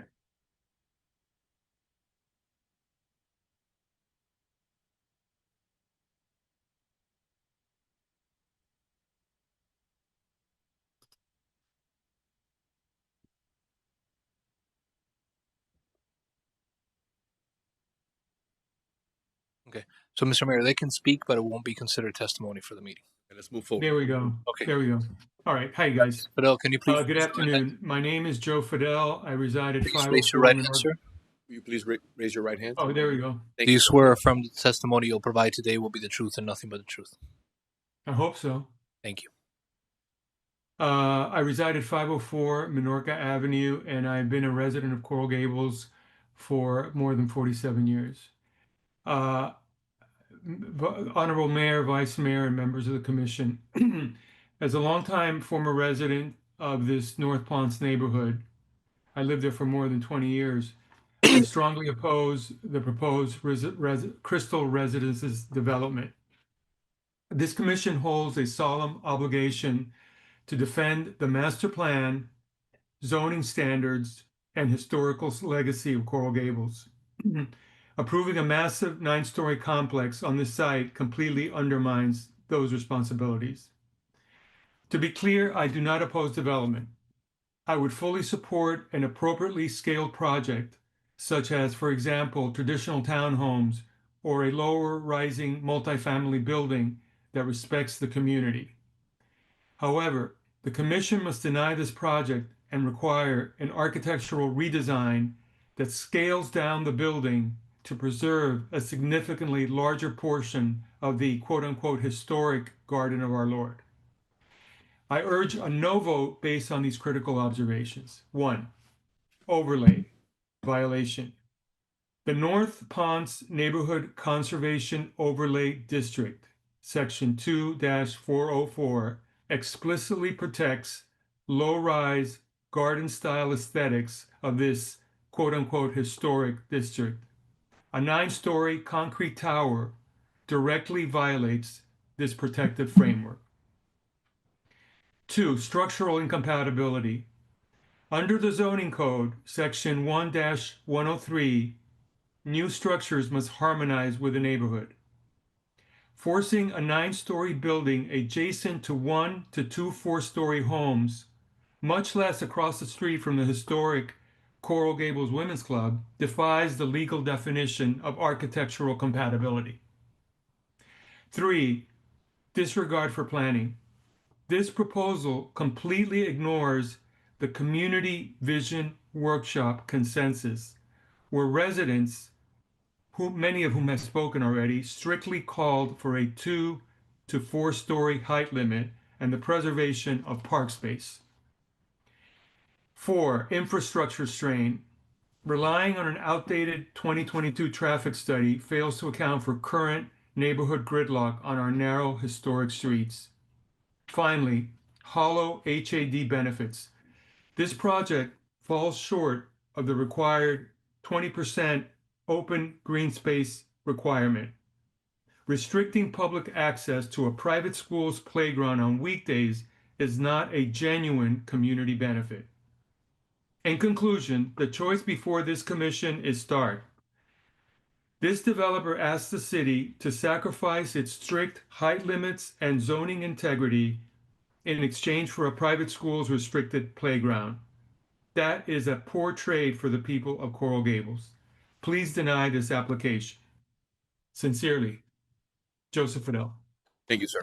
Mr. Mayor, we're going to try one more time with Mr. Luis Ortiz. Good afternoon. Thank you very much. What is your address, sir? We're asking him to I'm please turn on your can you see video. me? Sir, yes, sir, we can see you. Just go ahead and raise your Okay, right thank hand. you. Do you swear or affirm the testimony you'll provide today will be the truth and nothing but the truth? I do. Thank you, sir. Okay, my apologies for earlier, but I guess that's Murphy's Law at work. In any case, I am at 32 Calabria Avenue and just a couple of blocks north of where this project is proposed. And hearing both sides, I've been online for the entirety of the meeting. One can argue this project either way. There are benefits and detractions to it, but one of the major ones I find are in the presentation of the developer's attorney when he showed the floor plan, and it basically takes what is now a garden, and there was testimony to it being sacred or not, but taking a garden and internalizing it. I think it becomes a benefit to the residents, even though it's being presented as an amenity to the community. I also believe and agree with the person who stated that oak trees are very delicate, especially one that is this old. So it just makes it difficult to move a tree such as the one that's in question. In my synopsis of this is that I believe that it's not wrong for the city to consider an alternative and ask the developer to preserve the garden, make it part of the public realm, thereby giving something to the city rather than detracting it. And when I mean the city, not only the city at large, but also the residents, because I've also heard concerns about the density and the height of the proposed project. There is precedence of this type of development occurring. However, I believe that the garden is a non-starter, and the city should ask the developer to integrate or preserve the garden in its form, enhance it, and actually offer it, like many cities in the Northeast do, offer it to the public. Thank you very much. Sir, did you provide your address? Yes, 32 Calabria Avenue. I didn't hear it. I apologize. Thank you. Okay, Mr. Mayor, one more hand raised right now. Zuli Pardo.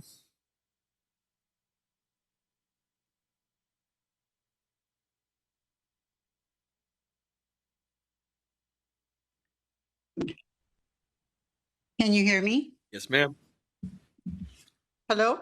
Yes, we can hear you. We can hear you, Ms. Pardo. Hello? Yes, give us 1 second. Hello? Yes, we can hear you. Okay. CGTV, I muted. There you go. Okay, Ms. Pardo, we can hear you. You can hear me? Yes. Okay. Please turn on your video. Okay, video. All right. Oh. Please raise your right hand.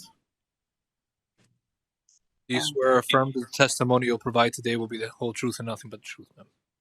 I do. Thank you. Thank you for affording me this opportunity. My name is Zuli Pardo. I've resided at 49 Campina Court with my family for over 45 years. I live just north of the proposed project.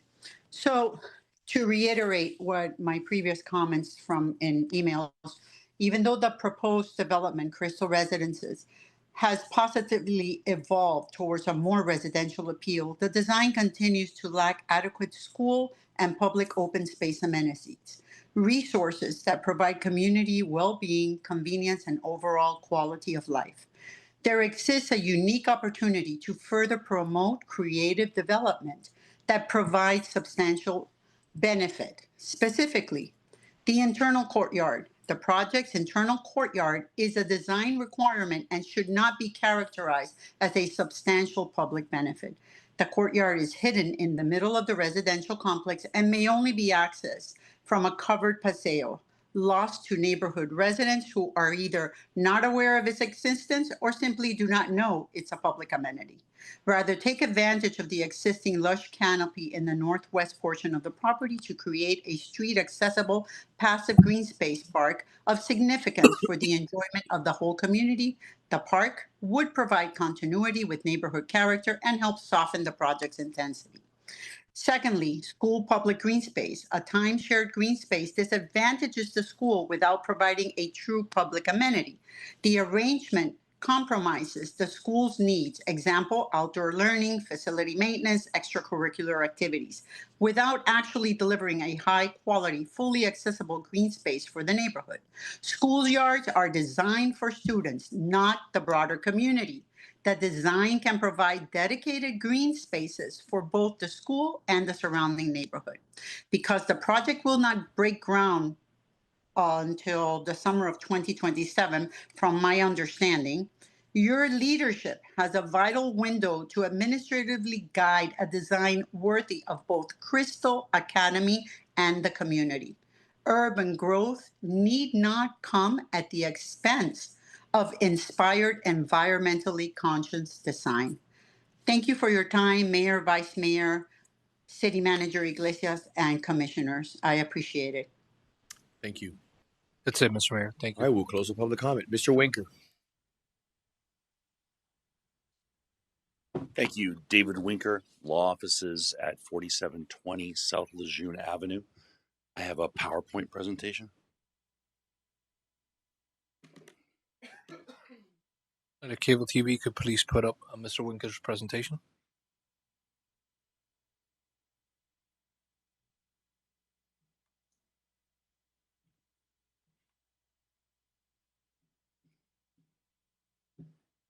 I've come here many times and spoken about many different problems with this upzoning, from its violation of the city plan, its incompatibility with the surrounding garden apartment neighborhood, to the misuse of the pad.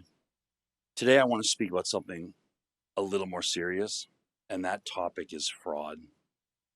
It was not until the developer Fifield came into the picture that we started to see people coming to city hearings to support the project who we had not seen in the community before. People that needed to look at their phones before reciting their addresses, people who couldn't pronounce their own street names, people no one else in our community recognized. I've spent numerous hours within the North Ponce area talking to residents, and I've yet to meet anyone who wasn't politically connected or connected to Crystal Academy that supported this project. And why would they? Why would someone support more traffic, increased density with limited public benefit? So I and others within the community decided to investigate and see just who these people were. And what we found was shocking. Almost every single address that we checked was fraudulent. There's been countless lies tied to this project. Now there seems to be an additional one. That lie is that there is community support and a community benefit in this project. In reality, this was a fight between neighbors and fraud. Here's the evidence we collected. I'm going to go through each of the speakers. This is a video from a previous meeting. Most of these speakers spoke again today and gave the same false addresses. How do we know that? I'll start with Aurora Quintero. This was from the last meeting. How are you? Thank you for being here. My name is Aura Quintero, and I live on 335 Navarre Avenue, apartment number 5. I live here for 2 years, and I drive this street every day. Hi, my name is Daniel Silverman. I live in... So this is the actual person that lives at 335 Navarre Avenue, apartment 5. Hi, my name is Daniel Silverman. I live in 335 Navarre Avenue, apartment 5. I've lived here for about a year, and I do not know anyone by the name of Aurora Quintero. I have not given permission for her to use this address or represent this address in any shape or form. Next, Anna Holman. You saw her speak again today. Hello, my name is Anna Holman. I reside at 235 Antia Avenue, apartment 2, Coral Gables 33134. One of the things I admire most about Coral Gables is that every generation has left something behind. Who actually lives at this apartment? I'm Rafael Valletta. I live at 235 Antilla Avenue, apartment 2, and I did not give Anna Holman permission to use my address.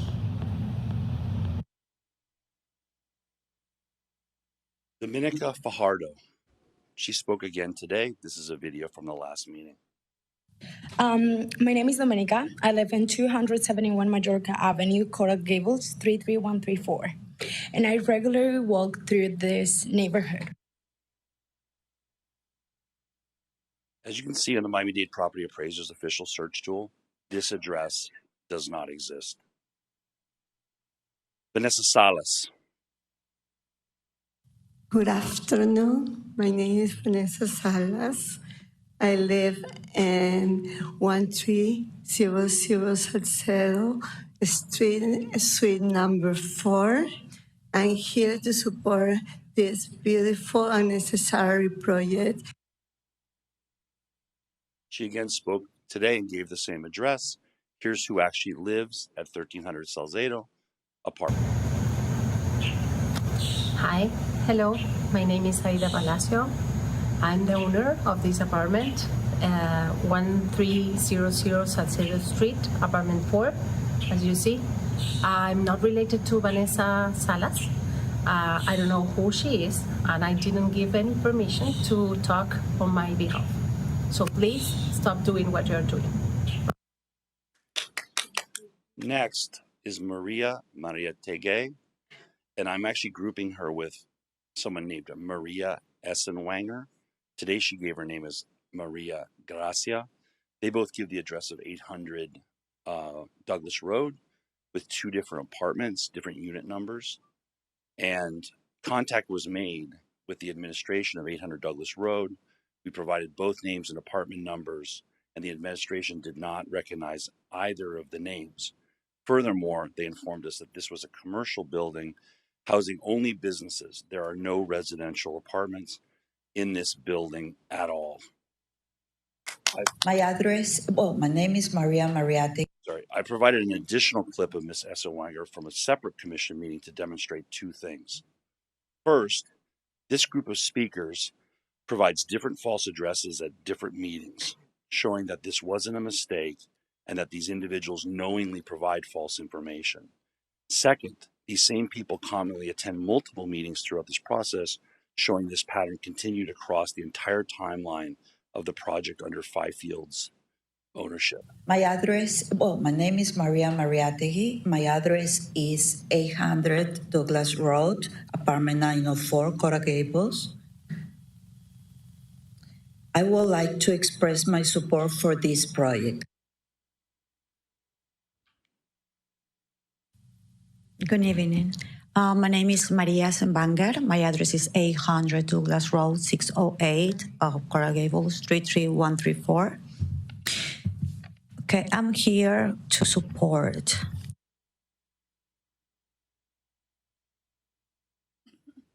This is the video of the previous hearing on January 13th, 2026, where Maria Essenwanger gives a different address. Good afternoon. Yeah, hi, good afternoon, everyone. My name is Maria Sembanger. My address is 240 Salamanca Avenue, Coral Gables.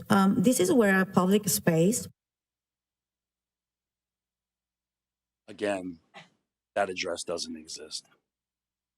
Giancarlo Vergara, who again spoke today. This is a video. Good afternoon. Good afternoon. My name is Giancarlo Vergara. I live in 235 Antilla Avenue, apartment 7.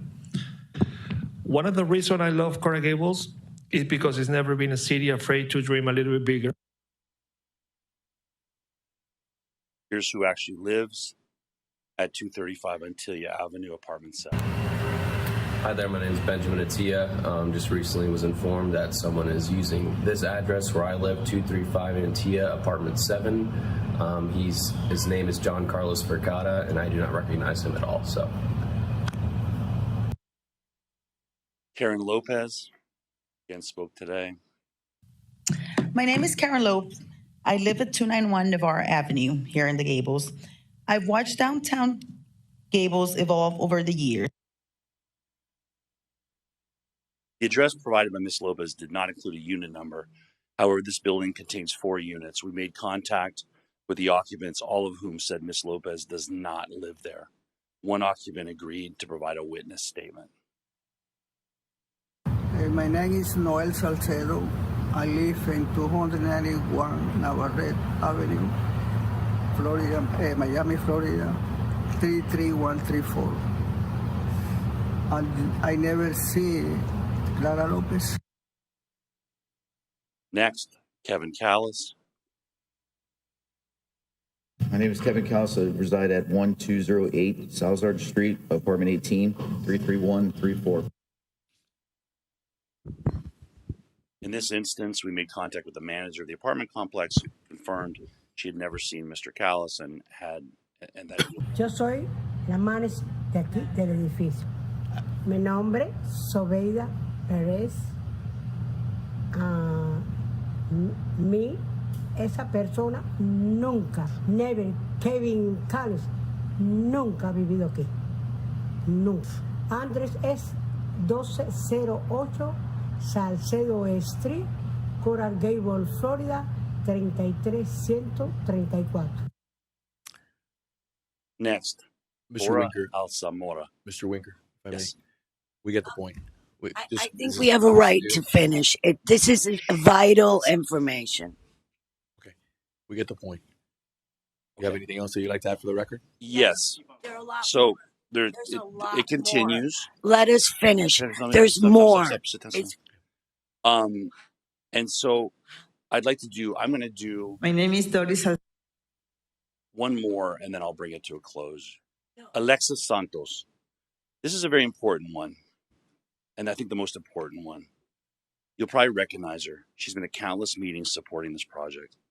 Not only does she falsify her residency in Coral Gables, she's also helped produce around 500 signed letters in support of this project.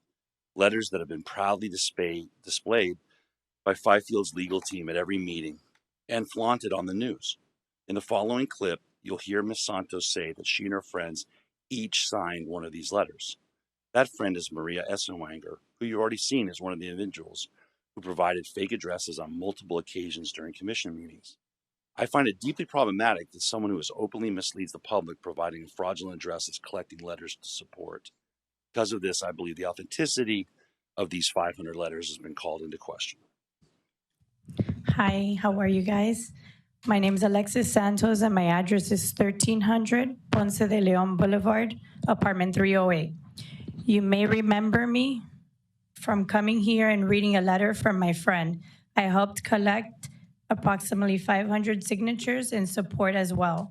Well, now I've recently moved here. I fell in love with the neighborhood and couldn't think of a better place to be. And being here to support this project as a neighbor of Crystal Academy is just priceless. So I'm happy to tell you that I am not only collected 500 signatures, now I can sign my own, and I have it here, and I also have a friend of mine that signed hers today as well. Thank you. Do you want me to?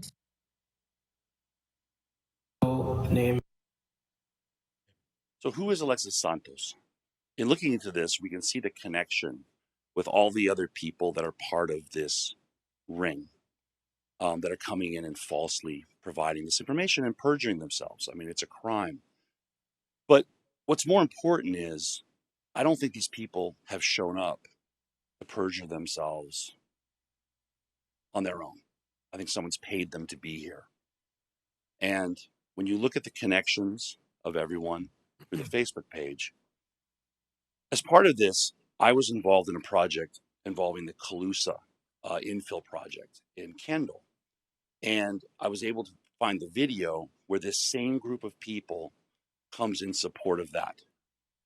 Just take a second. Thank you, David. Sir, to your right. Michael Marino waving in support. The young lady in front of you. Lisette Arango waving in support. Thank you. You both could sit down, and the gentleman behind you could sit down. Sir? Giancarlo Vergara. Giancarlo Vergara waving in support? Yes. Thank you. You can sit down. Natalia Volodkin. Natalia Support. in support. Thank you. Anna Holman, I support. In support. Thank you. Vanessa Salas, support and wave. Thank you, Vanessa. Enelia Diaz, support. Thank you. Zoila Lequerica, support. Zoila, thank you so much.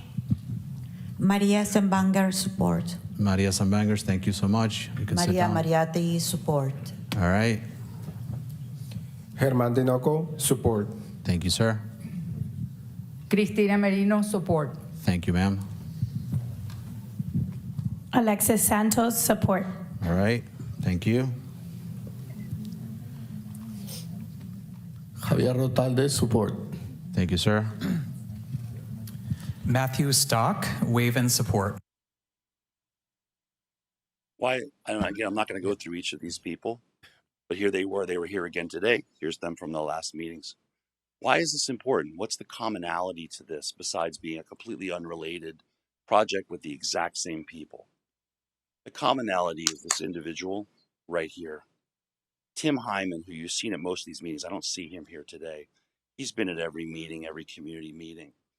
And I believe he's the connection between this. He's not registered as a lobbyist.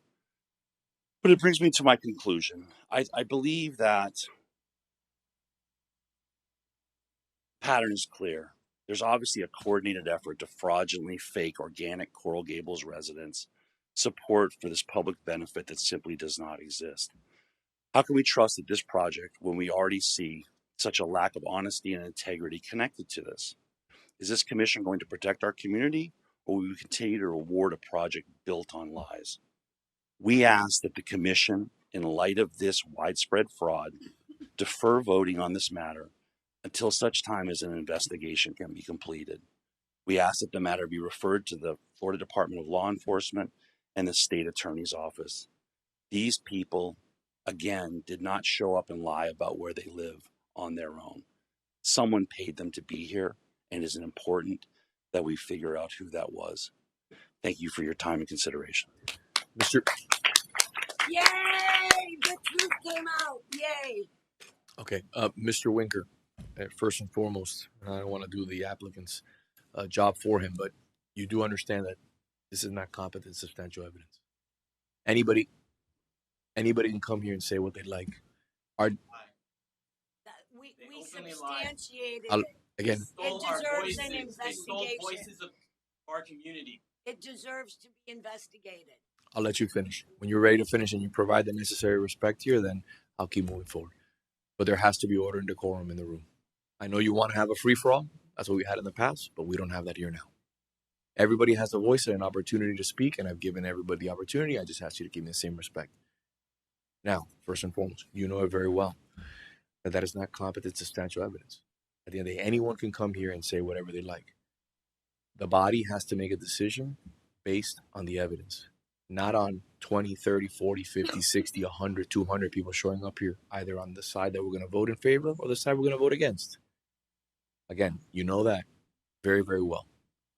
The decision here has to be made based on the facts. Moving forward, Mr. Navarro. So if I can reply to that, no, just to put on the record. But I don't want you to. I don't want to go back and forth with you. But I just want to make sure that we're clear because those are facts. Yep. And you know that. This is. And you're doing a good job on behalf of your client. But these are facts. I got a person's opinion coming up here, whether in favor of a project or they're against a project, is not competent, substantial evidence. It's not. You as a lawyer know that, and you cannot argue on that here. I'm not a lawyer. We have two lawyers on this panel, along with our city attorney, and you know that very well because you've used that argument in the past when you've been up here, and you said that things are not competent, substantial evidence, and you said it very clearly. And I wish I had that clip to play it back. Yep. No, and I disagree. The law is clear. Resident testimony is relevant evidence. That's all there is to it. 2, we're asking for an investigation. You have people taking an oath and lying about where they live. They didn't do it on their own. We need to find out why this is happening. Why is this fraud happening within our community? And it needs to be addressed. I feel like it's something that needs to be taken care of. Again, on its face, it's a crime. They perjured themselves. But we need to go a step further. There's a reason they did it, and I would ask that you guys call for an investigation of who paid them to be here. Thank you. Mr. Winker, on point number 1, you're incorrect. On point number two, I will personally, like I've done before here, when we've had issues where, for example, on my recall, where hundreds of signatures were incorrect, were false, and were falsified. That's why the recall was thrown out. I personally will go through the city attorney and ask for my colleagues in the commission to support me, which they will, to call for that investigation. But one thing has nothing to do with the other. Okay. Yes, sir. Thank you, Mr. Mayor. So, quasi-judicial hearings such as this are based on a set of standards in your code. There's a specific criteria that's provided in your comprehensive plan and in your zoning code. Your Board of Architects has reviewed that code. Your Planning and Zoning Board has reviewed that code. The Special Magistrate has reviewed this project under that code. Historic Preservation Board has reviewed this. Your professional planning staff, who are experts in the field and who are familiar with applying this criteria on multiple projects, has reviewed this project and found that it meets every single criteria and regulation in your code for approval. I could tell you two factors that are not part of those criteria. One of them is whether this property is in fact a cemetery, which I normally would not even entertain, but I feel that based on the history of things being said that conflict with facts, I would like to mention that in 2021, when this property went through a very, very detailed review process for historic designation, we had our expert at the time contact the, give me a second, I need to put this on the record, sorry. I normally would not do this.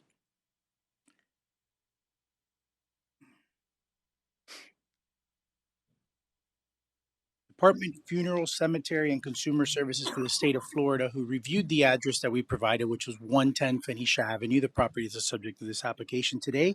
And we were advised at the time by myfloridafco.com, which is the State Department in charge of cemetery registrations. Please be advised there is no record or documentation in regard to the named cemetery. So this was something that was done. It's not relevant to these proceedings in any way, shape, or form, as that was part of a historic process that was reviewed. Regarding the petitions and the testimony, there is substantial competent evidence, part of this record, that has been provided by our experts, by your experts in terms of your city staff, that show that we meet all of the criteria for approval. One of those not being whether residents are in support or in favor. This is not a popularity contest, and Florida law is very clear on that, as Mr. Winker knows. The boards that do review these applications have all found that this is a compatible project. It's a good project. The public benefits that have been negotiated are substantial. And if you recall, when we first started this process in 2021, the room was packed with people in favor and opposition. And here we are 5 years later, and the appellants are continuing to come out and delay this process. But the number of people against this project, they're not there. Not even that. There is no substantial competent evidence to say that we don't meet any of these standards. So I say this to say the hundreds of families that have come out here to speak in favor of Crystal Academy, that are who this project benefits, have come out here and spoken. You've heard from residents that live in the area, and we know live in the area because we know them, that have come and spoken in favor of this project. We have done everything this commission has asked. This project stands on its merits and warrants your approval based on the criteria of your code. The appellants have tried to find every way possible over the last 5 years to delay this application. And we ask that you please give certainty to Crystal Academy, give certainty to their future, and move this project forward without further distractions. Thank you very much.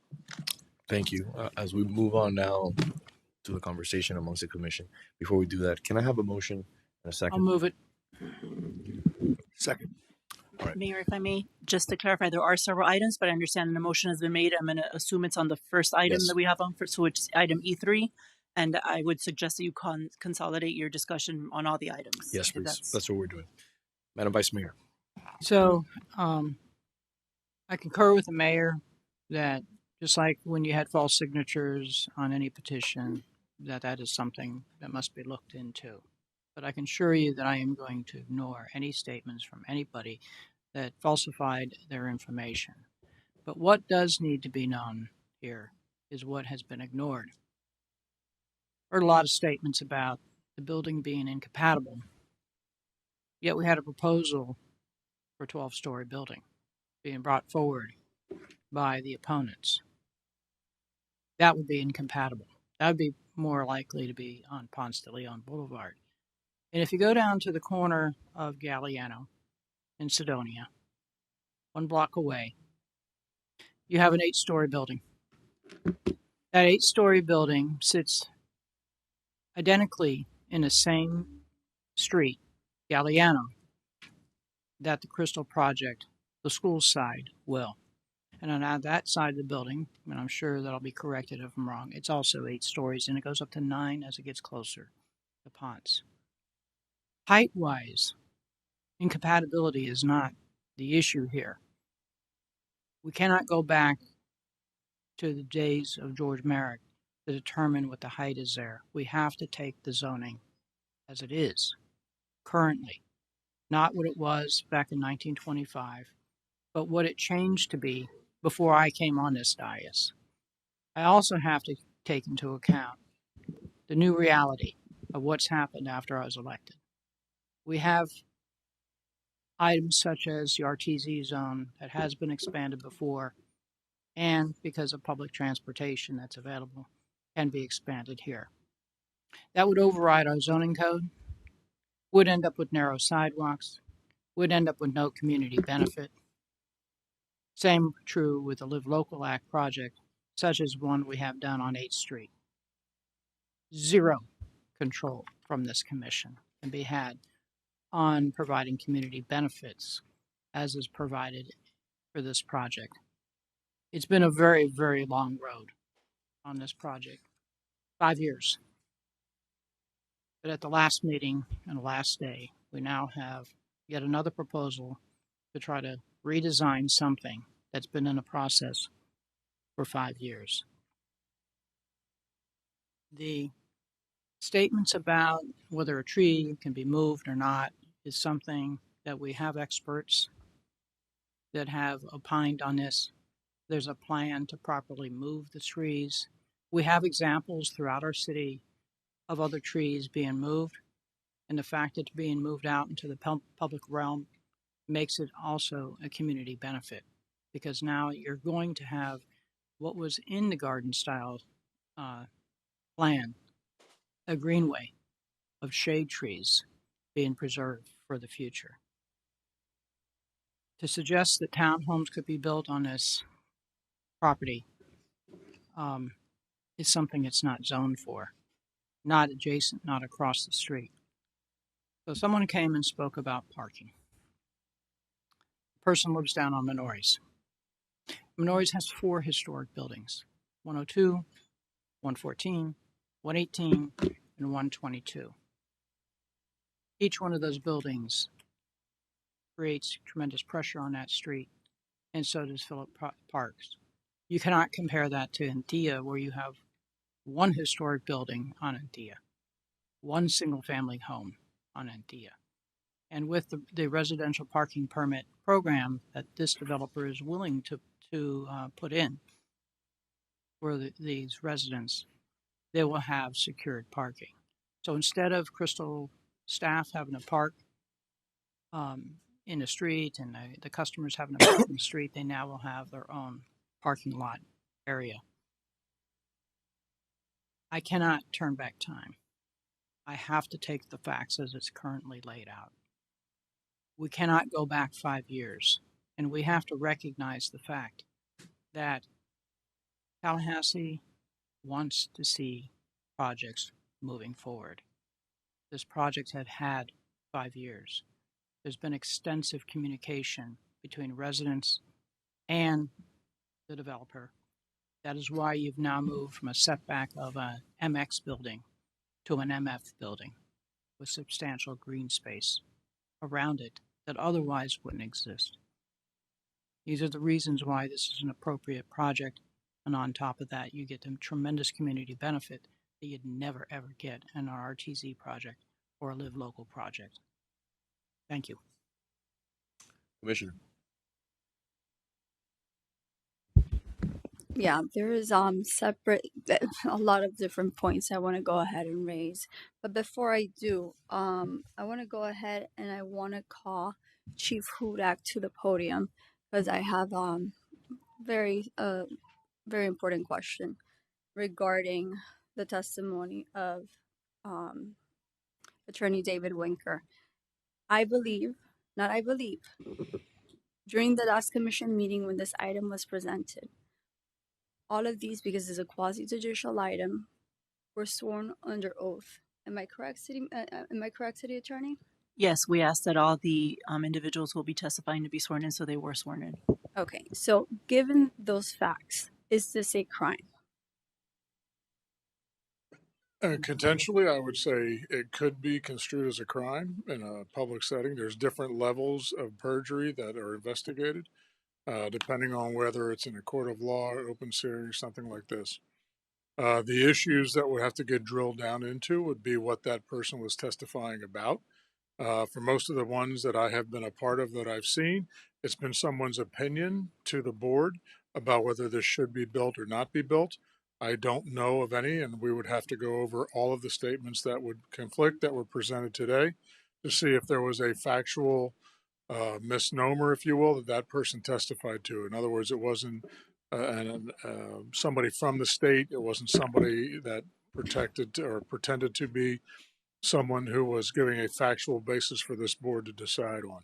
So it would be a long, drawn-out investigation, not a very high priority, because we would not handle that as we have in the past. It would get referred to Tallahassee, and we would have to go through all those. It's akin to somebody lying about their age. If I told you I was 60 years old and I'm 65, is that technically perjury? Yes. Is that something that would rise to the level of a prosecution? No, I don't believe it would. But also, would it affect the outcome of this board's decision or any board's decision factually about the age of the individual? So again, most of these that I have seen and being witness to it has been about that person's idea of what it is, similar to if somebody else filled out a form or a survey form and it wasn't the actual person that did. Thank you so much, Chief.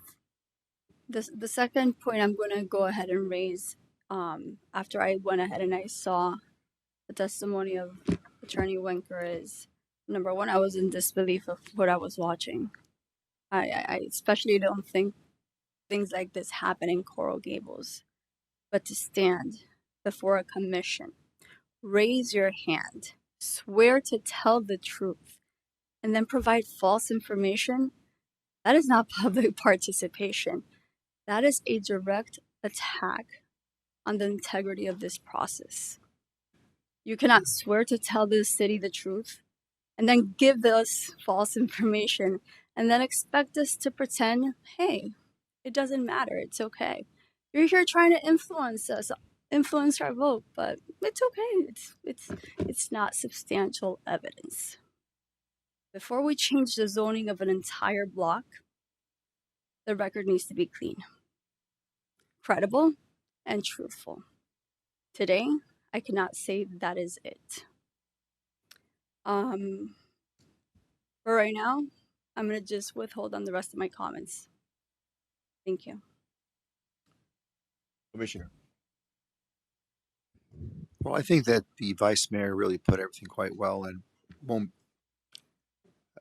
repeat all the very well laid out bases that she laid out, and the somewhat tortured journey over the last 5 years to get this development to where it is right now.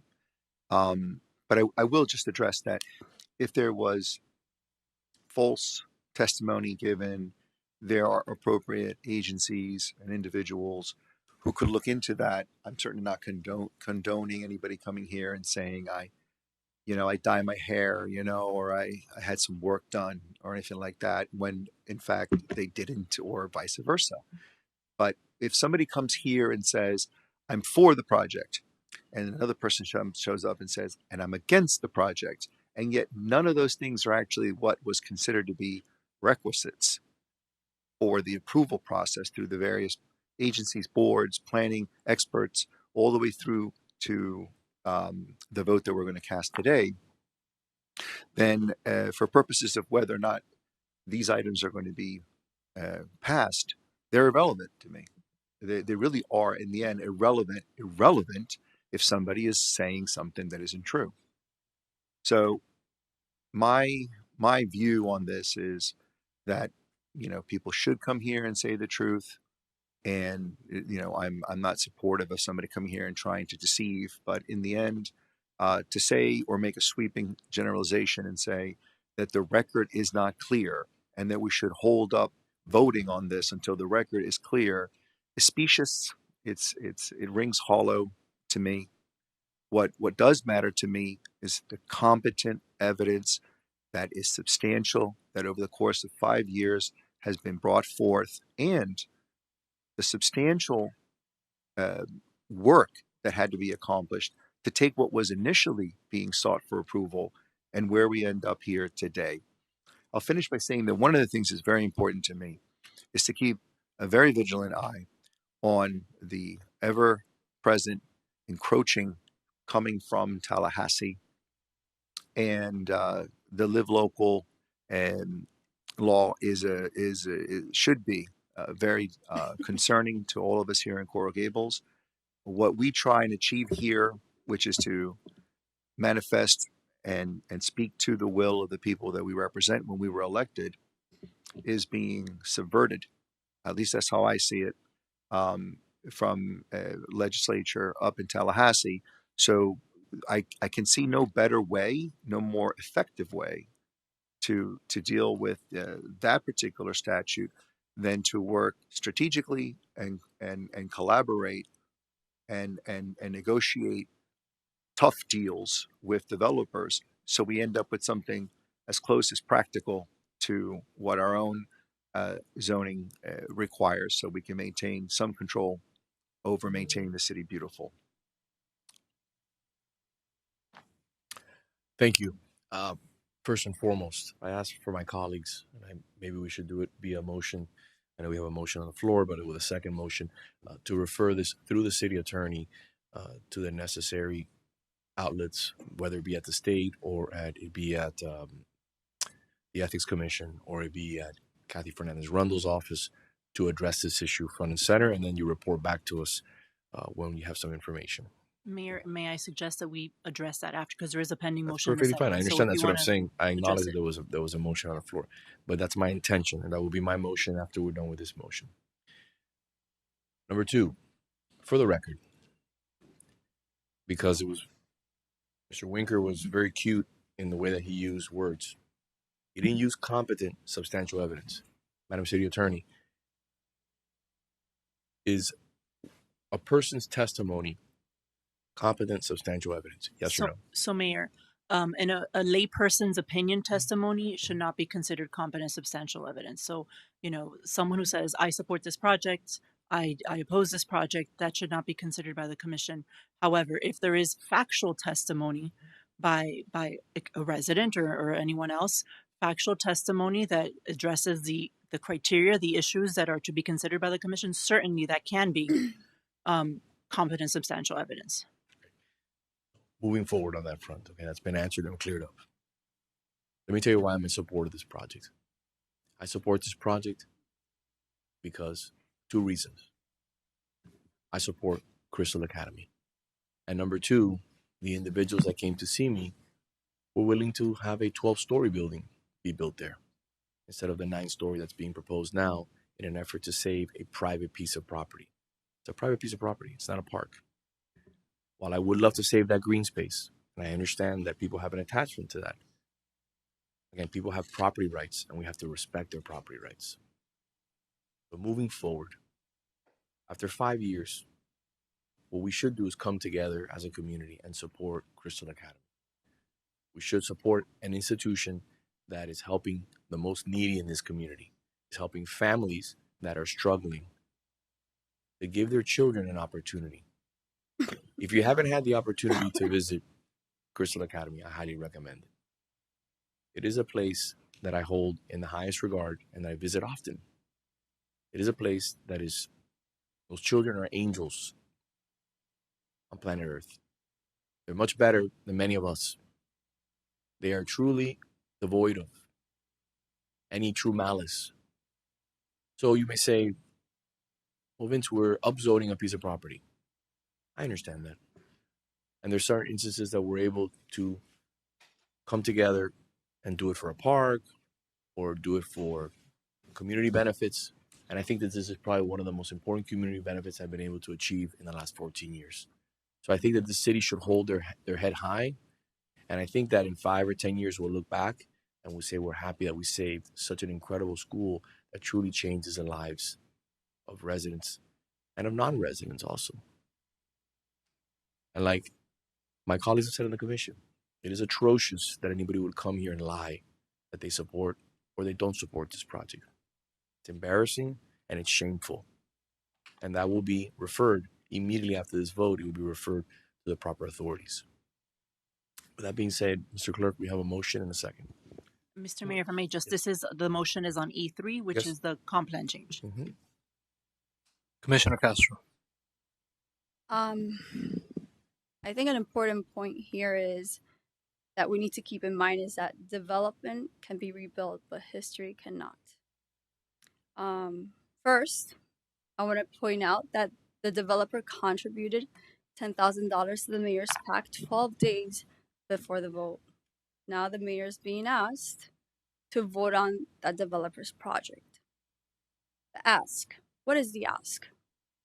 Change the zoning, more than double the allowed height, demolish the Garden of Our Lord, and transform a property of historic significance. Some votes approve buildings. Others define a city.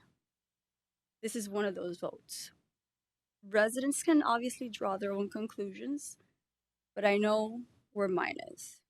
Coral Gables is not for sale. My vote is no. Commissioner Lara. Yes. Vice Mayor Anderson. Yes, and the developer hasn't given or donated any money toward my campaign in the past. So my vote is not, as you're trying to intimate, influenced by donations. Mayor Lago. Yes. On another note, let's move on to the issue of the referral. Give me 1 second. I know, but we're not gonna wait till the end. Okay. We're gonna do it now. Okay. Because I want to make sure that it comes from me. Okay. So I'd like to make a motion. So you're passing the gavel. Yes, I am. For this one item, I'm passing the gavel. I've been here 14 years. Okay. I'm passing the gavel.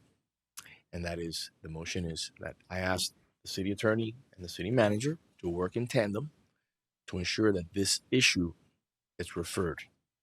The fact that we had individuals that had showed up here, and not only in Miami-Dade County, showed up here and lied to the commission that they were residents of the city beautiful.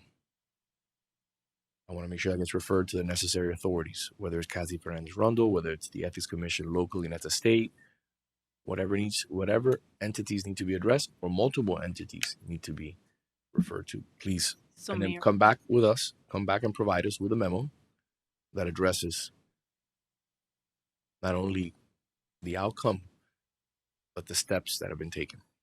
Okay. So Mayor, if I understood the motion, I think it would be, and as we've done in the past, it'll be, I'll work with the manager, but it'll be the manager to make sure that through the police department, it's referred to the appropriate agencies. Yes. Do we have a second? I'll second that. Okay. Commissioner Lara. Yes. Vice Mayor Anderson. Yes. Commissioner Castro. Yes. Mayor Lago. Yes. Moving on to item E4. May I have a motion? I'll move it. I'll second. Mr. Clerk? Commissioner Lara. Yes. Vice Mayor Anderson. Yes. Commissioner Castro. There's a big difference between development and overdevelopment. Knowing the difference is a really big part of this body. No. Mayor Lago. Yes. Moving on to item E5. May I have a motion? I'll move it. May I have a second? Mr. Clerk? Vice Mayor Anderson, Yes. Commissioner Castro, No. Commissioner Lara, Yes. Mayor Lago. Yes. Final item E17. I'll move it. Second.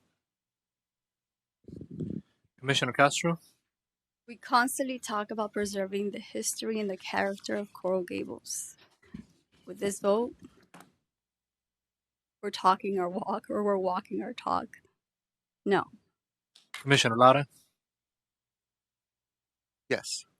Vice Mayor Anderson, Yes. Mayor Lago. Yes. Thank you very much. Moving on to the next item, which is a time certain 2 p.m., and that is E8, E9, E10, E11, E12, and E16. Madam City Attorney? Yes. So E8 is an ordinance of the City Commission amending the comprehensive plan of the City of Coral Gables pursuant to expedited state review procedures. In section 163.3184, Florida Statutes and Zoning Code Article 14 Process, section 14-213, Comprehensive Plan Text and Map Amendments. 1, to increase the maximum floor area ratio for the university campus land use category. 2, to include hospital use and increase retail use within the multi-use zone. And 3, to modify the boundaries of the university campus multi-use area to include the central energy plant building and extend southwest to Red Road and northeast to the Mahoney Pearson parking garage, excluding properties that are not owned by the University of Miami, providing for repeated provisions, severability clause.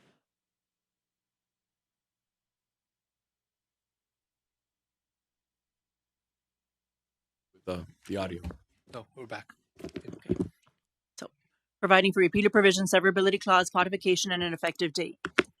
E9 is an ordinance of the City Commission requesting amendments to the future land use map of the City of Coral Gables Comprehensive Plan pursuant to Zoning Code Article 14 Process, Section 14-213, Comprehensive Plan Text and Map Amendments and Small Scale Amendment Procedures to change from commercial low-rise intensity to university use for Lot 3, less the southwest one-half, lots 4 and 5, lots 14 through 17, Block 192, Riviera, Section 14, Section Revised Plat, Coral Gables, providing for repeated provisions, severability clause, and an effective date. E10 is an ordinance to the City Commission providing for a text amendment to the City of Coral Gables official zoning code pursuant to Zoning Code Article 14 Process, Section 14-212 Zoning Code Text and Map Amendments by 1, amending Article 16 definitions to clarify health center and relocate the university campus frontage definitions to Appendix D, University Campus District. 2, amending Appendix A, site-specific zoning regulations, Section A-89 to remove inconsistent site specifics for the properties owned by the University of Miami. 3, amending Appendix D, University Campus District to update and increase the permitted square feet to floor area ratio of 1.0 with an FAR of definition, to redefine the university campus frontages and revise the associated performance standards, to include hospital use and revise the other allowed uses with related requirements to the campus sub-areas table, and update other requirements, providing for repeated provisions, severability clause, codification, and providing for an effective date. E11 is an ordinance of the City Commission making zoning district boundary changes pursuant to Zoning Code Article 14 Process, Section 14-212 Zoning Code Text and Map Amendments from Mixed Use 1 to University Campus District for Lot 3, less the southwest one-half, lots 4 and 5, lots 14 through 17, Block 192, Riviera, Section 14, Second Revised Plat, Coral Gables, and to modify the boundaries of the University Campus Multi-Use Area Overlay District to include the Central Energy Plant Building and extend southwest to Red Road and northeast to the Mahoney Pearson Parking Garage, excluding properties that are not owned by the University of Miami, providing for repeated provisions, severability clause, and providing for an effective date. E12 is an ordinance of the City Commission amending and restating the City of Coral Gables and University of Miami Development Agreement adopted by Ordinance Number 2010-31 on September 28, 2010, pursuant to Zoning Code Article 14, Section 14-217 Development Agreements for the University of Miami Coral Gables campus, providing for repeated provisions, severability clause, and providing for an effective date. And then E16 is only on for your information. It will not be voted on today, but it's a resolution requesting conditional review pursuant to Article 14 Process, Section 14-203 Conditional Uses and Appendix D, University Campus District for the University of Miami Campus Master Plan to reflect comprehensive plan and zoning amendments, providing for repeated provision, severability clause, and providing for an effective date. These, a number of these items are quasi-judicial proceedings, so for that reason, I'm going to ask the City Clerk to make sure that everyone who will be testifying today is sworn in, and we will consolidate for purposes of the public hearing. Those who will be testifying on this item, please stand and raise your right hand. Do you swear or affirm the testimony you'll provide today will be the truth and nothing but the truth? Thank you. Good afternoon, Mr. Bass, I noticed you're at the podium, so that means you're ready. Good afternoon. I didn't want to waste any time at all. It is my great privilege to represent the University of Miami, the applicant on a suite of applications that are before you today. I'm joined this afternoon by so many members, too many members of the university team to introduce everybody individually. I would like to recognize certain members of our board of trustees who are here, Mr. Manny Cadre, Mr. Ed Williamson, and Mr. Jose Mas.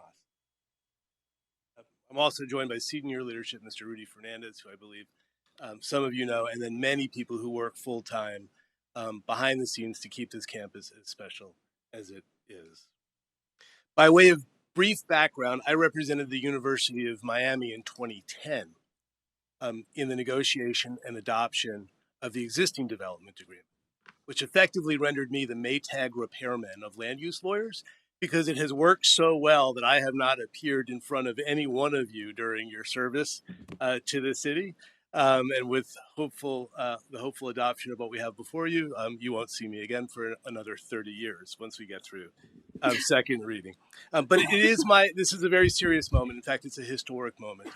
And it is my hope today with this presentation to place this vitally important historic moment within the context of those other vitally historic moments that have brought this community to where we are and which plot the course for where we are going. Our presentation is divided into three areas. Let me just briefly preview them for you to help you follow along. First, I'm going to give you the historic and legal context for a development agreement, which is a statutory contract authorized by the legislature for the precise purposes that we bring the amendment before you today. Next, I'm going to highlight the extraordinary accomplishments made possible in large part due to the existing development agreement. And then after that, I'm going to briefly highlight the terms of the amendment that is before you. Your staff has done a thorough, comprehensive, and detailed technical review. I have tried the best that I can to not repeat a word of what your staff is going to tell you so that we could use your time most efficiently. But let me begin with where I usually end. I'm going to ask you at the end of today's hearings to vote for the approval of these applications based on the competent and substantial evidence supplied to you in your staff report that has found, without equivocation, our applications satisfy every published objective standard in your code and at law to justify their approval. So if I could have the PowerPoint, let me begin. Let's start with, as a framing exercise, what is a development agreement and why did the legislature create the opportunity to enter into one? A development agreement is a contract between government and a private developer that recognizes that there's a lack of certainty that can work its way into the development process. And that lack of certainty can result in a waste of economic and land resource, discourage sound capital improvement planning and financing.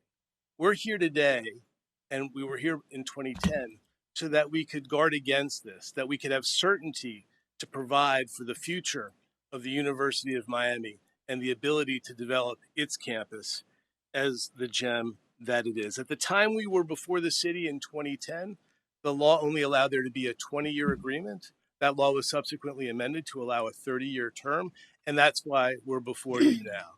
And there's a companion ordinance before you all to amend the city code to allow for a 30-year development agreement. So that's why we're here, and that's why we're here now.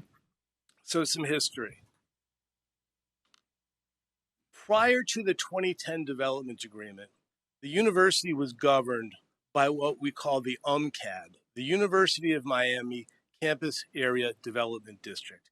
It was an early form of a PAD, Planned Area Development, or PUD, Planned Unit Development, the types of development instruments that existed to allow a large property owner to develop flexibly within a large area of land over time. The UMCAD served and then outlived its useful lifespan, It was onerous to keep coming in to amend it every time the university wanted to build a new building or change a building that was previously approved. It consumed an immense amount of resources from your city staff. It took a long time, and it left donors uncertain as to when the buildings that they were helping build would actually be realized. So we, in 2010, sunset UMCAD as the regulatory instrument to govern the campus and ushered in a new regime called the University Campus District. A new zoning district was drafted, conceived, and adopted to provide specific regulations to zone the campus. And the amended and restated development agreement that you see today keeps that essential structure in place, carries it forward, eliminates some stale provisions within it, carries forward those vitally important community benefits programs that have withstood the test of time and provided benefits for this community for the last 16 years, and optimizes them for the future. So we went from UMCAD to 2010 to what we have before you now. Some of the basic terms of this development agreement, which I'd like to highlight: it's a 30-year term consistent with state law. We're going to transfer the property known as Lee Lincoln. We'll spend a lot of time on that to be named as Centennial Park, carrying forward the community benefits program and annual payment. And then on the mechanical side of this, we have amendments to the comprehensive plan, to the zoning code, to student enrollment mitigation thresholds. We're going to clean up some parking spaces and transfer them to the university to be able to operate them, and we have an amendment to our comprehensive plan. Before I dive into the meat of the presentation, and I'm very excited to share it with everybody because it really puts this important moment within context of some great accomplishments that we as a community have achieved together. I'd like to feature some of the invisible accomplishments that we all witness every day. As part of the 2010 development agreement, we ushered in a new regime in mobility planning.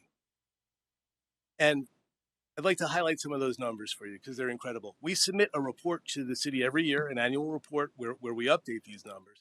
But I was shocked by them, and I hope you are too, in a very pleasant way. First and foremost, we prohibited freshmen from having cars on campus. That went a long way to reducing the amount of trips on the roadways in the residential neighborhood that surrounds us. Number two, we introduced in the 2010 development agreement the Hurricane Shuttle as a feature of mobility. You know how many people ride that shuttle a year? 463,000 riders a year out of their cars, off the streets, in our mobility program. We have a freebie that we're running through Teslas. You know how many freebie rides there are a year? 19,900 freebie rides. Those are rides, not riders. So imagine, many of those are not single occupant trips.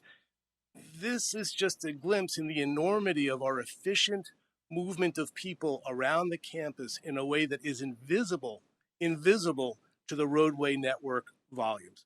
And we are super proud of that. We developed a rigorous assigned parking program.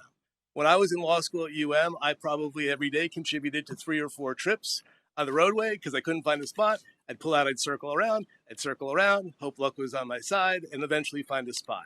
That behavior has been changed, and what we learned is we can modify driving behaviors by modifying parking permissions. And so now you have an assigned lot, you go there and only there, and you don't circulate around the campus. We constructed the long talked about internal road, which takes a lot of our maintenance vehicles off of the roadway and allows us to circulate internally within the campus. We conduct annual traffic counts, which we report to the city at every one of our portals, ingress and egress, and we prepare a rigorous regional traffic study, which we submit to the city every 5 years. So I just wanted to place this within context because people speak about development and they speak about traffic at the same time. And what I think we are able to show is you can have very responsible development without having a negative impact on traffic if you deploy these very thoughtful mobility strategies at the same time. So I want to share some history for those of us of a certain vintage. We may remember it, but I think it's important for others to know exactly how we got to where we are. Doesn't seem like that long ago, but our county adopted the charter that governs county government and created the two-tier structure of government between what Metro does and what the city does in 1957. So think about that. County adopts Home Rule Charter in 1957. Here's where it gets really interesting. Nixon wins in a landslide in 1972. But what else happened on that day? The electors of Miami-Dade County came together and voted to approve one of the largest bond issues in the history of the country. It's called the Decade of Progress Bonds. And what did they do? They funded vitally important infrastructure, including transit. The idea of a rapid transit system was born with the passage of these bonds in 1972. Shortly thereafter, work began to plan what would become the transit system. And the very first station built in the system we now call Metrorail was the University Station.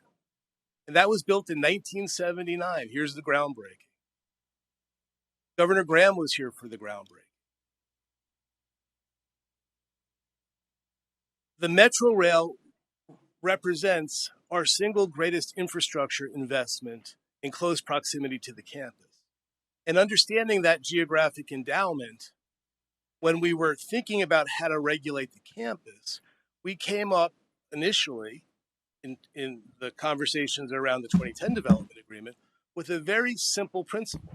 We would focus the campus and its intensive development where the urban planners wanted it to be, next to the Metrorail station that we as a community all just came together to fund. Because everybody knows the self-evident truth, if you have to get in your car to drive to the train, you don't really accomplish the goal of taking traffic off the roads. So we've seen now up and down the corridor the fruition of some of the urban planning principles that were put into place back in the 70s. This is a bubble sketch of the design ideas that turned into the University Campus District, which is the regulatory mechanism adopted by the 2010 Development Agreement, which serves to regulate the way development takes place on the campus now and will continue to regulate the way the development takes place in the campus in the future. We have a very significant and extended boundary to the north with single-family residential. And the principle here was to vigorously defend the residential neighborhood from any of the impacts of our development. So in the hierarchy of regulations, we have very strict development regulations where we border single family. We have very liberal and intense development allowed where we front the Metrorail and the US 1 corridor for obvious reasons that I just mentioned.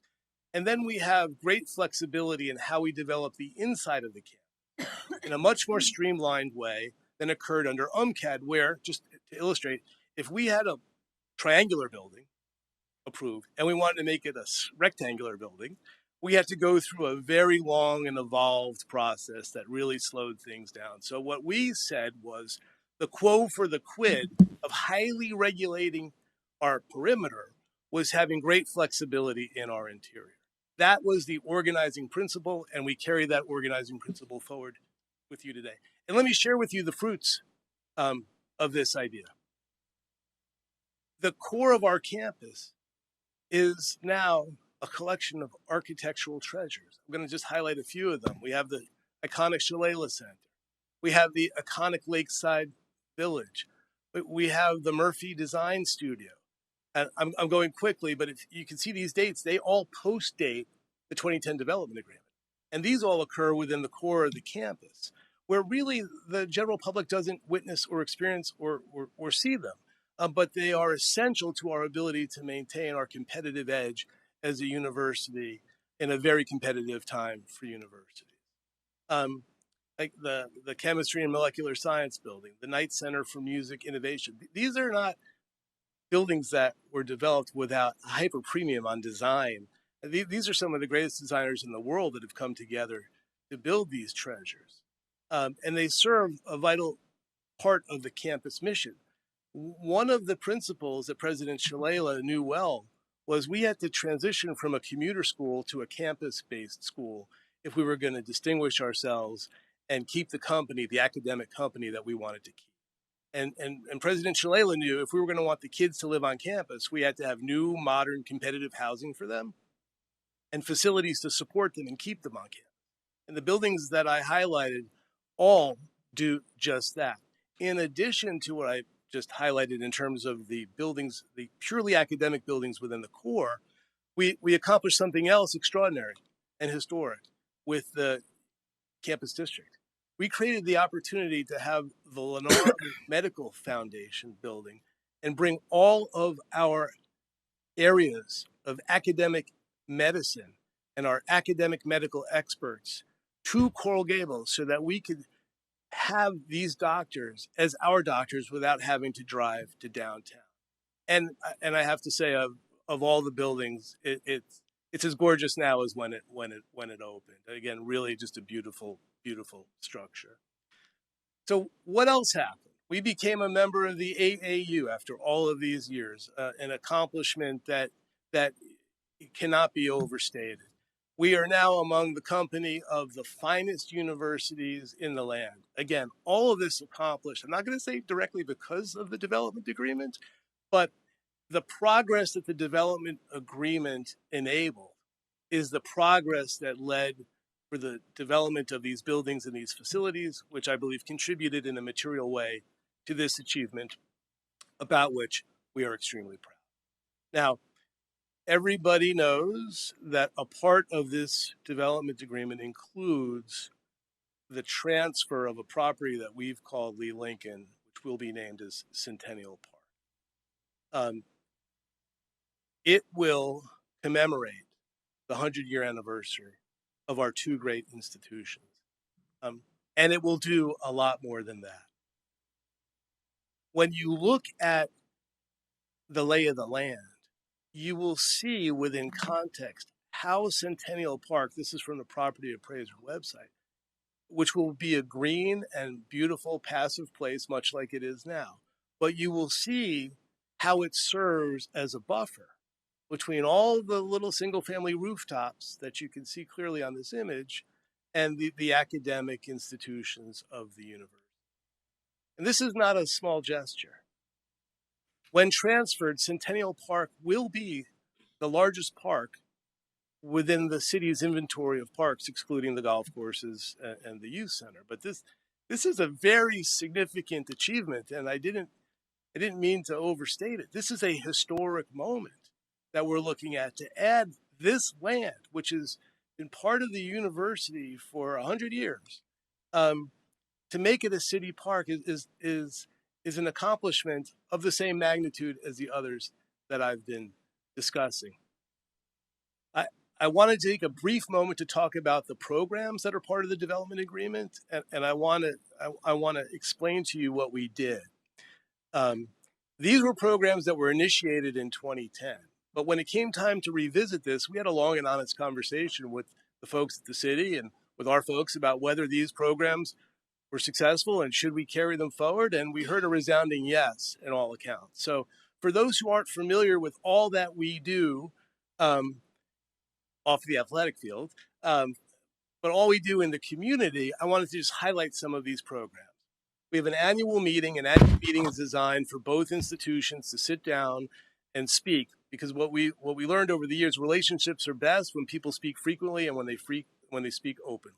So we built in systemically an annual meeting for both organizations to sit down, talk about issues that are important to them.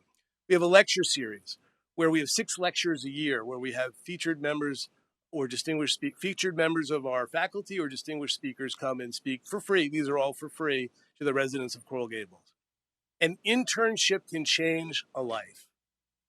And we developed the Gables Fellow Program, where we have a structured internship program for 2 students, where we help work together with the city to place them. Hopefully these are students with an interest in public administration that can stay here and come on to work for the city.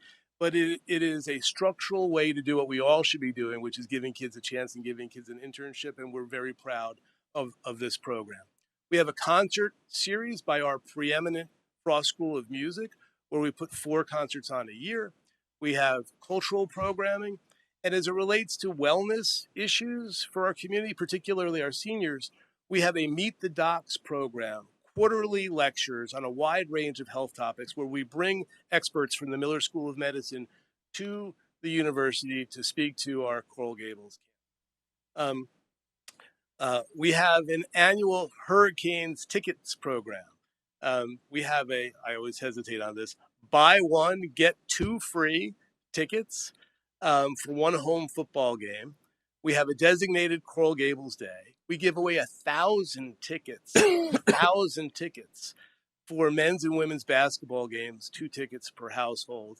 And this has been an extremely successful program, one that we're quite proud to continue. And before I move on, we held a neighborhood meeting as part of the development agreement several months back. And the topic of seniors came up, and what do we do for seniors? And I'd like to emphasize for anybody not here and watching at home, or people who are here, we have the Osher Lifelong Learning Institute on campus, which is a resource designed to create educational areas of study for people over 50, who I guess are now called seniors if you're over 50, but in areas of history, the arts, literature, and language. We have a little map here, so if people are watching at home, they can know where that is. And we welcome all members of our senior community within Coral Gables to come. The proposed amendments. I'm going to go briefly through these because your staff is going to go through them on a line item basis. But in high level terms, we have a proposal to limit the campus floor area ratio to 1.0. I'm going to show you in a second. That's very low compared to the other FAR that is allowed within the city's commercial districts. We have a comprehensive list of permitted uses, one of which that we're seeking to add is the ability to have a hospital of 100 beds or less within the multi-use zone in front of the Metro Rail along the Ponce Corridor and US 1. And we're going to expand the multi-use area, and we'll talk about that in a second, because we've picked up properties, down Ponce towards Red Road, the Methodist Church at the corner, and a few others. And so our proposal is to expand the multi-use area, again, in front of the Metro Rail, along Ponce, all the way down to Red Road. Part of that also includes expanding in a small way the amount of retail within the multi-use area, retail that is incidental to the university. I mentioned the FAR of 1.0. Putting that within context, you will see here that 1.0 is the lowest of the FAR allowed within the various districts that regulate by FAR. We have a couple of comprehensive plan amendments to the map because, again, we picked up some properties we didn't previously own, so we're going to rezone and redesignate those to the university's campus district. The zoning code amendments travel hand in glove with the comprehensive plan amendments. We have a text amendment, again, that travels hand in glove with the comp plan amendment. And the various zoning code amendments I highlighted previously, and your staff will pick them up. They're technical in nature. We're happy to answer any questions at the end if there are any questions about any of these particular. These are, again, some changes to the frontages. None of them affect in any way how we interface with the residential neighborhood to the north. We have some increased student enrollment mitigation reporting thresholds in the new DA. As I mentioned before, we're going to clean up some of the parking, particularly around Levante, where it's a bit chaotic and disorganized. Hopefully we'll add some order there and make that much more lovely. And before I end, I do have something else very important to talk about history. When you go back to the original Merrick plan, you can see from the first vision of what this city would look like, the university, almost, it looks like a heart. The shape of it looks like it's a heart. It was at the core of Merrick's vision for the city. And may she rest in peace. If you haven't read Arva Park's book on Merrick, I encourage everybody to do so. I did so to prepare for this hearing, and I was so moved by this speech that Merrick gave at the stone laying for the first building on the campus that I included it here so that you all could have it. And I'm going to close by reading it to you. This is Merrick's speech on February 4th, 1926, and it's no less important today than it was when he gave it. Some days ago at the opening of the Miami Biltmore Hotel and Country Club, I said that was the biggest and proudest moment for me in the history of Coral Gables. This moment is far greater and means vastly more. For today we are entering upon the realest thing that Miami can achieve. Hotels, clubs, and all other great material things that Miami has accomplished, beautiful, wonderful, glorious though they be, are but of ephemeral significance besides this great enterprise of permanently real and vital influences upon the lives and hearts of the present and future Miami that we are here beginning. What we have before you today resonates in perfect harmony with the words of Merrick in 26. And when it's all said and done today, I'm going to ask for your unanimous approval today to help us take one more giant step forward to making Mr. Merrick's vision our reality for our shared future together. Thank you for your time and attention. Thank you, sir. We do have some speakers, but I'll let them speak after your staff through the mayor. We'll call for public speakers. Okay. Thank you, sir. Madam Director. Good afternoon. Jennifer Garcia, Planning and Zoning Director. I have my PowerPoint, please. You have a very thorough explanation of all the changes that you're seeing today in your current memo. Location, as you know, UM is between Red Road and US 1. Existing conditions looking northwest. There are a lot of requests. There is a change to the comprehensive plan text and map amendment that would be sent to the state after approval of today's first reading. There's also comprehensive plan small scale map amendments that we can handle here locally. Zoning code text map amendments, the development agreement, and then also a conditional use that you'll be voting on in second reading. The comprehensive plan text amendments are pretty simple. It's increasing the maximum FAR, which today is 0.1 FAR, to increase it to 1.0 FAR, and then also to include hospital use within the multi-use zone, and to increase the retail use from 15% to 20%, also only within the multi-use area. The multi-use area, as explained, is the area that's along Ponce de Leon, facing right now directly across from the University Material Station. The comprehensive plan map amendments would include small-scale map amendments to change the land use from commercial low-rise intensity to university campus in our future land use map.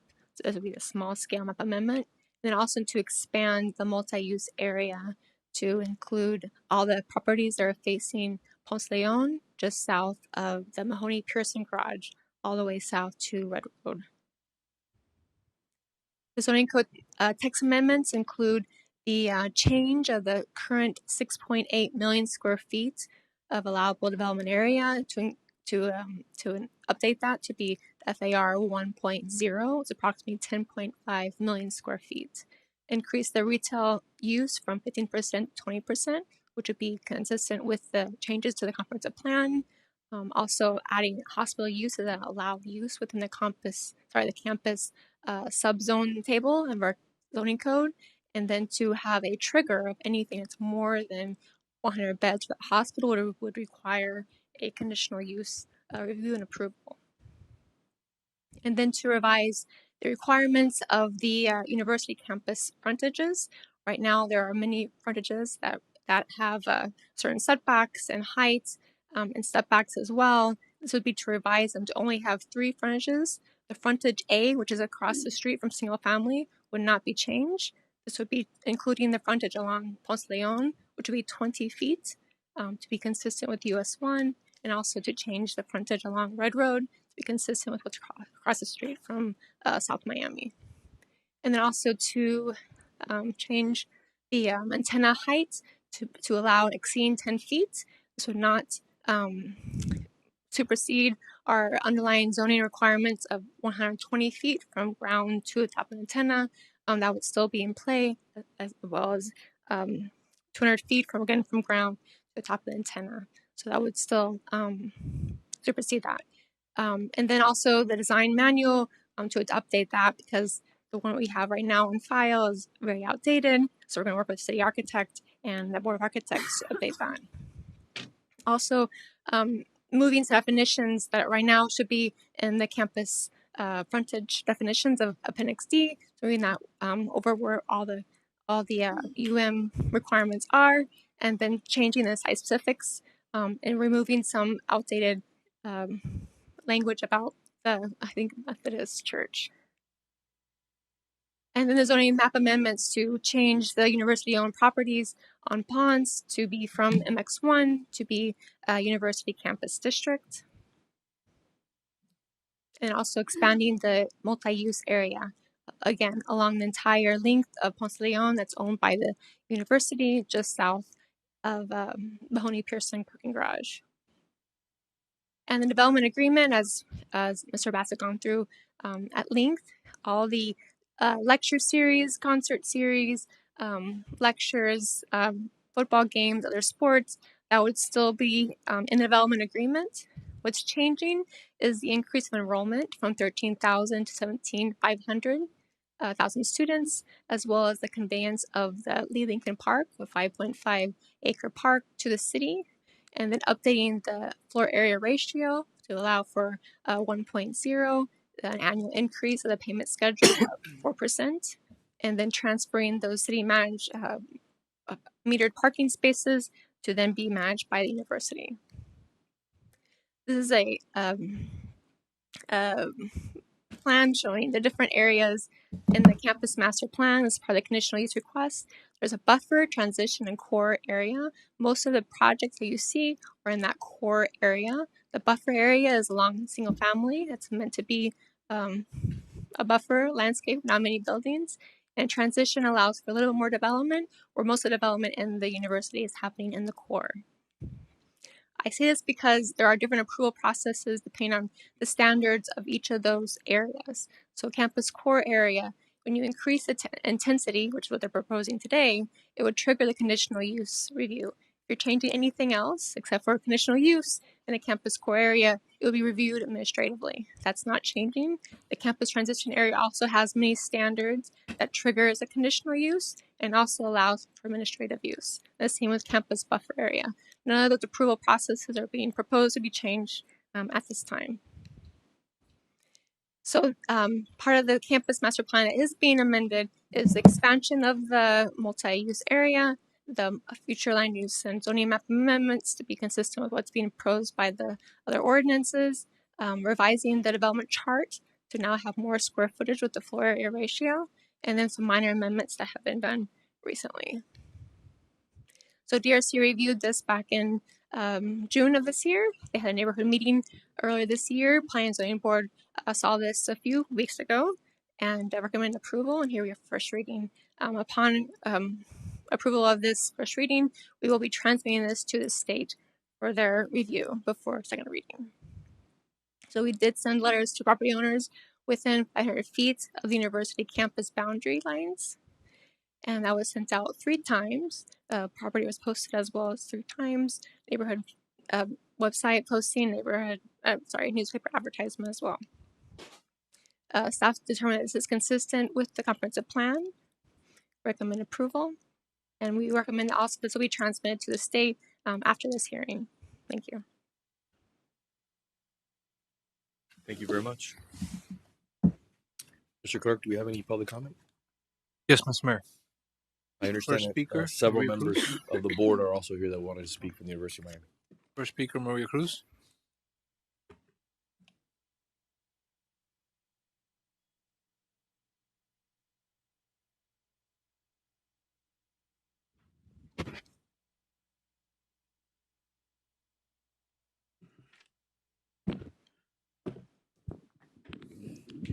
Mrs. Maria Cruz, 1447 Miller Road, since 1976. 305-323-2154. I have several comments, and some of them had to do with the annual report, because I've heard it several times. We meet every year. Well, in 2025, there was no annual meeting. How do I know? Because the annual report for 24-25 was presented to this commission July 7th, 2026.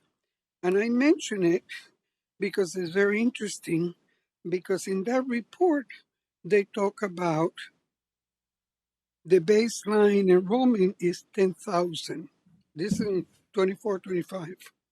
And then he talk about when it goes over 12,000, they have to provide a report. There was no attachment to this thing. And then if it's 13,000, there's something else that must be done. It was not done. But now we use the 13,000 figure asking for more. So I don't know what happened, that it went from 10 to 12 to 13. There's no attachments in this report that was presented a few weeks ago. And yet on the new development agreement, we talk about moving from 13 to 17 something. Okay? No explanation. That's the way it is. Okay? Also, in this report that we just got in July, it talks about the contribution, the paid consideration, $1,025,000. That was what was agreed in 2010, I believe. It was paid according to this November 24. It doesn't say anything about paying in 25. So I don't know whether it was paid or not. Maybe it hasn't been paid because the city is not very good at collecting. Okay, now there are several more issues. When we talk about the park, the Lee Lincoln, the residents and the people that came to public planning and zoning heard it, that it must be a passive park. The residents, the people that live around it, do not want a pond circle park. They don't want a stage. They don't want any construction. They want as is, like it was presented today. I was happy to hear that. As is, no fences, no structures, just come and play, do whatever you want, and keep going. It is the invisible accomplishments.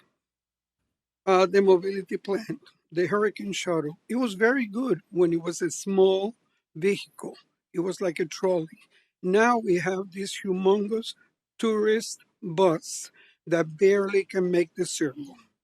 That is not what we expected. We also heard the wonderful parking plan. Well, somebody hasn't driven around Miller, Trillo, all that area, because we have Mrs. Cruz, if you'd be plenty so of kind, parking. I'm sorry, but will I have to, he presented, and this has to do with he I presented. I'm understand, but sorry. you've gone You over and the the minutes. previous people, you let them talk too, so No, I I'm did not. entitled to. So when he talks about parking, it's very good. But you know what? When the university is off, we don't have any issue with parking. As soon as the kids come back, we have Thank you issues very with much. parking. So obviously that's what it is. And the last comment I have is encroachment into our neighborhood. I heard today, and the other day too, that there's 3 properties that this university owns that now they're going to change the zoning for it. Wonderful. But the university didn't say that they have Mrs. other Cruz, if you'd be so properties, kind, houses that have been bought that are encroaching into a residential neighborhood. Thank you very much. That is a problem. Thank you very much. Vincent Chen.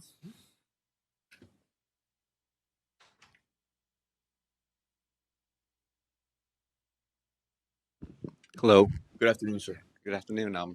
I represent a property owner at 5955 Ponce de Leon Boulevard. We've been there since almost 30 years. It used to be the florist building, and now we provide pediatric medical services. It's our administration building. Our office is right next to the plumber building, and is adjacent to the church. And so I'm there every day, and I know what it's like there, and we fully support these amendments by the University of Miami. They're a good partner, and we understand what's going to happen with the Red Road area. We think we're looking forward to working with them and being a good partner as well. And we think that this is a great project, and or great changes and improvements to the university. We think it'll increase, of course, it'll increase revenue for the city of Coral Gables. It will increase great access to medical care.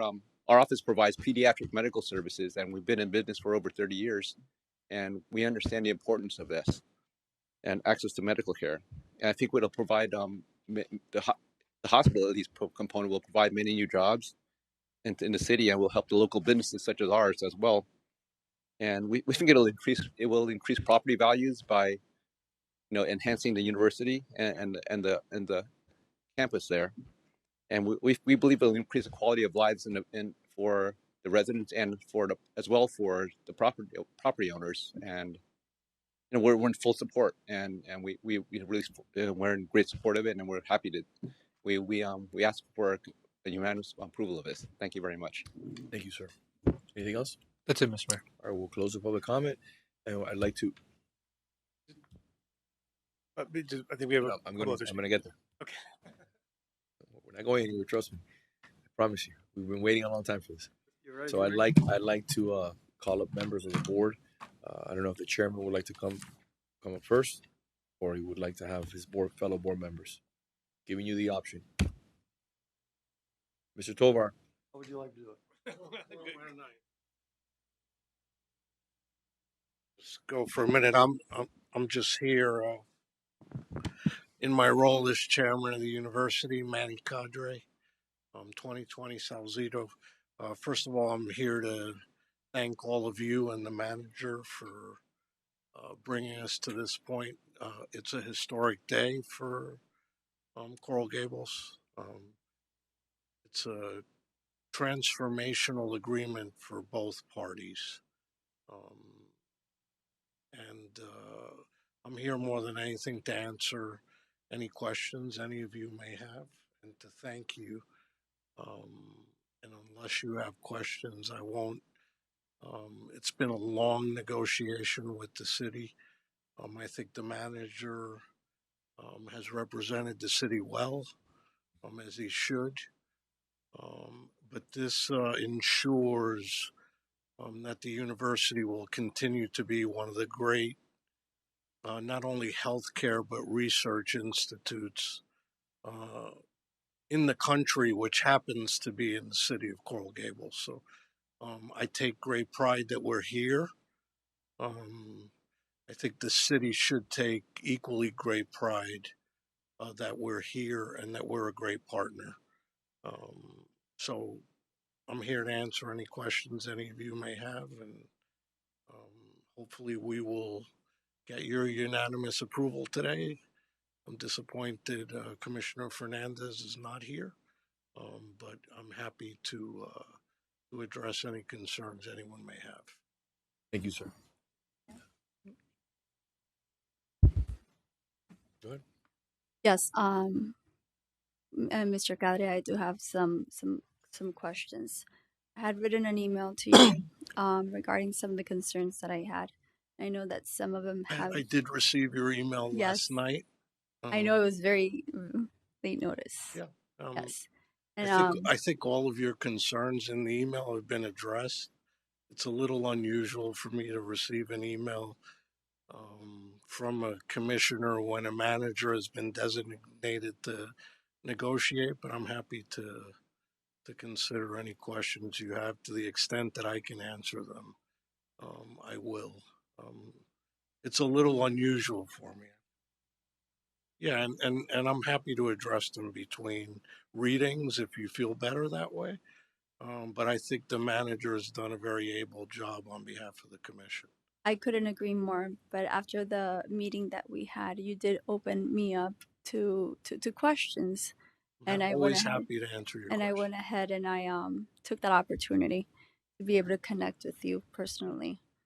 So no disrespect to the city manager, but that was an agreement you and I had. Okay. Happy to answer any questions you have. Um, Hopefully you'll find your way to support the agreement. listen, all I want to do is support the agreement, okay, in good faith. But I want to make sure that the things that are important to me and to this community are addressed properly. And I was seeing that some were addressed and some I'm questionable about. I want to vote yes, okay. I want. Appreciate that. I mean, I cannot be more proud for the University of Miami to be in Coral Gables, even though it's University of Miami. But between this reading and next reading, let's go ahead and flush. There was 3 points there. Let's go ahead and talk about specifically some of the ones. Maybe not here right now, but maybe with our city attorney. Some of the other things that I spoke about. Happy to answer any questions you have. Perfect. Thank you. Thank you. I didn't hear any questions be asked or answered. It's a But public record. we'll talk about that later, I guess. Mr. Tovar, How are you? as a business owner and as a resident, I'm very grateful that you're here. Thank you. I appreciate being here, and I'm honored to be able to speak regarding this. Good afternoon, Mayor Largo, Vice Mayor Anderson, Commissioner Castro, and Commissioner Lara, and members of our community. My name is Roger Tovar, and I have lived in this community my entire life. And I'm here today to speak in support of the University of Miami and the proposal before each of you today. I want to make it clear at the outset that I have no financial, professional, or institutional interest in this matter. I have no dog in this fight other than wanting what I believe is the best for Coral Gables and for greater Miami community that my family and I call home. I understand the concerns that some residents have raised about traffic, density, and growth. Those are legitimate issues, and they deserve thoughtful consideration. But I also believe that as a community, we have to look beyond how a project may affect any one of us individually and ask a larger question. What is in the best long-term interest of our community? I come to this with a particular perspective. I'm a graduate of Florida International University, both at the undergraduate and graduate levels, and I previously had the privilege of serving on FIU's Board of Trustees for more than 8 years, including 2 years as the chairman of their board. I no longer serve on the board, but that experience gave me an opportunity to see firsthand something that I believe many times is overlooked. A great university is one of the most valuable assets a community can have. Universities educate our children. They conduct research. They create jobs. They attract talented people from around our country and the world.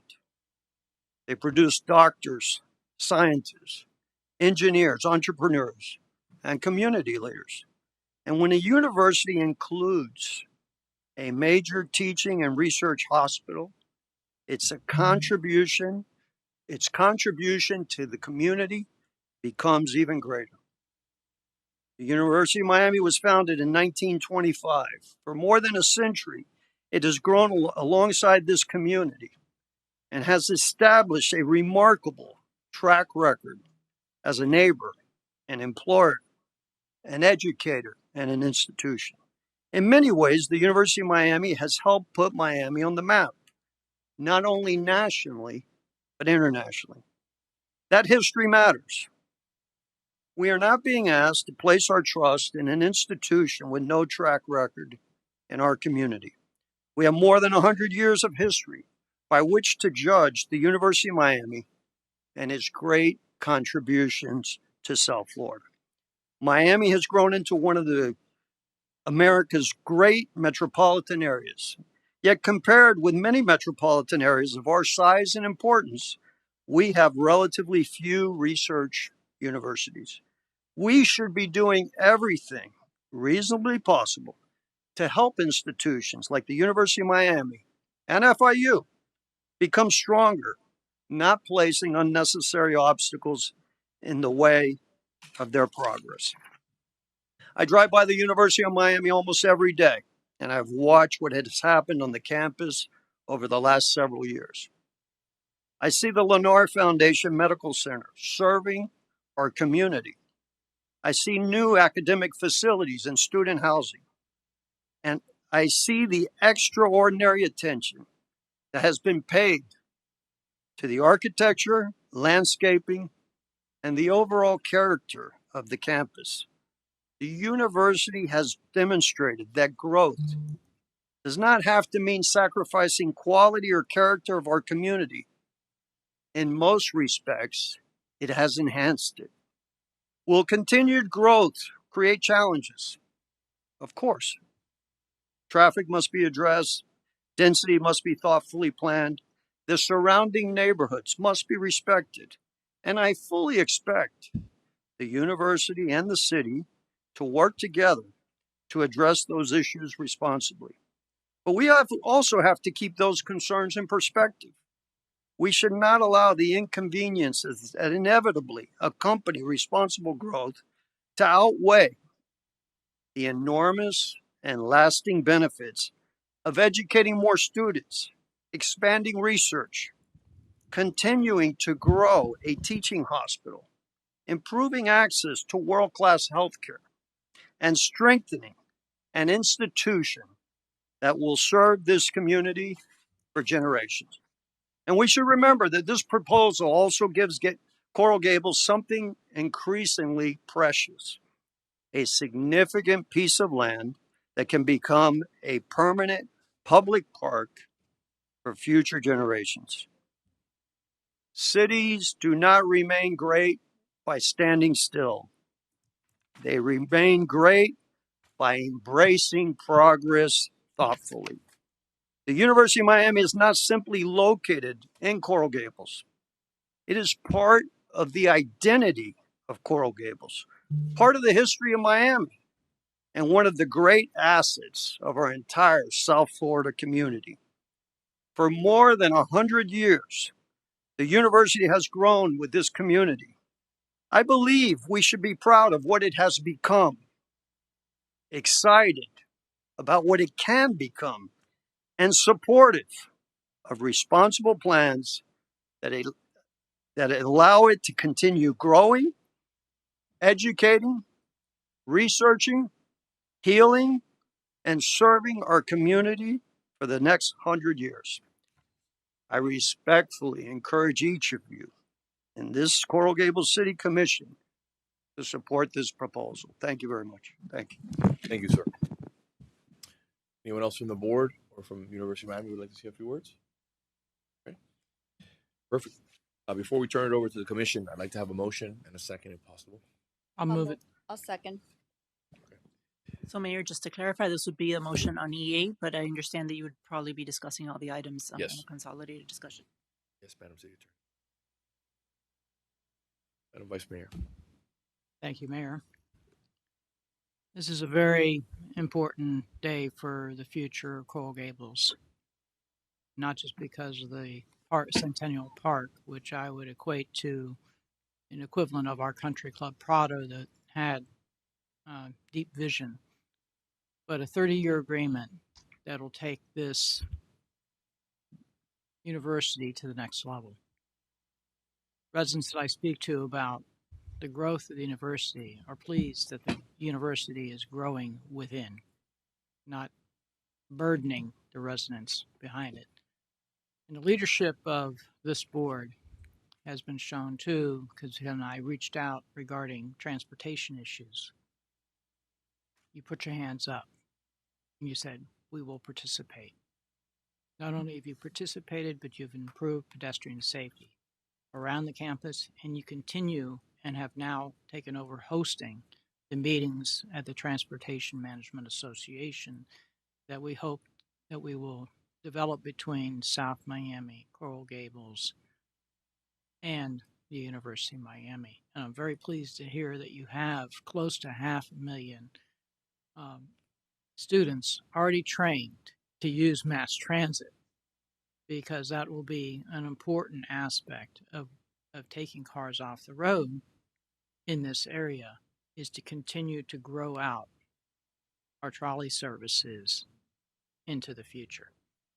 And thank you for taking the leadership position on that. So I'm very pleased to move this item. I'm looking forward to it. I went to the university early on. It was 1978. I was visiting the library. That was a very, very different world. There was no internal roads. There was no landscaping. It was pitiful by comparison. I'm sorry to use that word. But what you have done, and I was both a commuter student and I both lived on the campus too. It's been a dramatic improvement. I was one of those people driving around looking for parking and doing whatever I could to be able to find a place to park, or double park, legally park, whatever, because there wasn't sufficient parking at the time, but now you've taken it to the next level. And thank you for the vision of bringing this university forward. And that concludes my comments. Thank you. Commissioner Castro. Yes, I'll go ahead and reiterate some of the requests that I had. Just on top, surface wise, one of the first things that was of great importance was the Centennial Park, and that the language is airtight, that it's a passive park. This is not Central Park. This is not Ponce Park. This is benches, anything that is to maintain the park as passive. Walkways maybe, nothing more.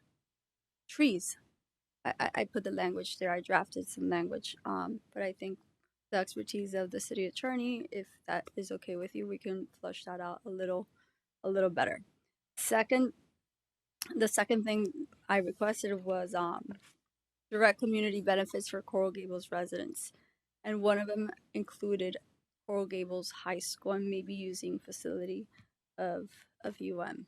There was other examples that I put there. I know that during your presentation, I saw other programs that I hadn't seen before, and I really appreciate you guys last minute putting some work into that. And the third one was a financial commitment. I think a 5-year periodical review depending on development. I know that what you guys are asking for the hospital, for the development, is not happening right away. But I think maybe 5-year evaluations would be beneficial, and I fleshed that out in the email that I sent. But my vote's going to be yes. Let's just work through those little things between first reading and second. Thank you. Commissioner. Well, first of all, I want to say congratulations to Jeff Bass for not only a comprehensive and educational, but very entertaining presentation. I must say, Jeff and I go back a little ways. We both served on the Judicial Nominating Commission with the Third District Court of Appeal many years ago. That's why I was first wowed by Mr. Bass and his command of the language, because he's a very erudite guy and very, very studied and very studious person. But he has a flair all to his own. And so what you did for the university today was commendable, to be sure. I want to recognize the city manager. Peter Iglesias has done an amazing job. This is a massive coup, but it's a win-win, right? So while I think, very selfishly, I suppose, what's in the best interest of Coral Gables is typically just in the best interest of Coral Gables, but this is also very much in the interest of the University of Miami, and the University of Miami is part of the DNA of Coral Gables. And so this is far more than just some sort of a land transaction, which is, to be sure, monumental. But Coral Gables provides, on the one hand, the university with much greater certainty and capacity for responsible growth, long-term growth, while the city receives permanent parkland, substantial recurring revenue, negotiated protections, and a greater certainty about how that growth will occur. And represented today, the university has some of the most successful and civic-minded leaders assembled that I've seen since I've been on this commission. So that is quite a testament to the university and to the importance of this transaction that I hope will get the unanimous, and I will predict with some certainty it will, approval. So thank you all very much for your efforts. My vote is yes. Thank you, Commissioner. I'm not going to be as brief. I've been waiting for this for 10 years. Let's start with a little project called Lennar. I'm the only one that was here. I remember a young lady in the back saying Lennar is going to be what destroys this community. I remember making that vote against the pressuring of one community member. It's going to be a traffic nightmare. Oh, I drive by Lennar every morning at 4:30 in the morning on the way to the gym. Come back, 6 o'clock. Drive on the way home. I drive to take my girls to soccer. It's a traffic nightmare because Miami's a traffic nightmare. But Lennar has internal queuing. Lennar the parking is attached to the building. Basically, you can drive through, has valet. It is a pleasure to go to Lennar. A true pleasure. And that's all I hear from residents in this community. So my history in the city of Coral Gables goes back. I didn't just get here 4 or 5 years ago. I've been here in my home for 15 years. And before that, I lived on San Amaro when my parents were able to afford their second home in the city of Coral Gables. First home was on Minorca that I gave to my grandparents, and the second one was on San Amaro. I moved to San Amaro because I wanted to be next to University of Miami, because I wanted to be next to Lee Lincoln, because I wanted to be next to that Pine Rockland adjacent to San Amaro. That's where my grandfather used to take me every day after school. We used to go where the Arboretum is. We used to go where the glass house is now that was built there. That's where I used to run around as a young child with my grandfather and my brother and my sister. So I have a very fond memories of the University of Miami. And I understand the importance of the University of Miami as a person who never went to University of Miami. And it's a diehard Hurricane fan. Lennar turned out to be a complete success story. 10 years ago, I remember speaking with Rudy and other members of the board that I wanted Lee Lincoln. Aspirationally, people thought it was crazy.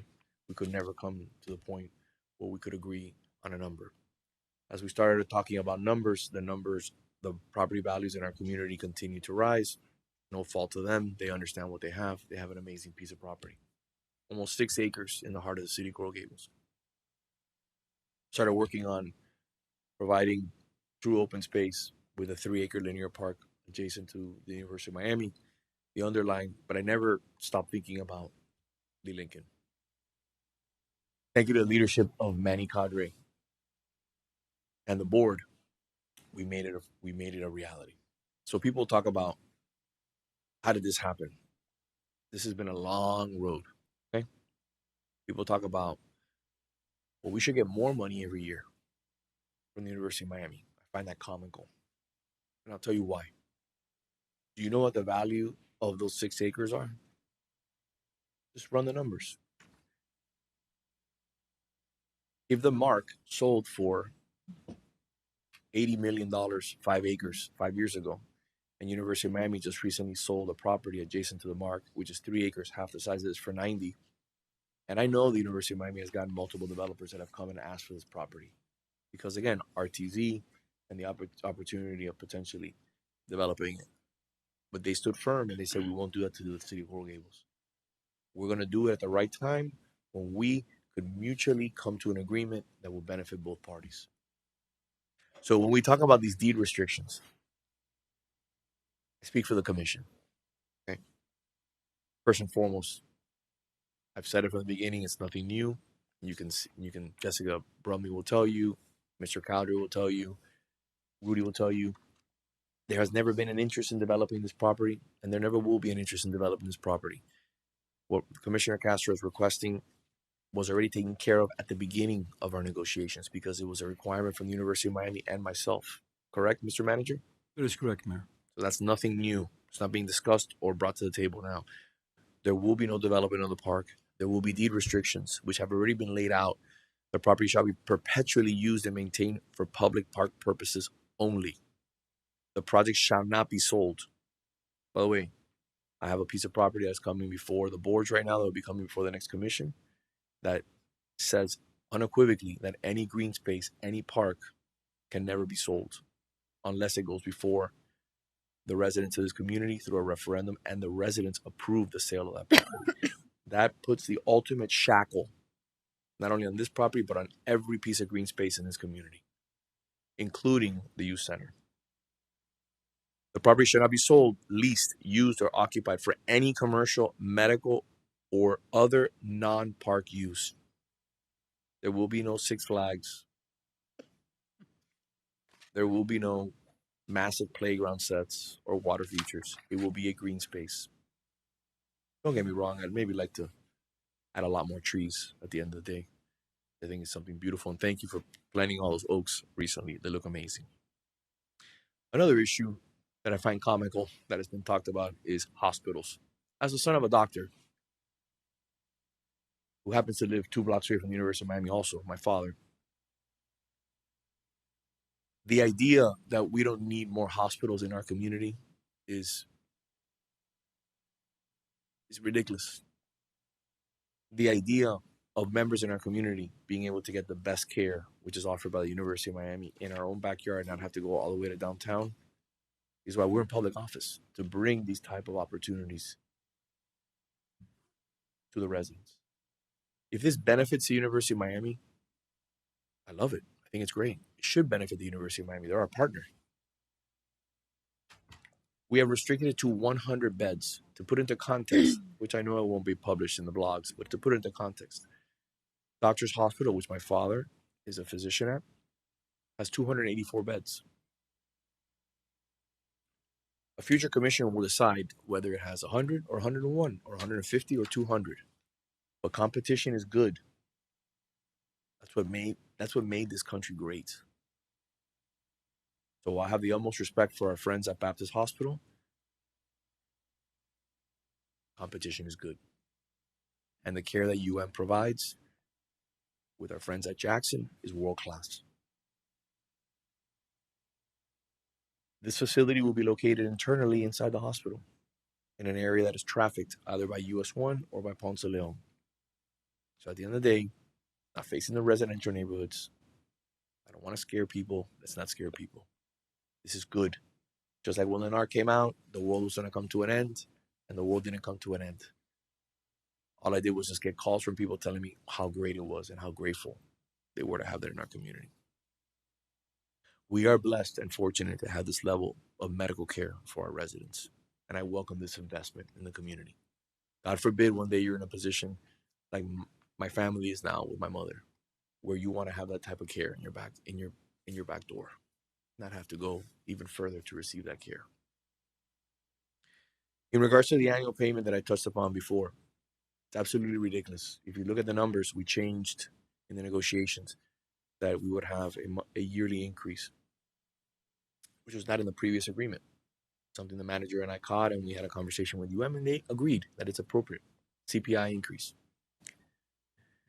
The decision was very simple. UM said, we will pay you more, but then we're giving you a massive, very valuable piece of property. There has to be a happy medium. And we worked hard with our team, and we came to the understanding it'll grow over the next few years. But I wanted that property. Why did I want that property? Because name me a 6-acre parcel of land that you can find right now in the city of Coral Gables. Name me a 6-acre parcel of land where you can find on Main and Main in Miami-Dade County. Let's preserve this property in perpetuity. Let's preserve the trees. Let's preserve the green space. Let's plant some Florida native plants, some pine trees, and make it something exceptional that we're proud of. That's why you don't see a much higher annual payment like maybe you see in other universities, because this is a property that in 10, 15, 20 years, I think will double in price, potentially triple in price. We're lucky to get it today. I know we can't get it in 10 years. For the first time, like I mentioned, the annual payment will have an increase of 4%, creating additional revenue. That was not in the previous agreement. I want to acknowledge the board members for their hard work. I want to acknowledge Manny Calade. Thank you. Rudy, thank you. Jessica, thank you. The university has never looked better. And I'm going to talk a little bit about that because it's easy to take swipes at people or organizations. It's easy. Heavy is the crown, right? I live in front of the University of Miami. Nobody in this room lives anywhere near close to where I live, not even the young lady in the back. I live within 30 feet of the university on 5200 San Amado Drive. Every day when I get out of my house and I get in the car, I see everybody running and using the sidewalks. I see all the cars. Riviera Country Club, St. Augustine, University of Miami, Lennar, Doctors Hospital, and Riviera Country Club. We are surrounded. But I wouldn't have it any other way. That's why I moved into that neighborhood. But let me go back to 15 years ago when I bought that property. We had people parking in the side yards on Rubino. We had issues with student parking. All that has been corrected. I can't remember, it hasn't been years where I've had somebody park on my lawn. Even during a serious event, like for example, the football practices that recently have been happening and the spring game that is happening in the city, we have not had issues at all in our neighborhood. And I live directly in front of the University of Miami. The strides that have been made, like Mr. Bass mentioned in regards to on-campus transportation, have been felt in a positive way by all the residents of this community. It's called a spade a spade. So we can talk about deals, but this is a deal that today I'm excited to see it come to fruition. And I promise that in 15 years, when they have forgotten about this meeting that we had today, somebody will maybe remember and say, thank God these individuals didn't take the money and they took the land, because you will not be able to buy this property. I promise you, ever again. So I want to thank the manager. Thank you for working hand in hand with me on this. If it wasn't for your leadership and your guidance, trust me, I think it wouldn't have come to fruition. We had some very, very difficult moments with the members that were here, not because of them, because negotiations are tough. You know, it's what they want, it's what we want. And at the end of the day, we were able to build consensus. We met in the middle, and this is a positive opportunity for the city of Coral Gables. We are protecting one of the most important assets that we have. And what is that? It's the University of Miami. Transformational work is occurring at the University of Miami, and I get to see it every single day. We're building communities, and George Merrick was a visionary, not only because of the concept of a beautiful city and a planned city, but when he dedicated over 700 acres to the University of Miami, he knew what he was doing that 100 years later. Should have given us Lee Lincoln, but I mean, that's a different story. But now we're able to finally bring it into the fold. Thank you to Mr. Calade's leadership. So, in closing, I want to thank you, and I'm excited. And by the way, this idea that we're going to renegotiate, like was mentioned before, for a 5-year window, this is a 30-year agreement. There's no renegotiating. There's not a 5-year window where we're going to come back and say, hey, we're going to do this. There is already provisions that the manager and I detailed with Jessica Brumley, with Rudy, and with Manny, and the rest of the board to make sure that there is no out clause, because I would never allow it. I'm bringing 6 parks to the downtown. I brought over 15 parks to the residential neighborhoods. That's one of my legacies. I would never allow, and I would never ever want anything built on this piece of property. So this is not something that's being decided here today. It's already been decided, and it was decided by the University of Miami at their request and the city of Coral Gables over a year ago, over 10 years ago when I started this project. So we have a motion and we have a second on the floor. Mr. Clerk. Yes, Mr. Mayor. Let's The finish motion this up. is on E8 is the motion. Yes, sir. Yes, ma'am. Commissioner Lara? Yes. Vice Mayor Anderson? Yes, and thank you for all your hard work, the board, manager's office, and the mayor. This will be a lasting legacy for generations to come. May I, just as a moment of clarification, the motion was in accordance with the staff recommendation Yes. for approval. That's what it was. Thank you. Commissioner Castro, Yes. Mayor Lago. Yes. Moving on to E9. Move it. Second. Mr. Clerk? Commissioner Lara, Yes. Vice Mayor Anderson, Yes. Commissioner Castro, Yes. Mayor Lago. Yes. Moving on to E10. I'll move it. I'll second. Vice Mayor Anderson, Yes. Commissioner Castro, Yes. Commissioner Lara, Yes. Mayor Lago. Yes. Moving on to E11. Move it. Second. Commissioner Castro, Yes. Commissioner Lara, Yes. Vice Mayor Anderson, Yes. Mayor Lago. Yes. E12. Move it. Second. Commissioner Lara, Yes. Vice Mayor Anderson, Yes. Commissioner Castro, Yes. Mayor Lago. Yes. Moving on to item E16. I'll move it. That's not being Second. voted on today. Oh, that's the next one. Thank you very much.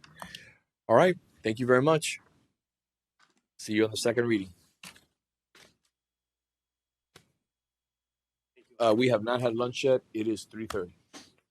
Yes. Let's go have lunch. I would appreciate some refuel. Yes, let's go have lunch for 20 minutes. So we got a long agenda here, and I'm actually going to defer some items because I know that people here probably want to move quickly. I'm going to defer item E7, which is an ordinance of mine on first reading. Let me see what else. I'll look at mine That one during as well. while I refuel. That's it. E7. 1 second. It's a big one.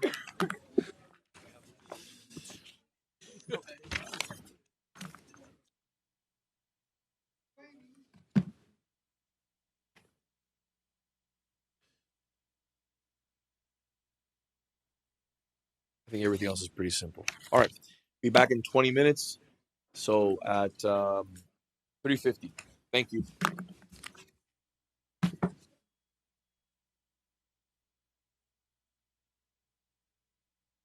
Recording stopped.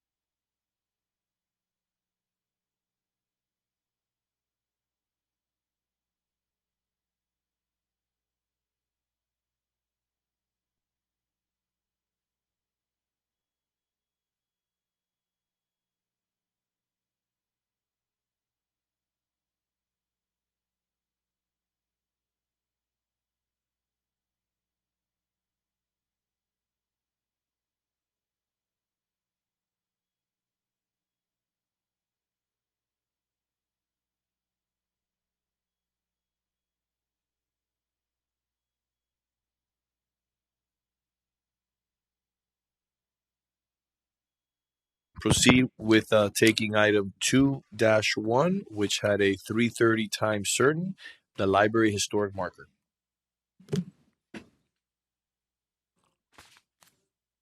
Okay.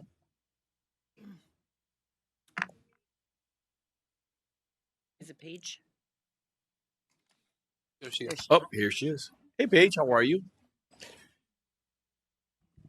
Come on up. Good afternoon. Good afternoon, Mayor, Vice Mayor, Commissioner Lara, Paige Perez, Asset Manager and Library Advisory Board Liaison. Joining us today, we have Vice Chair Ruth Martinez and board members Ginger Yoakum, Zuli Pardo, and Melanie Zargam, Chairperson of the board, who will be presenting this item before you today.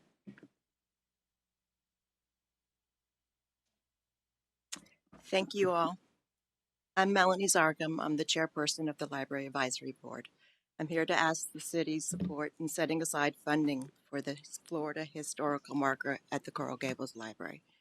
The story of the library goes back to 1927 when Coral Gables Women's Club established the first free public library in the cathedral room at the Douglas entrance where today. 10 years later, in 1937, Coral Gables built a building at 1001 Ponce de Leon Boulevard. Through the Works Progress Administration, that building was our next library and also the home to the Women's Club. Then in 1969, our current library building was completed, and the library has remained in that location ever since. For nearly a century, the library has been an important part of the Coral Gables community. We believe that history deserves to be recognized not only for the generations who have enjoyed the library over the years, but also for the future generations who may now not realize how deeply the library is connected to our city's history. An historical marker would be a simple but meaningful way to tell that story and make our history visible to everyone who visits the library. On behalf of the Library Advisory Board, I respectfully ask the Commission to set aside funding needed for us to move forward with pursuing this marker. We believe it would be a wonderful way to honor the library, the people who made it possible, and nearly a century of service to the Coral Gables community. Thank you. Thank you very much. I love the idea. More than anything, what I love is the community service and the engagement. All of your incredible members of the community who are involved in not only just one aspect of the city, but on multiple levels, multiple tiers. And I hear from all of you on a weekly basis, which is great, by the way. It's a good thing. It's a good thing. No, all of you. And I think it's great. And I know the rest of the commission is the same way. So thank you for bringing this forward, for making the commitment to get this done. And again, just impressive as always. We talked about the Women's Club. I'm going to say something here on the record, and I want to invite my colleagues since we can sunshine it now. Through your leadership, one day we had a conversation that the fact that the Women's Club was missing the flagpole after years and years and years. It had been decades since that flagpole had gone missing. We found the photo of the original location of the flagpole. Through the help of the manager, I personally, through my personal funds, I bought a new flagpole, professional flagpole, and I professionally had it installed. I paid for the permit, and my company installed it. So you brought that to me. You brought that idea. I know it's been a year. It's up, basically done. We're just finally doing some final tweaks. We got to add a light to it, I think, is where my team was telling me they're in the process of locating that light. Because, again, if you have a flag up at night, you need to have a light on it. It's the correct protocol. So the reason why I bring that up is because we're going to have, I would like to have all my colleagues there when we finally inaugurate the flagpole. And one of the things that we did, I wrote a piece of legislation last year, and we're working on it right now with the ACM and the manager and the DCM, is budgeting that every major park should have a flagpole. I think that's incredibly important, and it's something that we're working on right now and getting that done. So, again, thank you. I just wanted to make sure that I gave you credit in public for bringing this idea to me. You pushed me to get it done. You were on me, which is amazing, nonstop. You called our office, and we got it done using private funds, which I'm very proud of. So I would invite my colleagues. We'll be I think we're coordinating right now with Laura to schedule the ribbon cutting for that. So quite the contrary, Mayor. would like to thank you for listening to us and doing that for the club. It's very meaningful and means a lot to us. So thank you so much. My privilege. Thank you very much. Anybody have any, Madam Vice Mayor? Yes, I think this is a great project.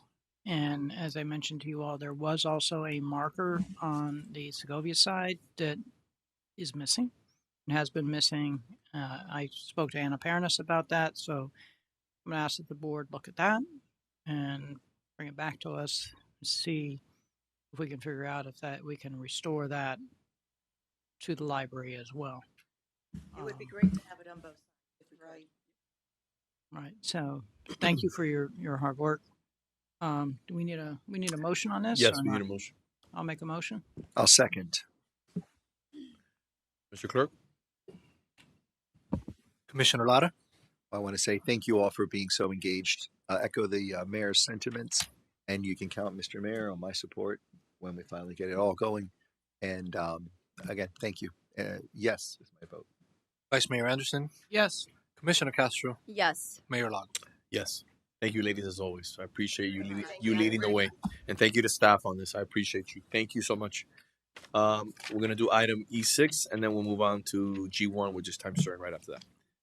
So item E6. Mayor, item E6 and E18 are related. E6 is an ordinance of the City Commission amending ordinance number 2022-14 as amended, which approved a planned area development for the property legally described as lots 5 to 27, block 28, Coral Gables Crafts section, Coral Gables, Florida, to allow for completion of the public park following issuance of a certificate of occupancy subject to posting of a performance bond for such work, and to require that the public park be dedicated to the city with the deed for the public park to be executed and held in escrow with the city.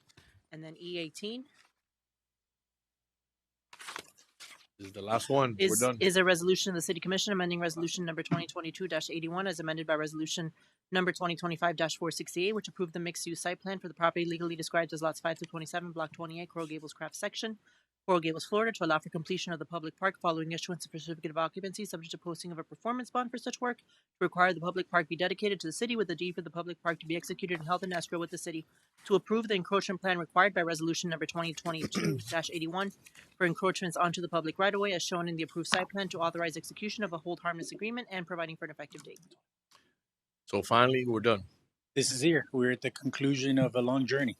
Okay. A long initiative. For the record, George of our office at 333 Southeast 2nd Avenue.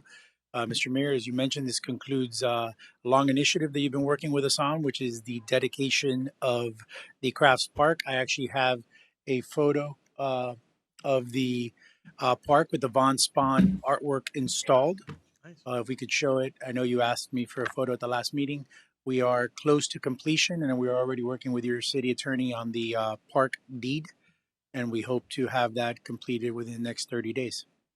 So we're very excited. We appreciate all of your help and guidance throughout this process, and we're excited to get this project done and conveyed to the city. Again, thank you to the manager. We couldn't have done it without the manager. He made it happen. He made it happen. A very complicated few issues. Again, it was a straggler in regards to the new 6 parks that we're going to have in the downtown. This is one of them. But again, we missed one issue. But look how pretty that open space is. Again, that goes to show you that you can do. Our city was lacking these green spaces, and now you're going to see them in the downtown. When you include Pond Circle Park, there's going to be about 7 of them in the downtown.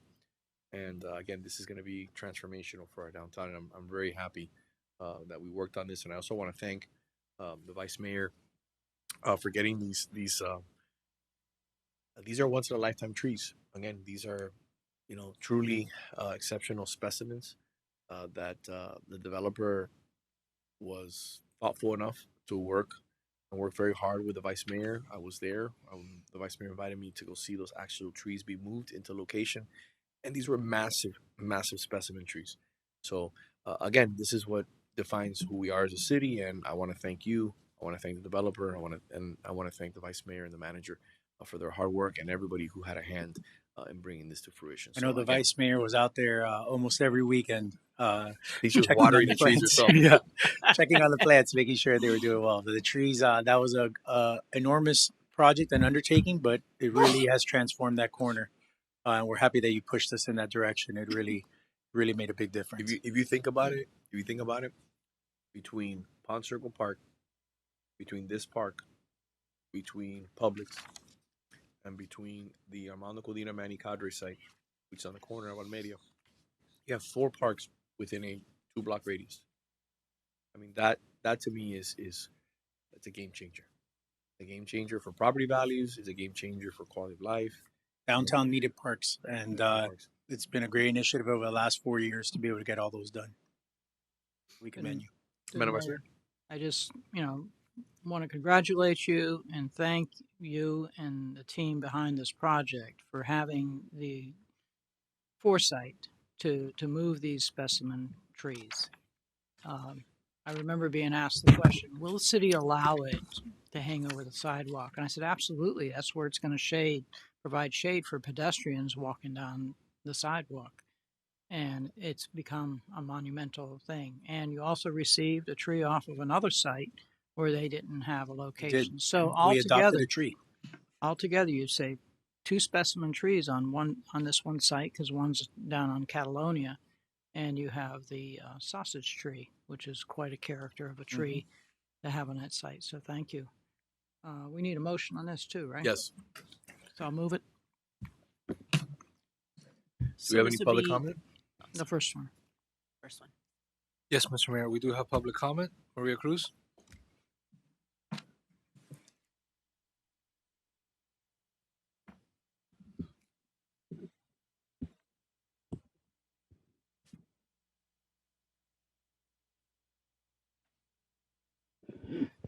Mrs. Maria Cruz, 1447 Miller Road, 305-323-2154, also known as the young lady in the back.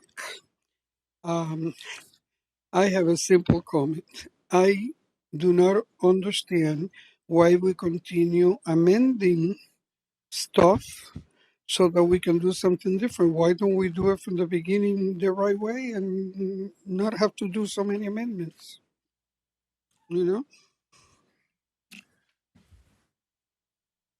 That's it, Mr. Mayor. Thank you. Moving on. We have a motion, a second. Yes, sir. Vice Mayor Anderson? Yes. Commissioner Castro? Yes. Commissioner Lara? Yes. Mayor Lago? Yes. So now we, as a city, own this park. Thank you very much.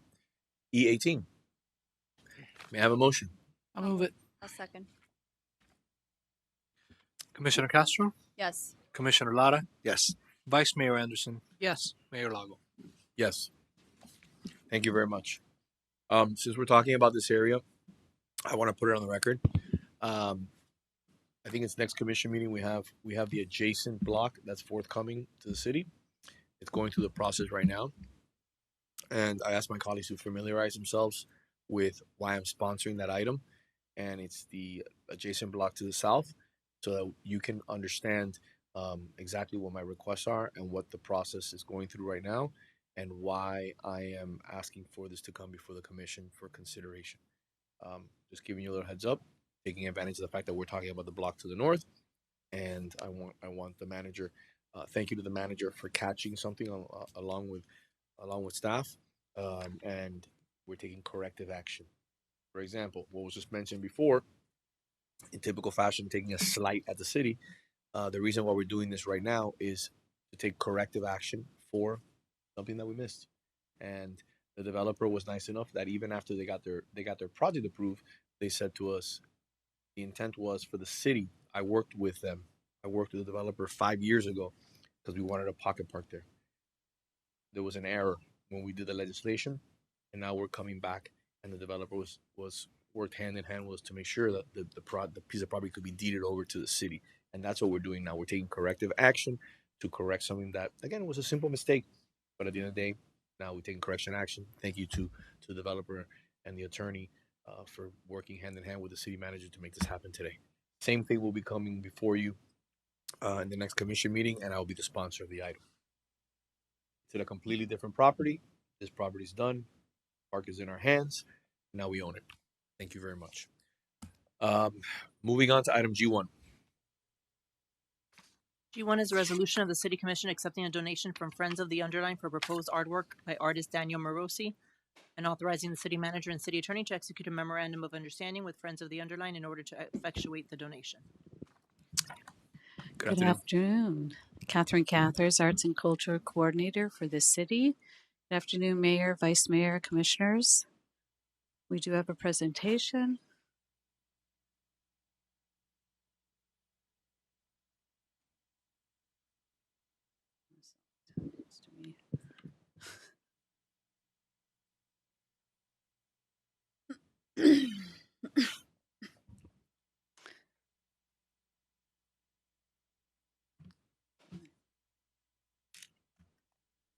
Apologies.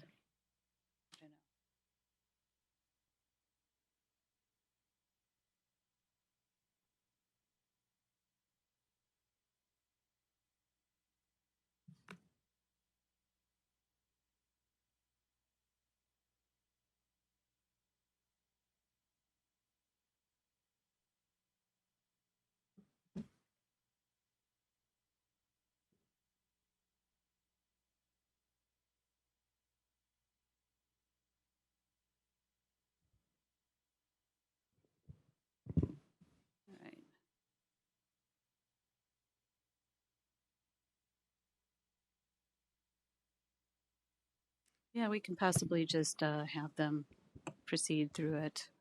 Okay, so just wanted to talk a little bit about the process of it. The commission does have a donation policy in place that establishes a procedure for review and recommendation by the Cultural Development Board of non-monetary art and cultural donations.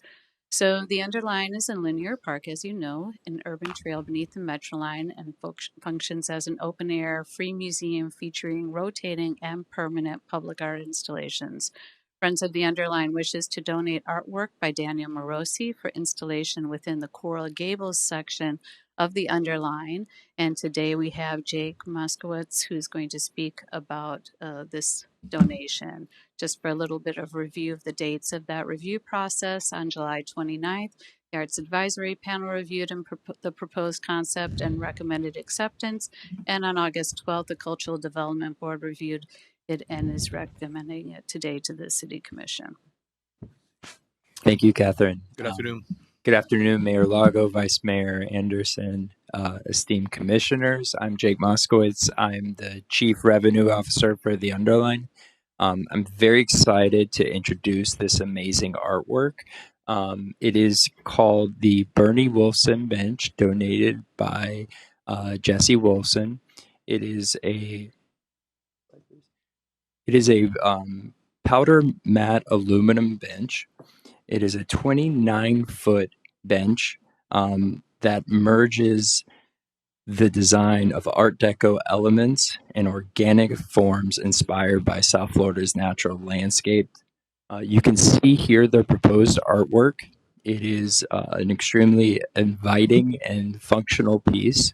It is around 18 feet. People can actually sit on this bench comfortably at the same time. It's 29 feet wide. It's 9 feet high. And it's flanked by these symmetrical wings. It's also inspired by oceanic elements, as well as the Art Deco architecture that we see throughout Miami-Dade. If you look at the next slide, please, you can see the proposed location. It is at the Underline Wilds destination, which is kind of like the Everglades in the middle of Coral Gables. So the fact that this is inspired by nature, it's the logical place to put it in between Sistina Avenue and Granada, in between Ponce and US 1. I love it. I drive by it every single day, 5-6 times. It's a beautiful area, and I love the design. I love the bench, and it's a beautiful piece of art. So again, I think it's gonna get a lot of attention. That area is getting better and better every day. So thank you for bringing that, and also the Wilson family. Again, we need to talk about the Wilson family. So it's a great addition just to have their name involved, and we love the fact that they're involved here in the city beautiful and not in the city of Miami. They've done a lot for this community, and they deserve this type of recognition. Thank you, and we're more than honored to expand and continue our partnership with the city. Thank you. Thank you, my friend. We need a motion. I'll move it. Spectacular piece, by the way. Yeah. It's cool, right? I like It's it. amazing. Yeah. We have a motion. I'll second. Mr. Clerk, any public comment? No, Mr. Mayor. Wow. Commissioner Lara, Yes. Vice Mayor Anderson, Yes. Commissioner Castro, Yes. Mayor Lago. Yes. Thank you very much. Thank you. I'm going to try to run through city manager items really quick because they seem pretty benign. Item H2, Mr. Manager. I'm on that page, so I might as well just continue going on that page. H2 is resolution of the City Commission authorizing the retroactive acceptance of grant agreement number HID 1226G0891-00 in the amount of $1,028,204 on behalf of the Coral Gables Police Department as part of the Office of National Drug Control Policy High Intensity Drug Trafficking Areas Program Initiative, and authorizing an amendment to the fiscal year 2025-26 annual budget to recognize the grant as revenue and to appropriate such funds toward the cost of the program. I'll entertain a motion. I'll move it. Have a second. Mr. Clerk. Commissioner Lara, Yes. Vice Mayor Anderson, Yes. Commissioner Castro, Yes. Mayor Lago. Yes. H3. H3 is a resolution of the City Commission authorizing an amendment to the fiscal year 2025-2026 annual budget to recognize a transfer of $6,853,370 from the parking fund reserves and appropriate the funds for costs for the Mobility Hub capital project. May I have a motion? I'll move it. I'll second. Mr. Clerk. Vice Mayor Anderson, Yes. Commissioner Castro, No. Commissioner Lara, Yes. Mayor Lago. Yes. So this is the final piece in regards to moving forward with obviously the mobility hub, correct?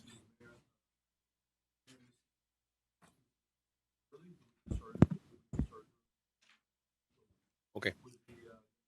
I think your mic is off. Excuse me, Mayor. Excuse me. This is in case we are able to start get all the contracts done by October.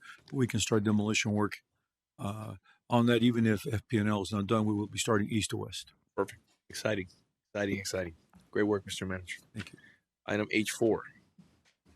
H4 is a resolution of the City Commission accepting the recommendation of the Chief Procurement Officer to award the Biltmore Way Streetscape Improvement Project to HG Construction Development and Investment, Inc., the lowest responsive and responsible bidder in the estimated amount of $1,119,214.41 and not to exceed budgeted funds pursuant to Section 2-763 of the Procurement Code entitled Contract Award and Invitation for Bids 2026-017.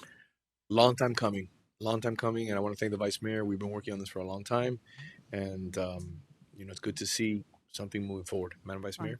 No, it's been years, and I know there was some question about whether or not staff had done adequate presentations. So I just want to, for the record, just show some of the boards that during the presentation. On to. It's been Quickly, because I maintained the boards because I was at the presentation where staff covered everything. Upside down doesn't help. The Commissioner, I know you questioned whether or not there had been a presentation. I was present. The room was full. And staff presented where trees could be planted, where trees couldn't be planted, the types of trees, and gave an opportunity for residents to make comment, and they did. Madam Vice Mayor, how many years have we been working on this? Probably close to 18 to 20, but this staff outlined where trees could go. It's upside down. I'm sorry. Staff provided tree options, and there's landscaping options behind us. These are in my office if you have any question about them. Ultimately, the residents chose to have our highly qualified landscape designer choose the trees and design it in a professional manner. We are finally at the point where this project can be done, and I'd like to move it forward. So on that, I'll move this item. Thank you for keeping that. Second. Mr. Clerk. Yes, Mr. Mayor. We have a motion and a second. I have public hearing on this item, Mr. Mayor. Oh, you have items. Okay, Yes. perfect. I love it. First speaker, Maria Cruz. Oh, she's talking to you through text. Interesting. She says she sent you a text, maybe. Don't see one, but okay. Oh well, let's go ahead. Just see that. Anybody else? Yes, Mr. Mayor. Ms. Cheryl Gold has sent an email to be read into the record. She was not going to be able to attend the meeting. It reads, "My name is Cheryl Gold. I reside at 721 Coral Way. I've advocated for the Biltmore Way streetscape for 10 years.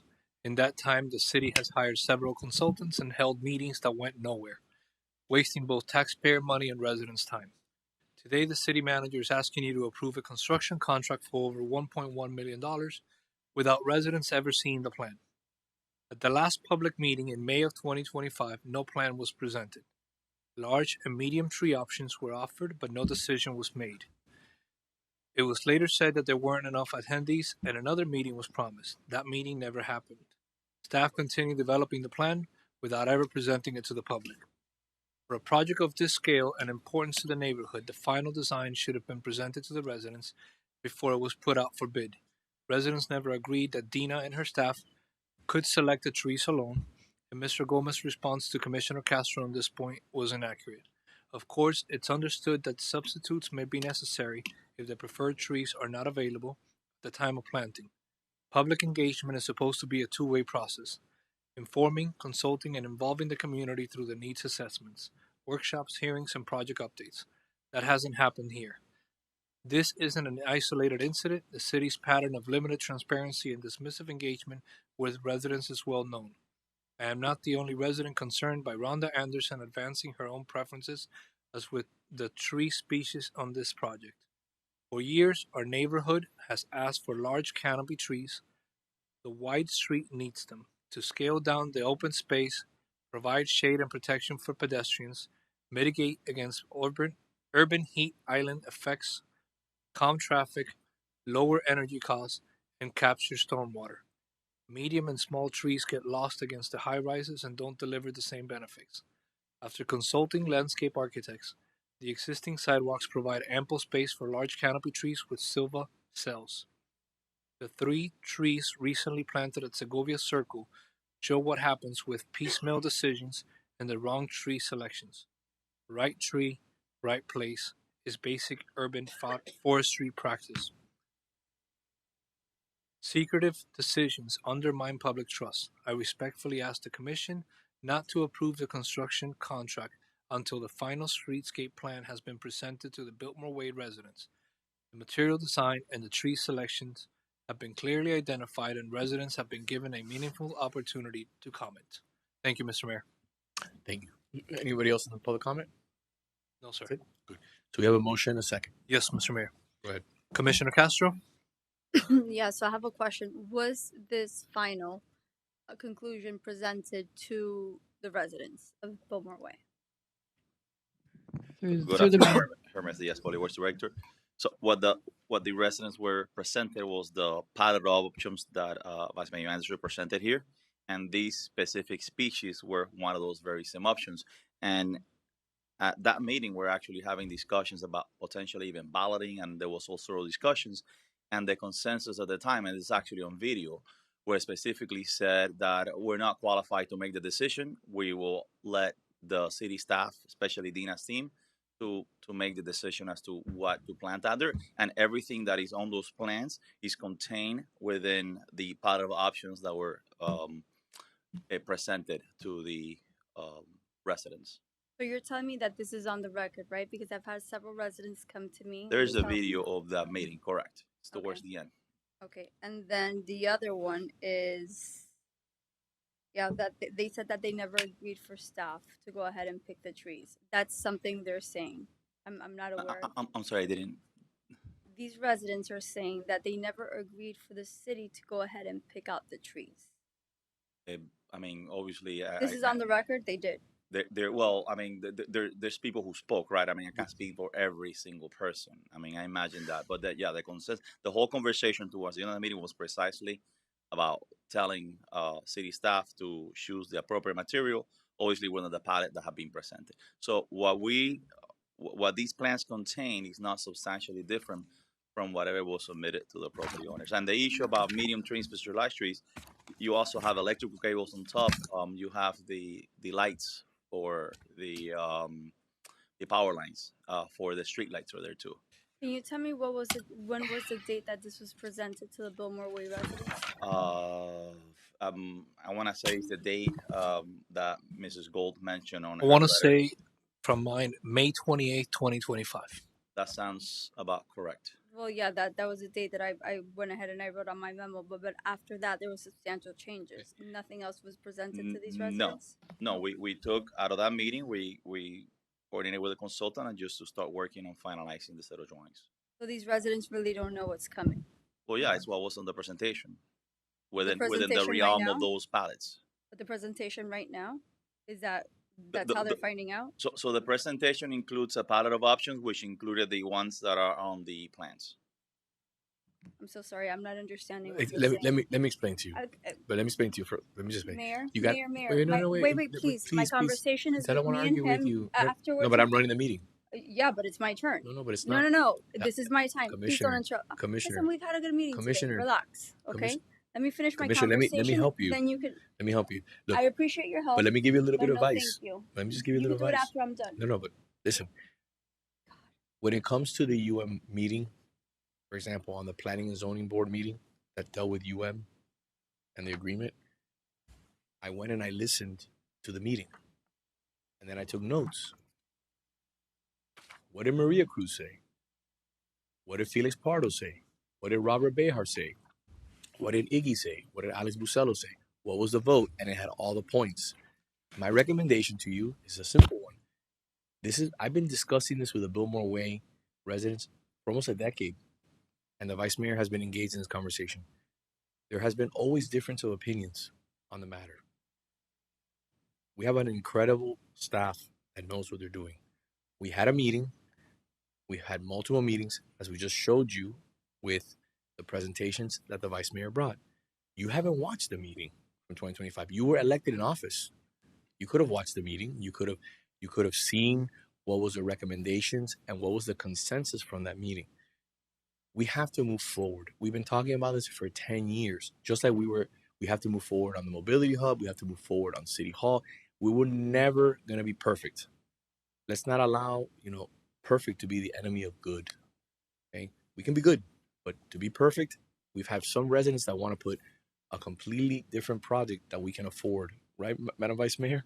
We looked at some projects every time. The budgets were tens of millions of dollars. We couldn't afford that. So we have had multiple meetings. Staff has done a good job. It's time to move forward. And at the end of the day, have faith in our staff that the recommendations they're making are going to be in the best interest of the city. So I also I'm not even done. But no, but I'm I not understand, even done. but I'm still being interrupted. Since you were provided some false information, I have to clarify it. I didn't choose the trees.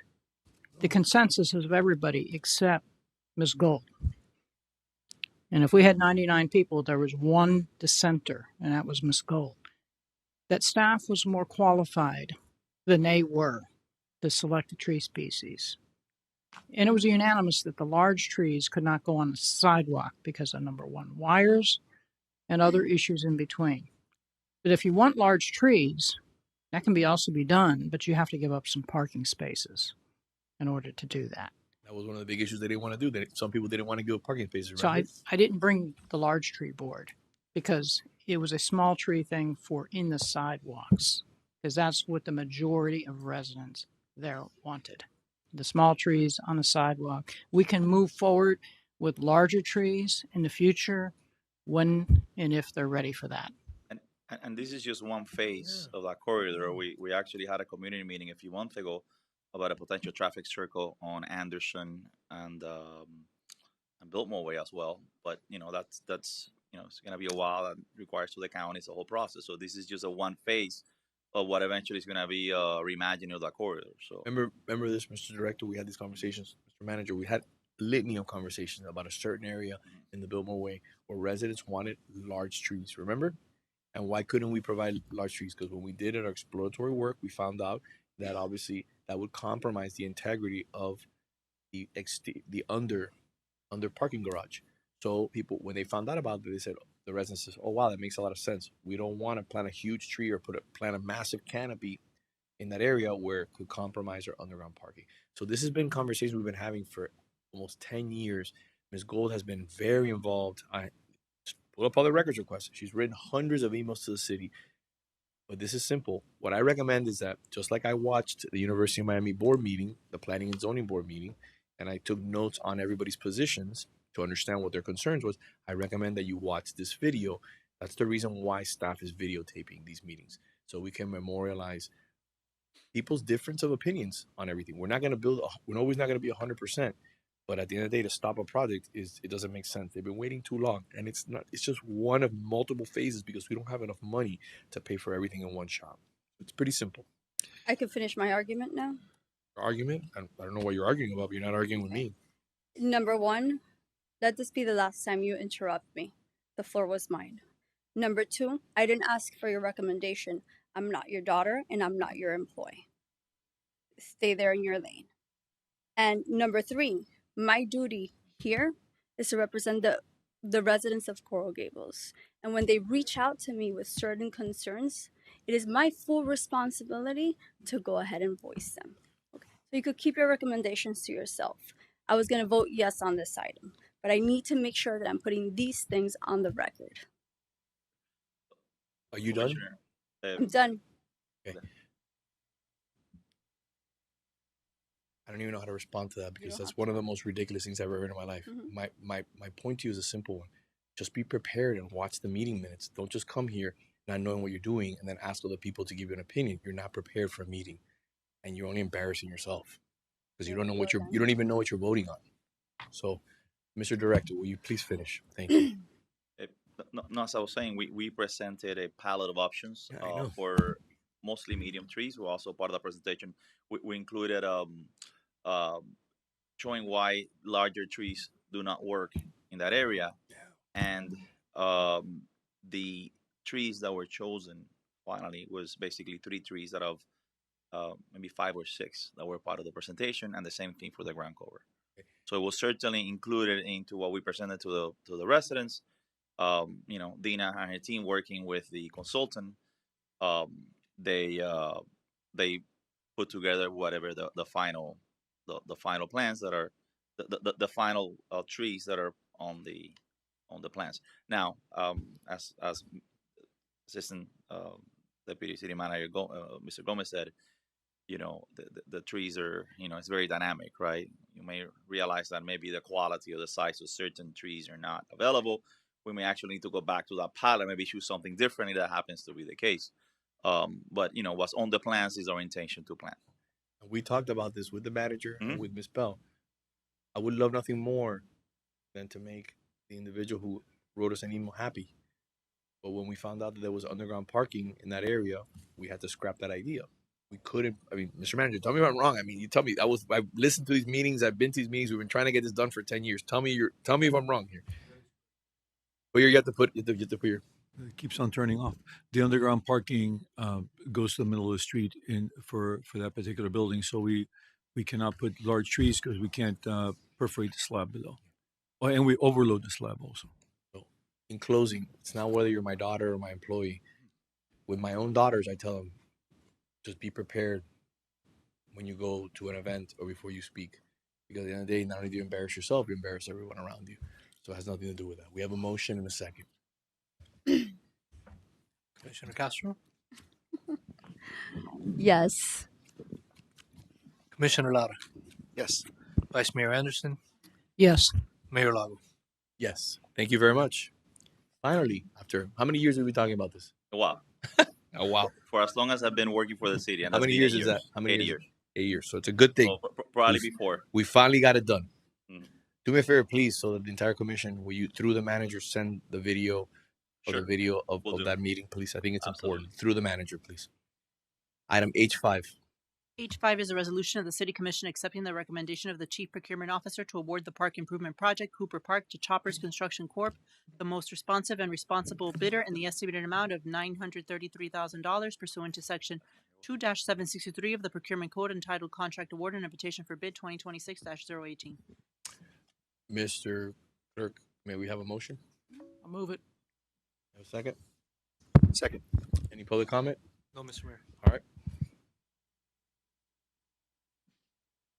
I think we're good. Commissioner Lara? Yes. Vice Mayor Anderson, Yes. Commissioner Castro, Yes. Mayor Lago. Yes. Moving on to H6. H6 is a resolution of the City Commission accepting the recommendation of the Chief Procurement Officer to award the Rotary Park renovation contract in the estimated amount of $786,985 to Choppers Construction Corp., the lowest responsive and responsible bidder pursuant to invitation for bids 2026-019 and Section 2-763 of the city's procurement code entitled Contract Award. May I have a motion? I'll move it. Second. Commissioner Lara, Yes. Vice Mayor Anderson, Yes. Commissioner Castro, Mayor Lago. Yes. Thank you to procurement. Thank you to Public Works, to the manager. This is something that we've been working for. It's got to be over 5 years now, especially Rotary Park and Cooper Park, well-deserved areas that have been dying for a renovation of these parks. So the residents are very, very happy. Thank you very much. Item 8.7. H7 is a resolution of the City Commission accepting the recommendation to waive the competitive bid process of the procurement code and contract with Structural Preservation Systems for parking garage for structural repairs located at 385 Andalusia Avenue in an estimated amount of $789,741 or not to exceed the available budget pursuant to Section 2-691 of the Procurement Code titled Special Procurements Bid Waiver. Mr. Clerk, Yes, Mr. Mayor. may I have a motion? Move it. May I have a second? Second. Do you have any public comment? No, Mr. Mayor. All right. Vice Mayor Anderson, Yes. Commissioner Castro, Yes. Commissioner Lara, Yes. Mayor Lago. Yes. Moving on to H8. H8 is a resolution of the City Commission authorizing a contract modification to GPE Engineering and General Contractor Corps' citywide right-of-way improvement projects contract number IFB 2021-004 pursuant to Section 2-764 of the Procurement Code entitled Approval of Change Orders and Contract Modifications to allow for a 6-month contract extension until March 15, 2027 for completion of ongoing right-of-way projects. May I have a motion? I'll move it. May I have a second? Second. Any public comment? No, Mr. Mayor. Commissioner Castro, Yes. Commissioner Lara, Yes. Vice Mayor Anderson, Yes. Mayor Lago. Yes. H9. H9 is a resolution of the City Commission amending fiscal year 2025-2026 annual budget to recognize impact fee receipts collected through July 31st, 2026, and to appropriate such funds toward the cost of capital infrastructure projects and to reallocate general capital funding from Firehouse 4 to the Parking Garage 4 and City Hall renovation projects. May I have a motion? I'll move it.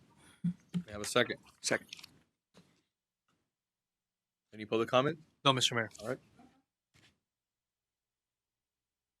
I have no public comment on this. Yes, Close sir. the public comment. Maria Cruz. Okay.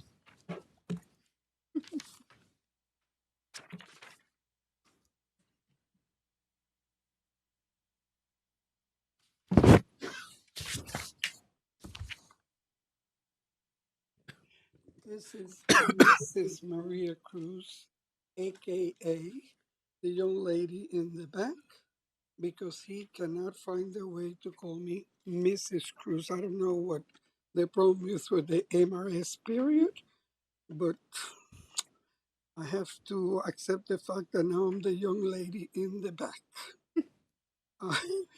It's funny. Reminds me of third graders playing. I had a question, and I guess because Paula and Dan are here, maybe they know the answer. This item talks about the impact fee receipts. Does that mean after we take out the impact from the impact fees, what we put for parks or open space or whatever? Isn't that where the open space money comes in?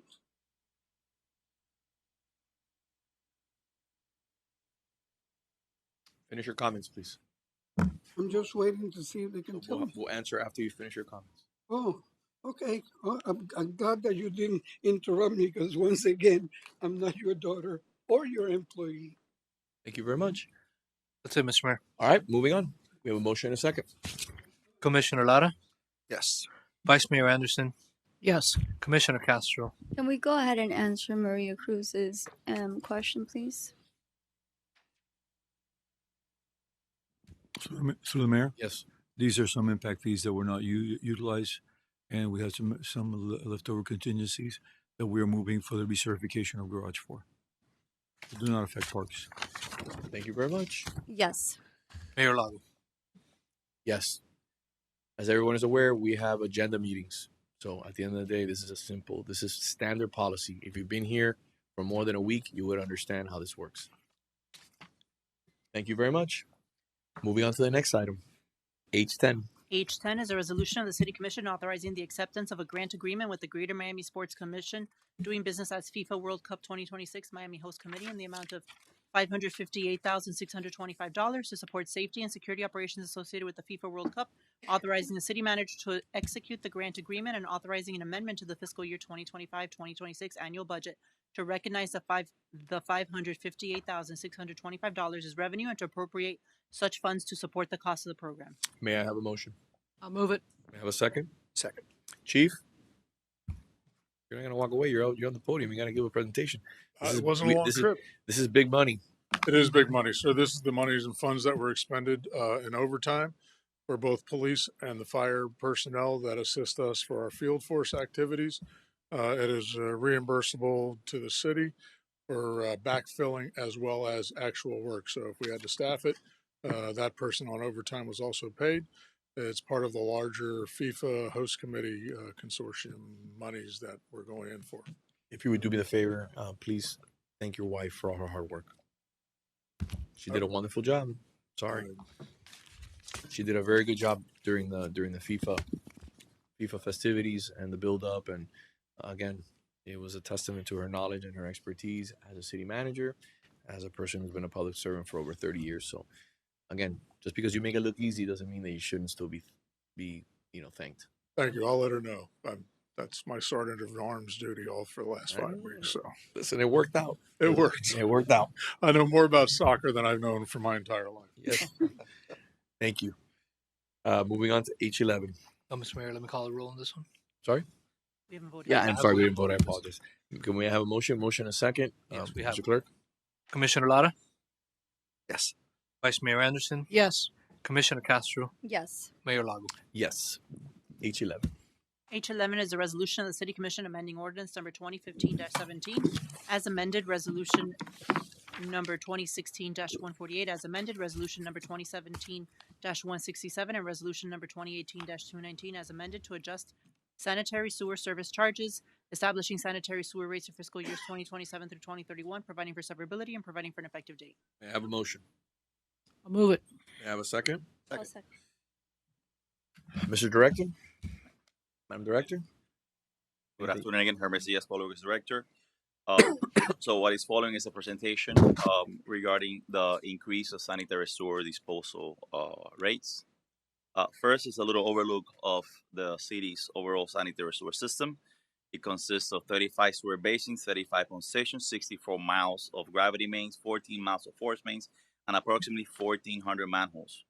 Our current estimated wastewater disposal for fiscal year 2026 is estimated to be approximately $7 million. That's what we pay the county to take our water, transmit it to the treatment plant, and treat and dispose.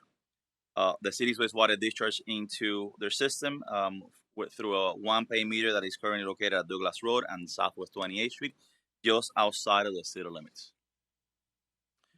On July of 2026, Miami-Dade County Sewer Department presented what is called the true-up results of the fiscal year 24-25, and their preliminary proposed wholesale customer rates for fiscal year 26 and 27. The annual true-up adjustment is a debit or credit imposed in the fiscal year following the completion of the department's audited fiscal report. The true-up is based on variances in the department's projected wholesale expenses and actual audited fiscal report, basically expenditures versus revenue. So between fiscal year 18 and 23, the true-up adjustment from the county actually resulted in approximately $685,000 credit towards our wastewater account. However, between 24 and 26, we ended up with an additional $682,000 and a little more additional charges towards the city account. The true-up adjustment for fiscal year 2027 from the county came up at $1,360,000. In addition to that, they forecasted a rate increase of 15% for fiscal year 2027. However, they decided to smooth the increase over a 2-year period so it doesn't come all at once. However, this is expected to result in higher than typical increases for fiscal year 20 and 29, We don't know where that's going to come into result of in the ways of a true up adjustment or a larger amount. More specifically, uh, the actual increase for fiscal year 2027 for WASI is 6.24%. The remaining 8.76% for fiscal year 27 will likely be recovered between 20 and 29. That's in addition to any potential increase for those fiscal years. The City of Coral Gables Sewer Utility is an enterprise fund. It does not receive funding from the general fund. A multi-year sanitary rate structure has been developed, including proposed rates for fiscal year 27 for also through 28 through 31. These increases will cover the additional cost of wastewater disposal imposed by the county. It allows the utility division to maintain the city sewer system in compliance with all applicable codes and regulation, continue ongoing and program sanitary sewer improvements, and also cover the cost of future emergencies. The bill for a moderate user with a typically monthly consumption of 6,732 gallons, which is 9 CCF. That's the way that the bill actually reads. The current bill is approximately $77.88. That's monthly. In fiscal year 27, which is the one that we're setting today, if this gets approved, is $94.65. And then what follows is a projection based on estimates. $101 in fiscal year 28, $105 in fiscal year 29, $107.4 in 2030, and $110.06 in 2031. However, the only thing that we're trying to set to you is a fiscal year 2027, and for us to be allowed to charge whatever the county passes on to us for the following years, whether it's up or down. And that is the end of the presentation. Thank you. If I may, just very quickly, Sure. It's very disappointing to see the massive increases that are forthcoming. Again, that's goes to show you the difference between the city of Coral Gables and Miami-Dade County. We're planning and budgeting for the future. We're working incredibly hard to make sure that the impacts, case in point, like we've done with the pensions over the last 10 years. That's just one example. How we've replaced our fleet, how we're working on always ensuring that our buildings are maintained, that our infrastructure is maintained. Now you're going to see this is going to become commonplace. As people are hitting hard times, you're going to see an increase, a significant increase in regards to all these fees. Issues with Covanta and the waste disposal, issues with water disposal, waste disposal, as a litany of consent decrees have already come down on Miami-Dade County and have not been resolved. This is just, transportation issues, traffic issues. Again, we can do much better in this community. We just have to be smart in regards to how we spend our money. We can't live for the moment. We have to live for the next decade or multiple decades. So to me, we have to be very prudent, and we are showing that, our fiscal stewardship and belt tightening is the only way to continue to make our way of life viable here. If not, quality is going to suffer, and the county's not going to absorb that like we absorb the garbage fees. They're not going to absorb it. They're going to continue to pass it on to cities and pass it on to residents. So it's very disappointing to see that. Very disappointing, because look at the jump from this year's, I think it was $77. My eyesight's not that good. And we're talking about in fiscal year 31, the numbers are 100, I think it was $110, right? What was the number there? $110, Mayor. $110. That's a massive jump in percentages.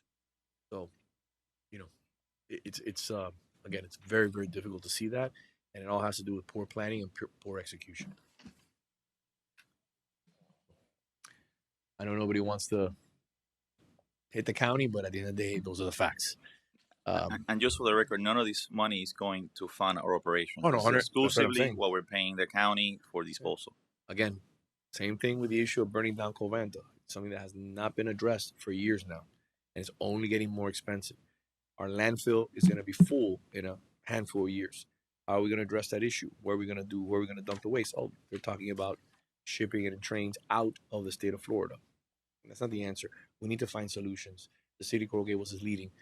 we started talking about, remember this, Mr. Director and Mr. Manager, since 2017, we talked about disposing of our own green matter using the system that is approved by the EPA that we're going to start using now. Finally, that's coming to fruition. Again, that sets our city apart from other cities. We're going to have to start handling our own issues because if not, it's just going to become unaffordable if we depend on the county. So may I have a motion? I'll move it. May I have a second? Second.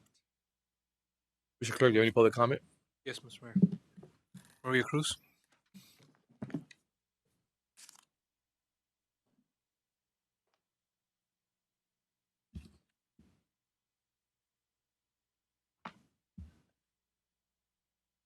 Mrs. Maria Cruz, aka the young lady in the back. I did some research because when I got my water bill, I finally looked at it because I never look at it because it comes out of the account. But this time I looked at it and I saw that I had spent actually $15 in water, but my bill was for $92.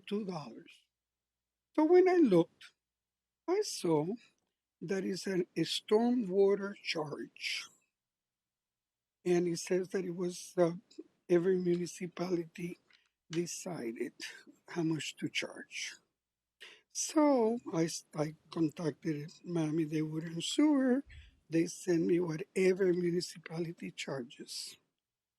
And I contacted Diana and she sent me some information. And then Matt sent me some information. Actually, Diana sent me the link, I think. And I read all that. And I found that the stormwater, it also included some sewer part. But then I started, my brain still works even though I'm old. And I looked at the list that I got from Miami-Dade Water and Sewer. And Coral Gables charges $75 every 3 months, which amounts to $300 a year. Miami-Dade County charges $22 for the whole year. Bottom line, I was trying to figure out, no, not for the whole year, every 3 months. So Miami-Dade 22, there's one municipality that charges 34, but we charge 75. So I thought, maybe this is a creative thought, that perhaps we don't have to charge people so much for the sewer because we're already charging them $300 a year for stormwater and sewer. And I was wondering what that money, I read very carefully, it says when we reach 100 million, then something else is going to happen. At this point, I think it says that we have 30 million already in the account. So I know that we love to save money. I know that we're into the future. But you know what? $300 a year is a lot of money. And it's not just me. I can pay the $300 a year. But I bet you that if everybody, all the people limited income, looked at that water bill, they would wonder where their money is going. Mr. Clerk, we have a motion? Yes, sir, we do. A second? Yes, sir. Vice Mayor Anderson, Yes. Commissioner Castro, Yes. Commissioner Lara, Yes. Mayor Lago. Yes. Thank you very much. Thank you. E1? E1 is an ordinance of the City Commission approving a purchase and sale agreement to include certain key terms with 475 Biltmore MOB LLC for the purchase of an office building located at 495 Biltmore Way, waiving certain requirements pursuant to Section 2-1089 of Division 12 of the Procurement Code, authorizing an amendment to the fiscal year 2025-26 budget to appropriate funds from the building reserve, providing for severability clause, repeated provision, and providing for an effective date. May I have a motion? I'll move it. May I have a second? Second. Mr. Clerk, do you have any public comment? Yes, Mr. Mayor. Okay. Maria Cruz. Mayor, there are also a few minor changes that we would like to, I think, summarize. Okay, go ahead. So I know that the asset manager, I think, was going to go through those. Okay, go ahead. But I would ask that today's approval also include authorization for the city manager and the city attorney to be able to negotiate an appropriate amendment to the PSA to incorporate those minor changes and anything else that is consistent with the commission's intention as we finalize the due diligence. Madam Director, City Attorney would like to hear from you first. Thank you. Thank you, Mayor. Good afternoon. Vice Mayor, Commissioners, Paige Perez, Asset Manager. Changes since first reading include the seller providing the city with a $20,000 credit at closing to offset the cost of repairs identified during the inspections. In addition, the seller has agreed to complete certain repairs totaling $6,180. Okay. Any public comment? Maria Cruz.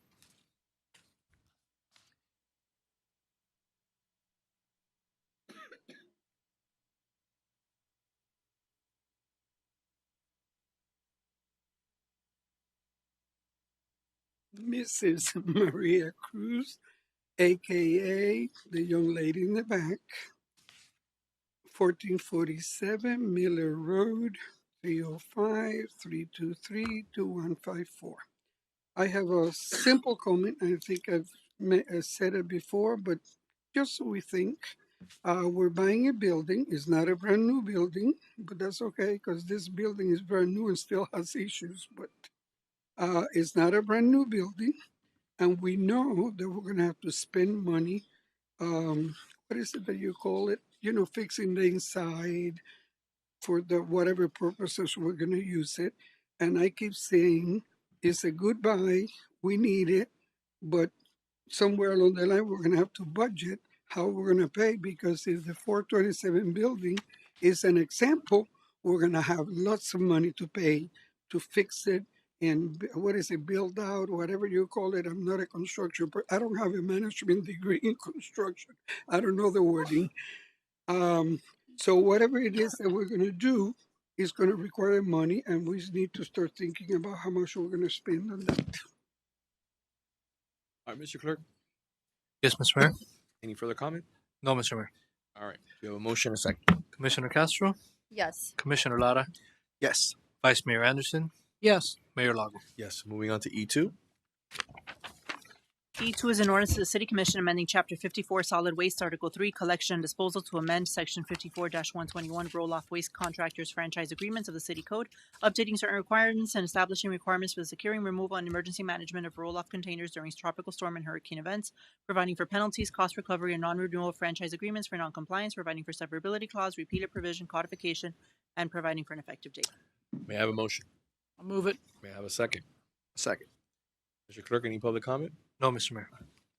Madam Director, Thank you. anything else for the good of the No, order? on second reading, no changes. Okay. Thank you. Mr. Clerk? Commissioner Lara. Yes. Vice Mayor Anderson. Yes. Commissioner Castro. Yes. Mayor Lago. Yes. Did we do E13? We have, I don't think Did I so. miss it? E13, we have not done E13. Okay, E13. E13 is an ordinance of the City Commission providing for text amendments to the City of Coral Gables official zoning code by amending Article 14 process, Section 14-217, development agreements to amend the maximum duration of development agreements and certain requirements to ensure consistency with state statutes, and providing for repealer provisions, severability clause, codification, and providing for an effective date. May I have a motion? I'll move it. May I have a second? Second. Mr. Clerk, do you have any public comment? No, Mr. Mayor. Commissioner Lara. Yes. Vice Mayor Anderson. Yes. Commissioner Castro. Yes. Mayor Lago. Yes. Thank you, Madam Director. E15. E15 is a resolution of the City Commission accepting the recommendation to waive the competitive process of the procurement code, authorizing city manager to enter into a contract with Medicus Asset Management LLC, a Delaware limited liability company, for the continued management and seamless operation of the property located at 475 to 495 Biltmore Way, effective upon the city's acquisition for initial 1-year term. May I have a motion? I'll move it. May I have a second? Second. Mr. Clerk, do you have any public comment? Yes, Mr. Mayor. Maria Cruz.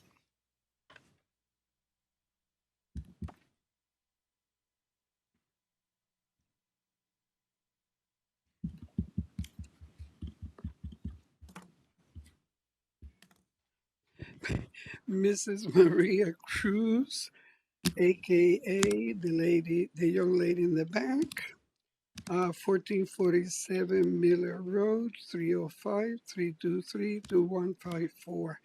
I have a simple comment. We know winter is coming. We know we're going to have issues with finances if the amendment passes. And we have an asset manager. It takes 1 year to handle this. I think it should be as short as possible because we already have somebody who can manage because that's what we do. We have an asset manager. Mr. Clerk, any further comment? No, Mr. Mayor. All right. We have a motion and a second. Vice Mayor Anderson, Yes. Commissioner Castro, Yes. Commissioner Lara, Yes. Mayor Lago. Okay, thank you. Yes. A19 is done. All right, moving on to item F2. F2 is a resolution of the City Commission amending resolution number 27825 to add 2 additional members to the Budget Advisory Board and amending the resolution to reflect the current term start and end dates. Good afternoon, Mayor, Vice Mayor, Commissioners. Stephanie Throckmorton, Deputy City Attorney. At the request of the Mayor, this adds 2 new appointees to the Budget Advisory Board, 1 from the City Manager's appointee and 1 City Attorney appointee. And it also amends the resolution to conform the terms to our current start and end dates of board terms. May I have a motion? I'll move it. May I have a second? Second. Any public comment? No, Mr. Mayor. All right. Commissioner Castro, Yes. Commissioner Lara, Yes. Vice Mayor Anderson, Yes. Mayor Lago. Yes. F3. Thank you. Thank you. F3 is a resolution of the City Commission directing city staff to establish a permit expediting incentive program to encourage the installation of living seawalls for qualifying projects. Mayor, Yes. if I may, this is paired together with the fee reduction for living seawells. Okay. Staff has studied and presented a expediting process for the living seawells to encourage people to do those. So I bring this to the commission for that, and I'm going to add one more thing. There is a tour of the facility where people can observe the facility itself where these are made. This is a UM graduate who studied law, by the way, and went into 3D printed walls, seawalls. I'm a little jealous. It's on Friday, September 25th, 2026, from noon to 2 p.m. And the address is 3007 Northwest South River Drive. I will share this with communications department so that they can reshare it out to the public. So if people want to come and see the miraculous way that they do this, and the fact that you'll learn a little bit more if you look at the Channel 10 presentation about how this will help improve our water quality along the waterway. So I'll move it. Perfect. I'll second. Mr. Clerk, do you have any public comment? No, Mr. Mayor. All right, we have a motion and a second. Commissioner Lara, Yes. Vice Mayor Anderson, Yes. Commissioner Castro, Yes. Mayor Lago. Yes. Moving on to item F5.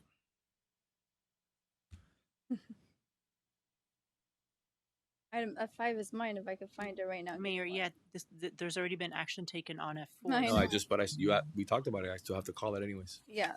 So I mean, one quick question here. How come you wouldn't call this item before you called the other one?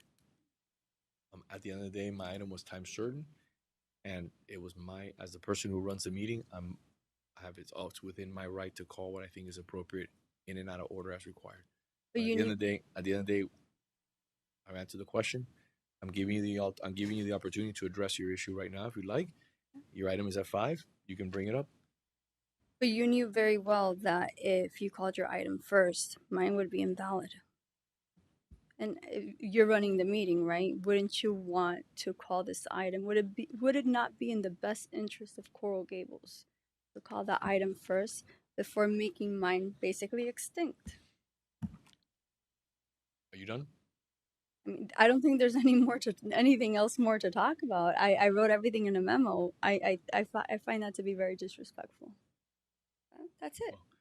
I find it, as you saw in the video that I posted before, to hire somebody without even knowing who they are to run the most important city in Miami-Dade County, not only disrespectful, but I find it absolutely insane that for 1 year we had an individual that you hired basically based out of LinkedIn.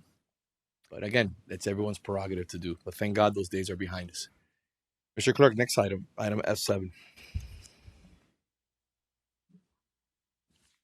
This is yours, sir. Yeah, I know. It's a discussion. I have a memo that I want to put up on the board, if possible. So I want to first and foremost thank staff. This is something that we've been working on, and I want to thank Laura from my office, thank the Public Works team, ACM, DCM, Mr. Manager. I want to thank Commissioner of District 6, Natalie Orbis, for coming to a meeting, for engaging. I think, am I missing FDOT? FDOT was here also. FDOT wasn't present at the moment. Oh yeah, and the county. Yes, thank you. This is important. This is, I've been doing some research and monitoring the streetlights throughout our city, and the ones that are outside of our control. I've been working to make sure that we get those streetlights replaced. And here's, 2 pages. We can go to the next one where you can see the streetlights that are outside of our control, and the fact that they require significant maintenance and overhauling. This is something we're working on. I would love to have my colleagues engaged in this. We have the executive team working on this along with the public works team. This is what I think one of the many things that we should be focusing on. I think that this, again, is a public safety issue. This is a quality of life issue. And I think with the amount of money that we pay in Miami-Dade County, and I was very clear, as the DCM and the ACM will tell you, and the manager, I was explicitly clear. I said, hey, this is disrespectful. We spend a lot of money, we give a lot of money to the county, and we deserve better treatment. So I wanted to make you aware, just in case you ran into our county commissioner who was in complete agreement. We need to, Stacy Miller, the director of transportation, was there. We need to step up. We need to have our community call these issues in and make sure that we can get this on the radar of the county, so that when, for example, the police are working at night and they're in a neighborhood, we need to make their job easier and safer. Why? Because they'll have light in that neighborhood. If someone's walking their dog, and there's no light in that neighborhood, or walking their child, you could have a catastrophic accident as a result of a dimly lit street. These are things that, again, that we may take for granted, but I think that this is incredibly important to quality of life. We also had the opportunity at the same meeting to talk about replacing large-scale traffic cabinets with smaller, less intrusive cabinets on Miracle Mile. It's something we're working on right now. Staff's going to be coming back with more information. This could be possibly very expensive. We're trying to see if it's even worth it.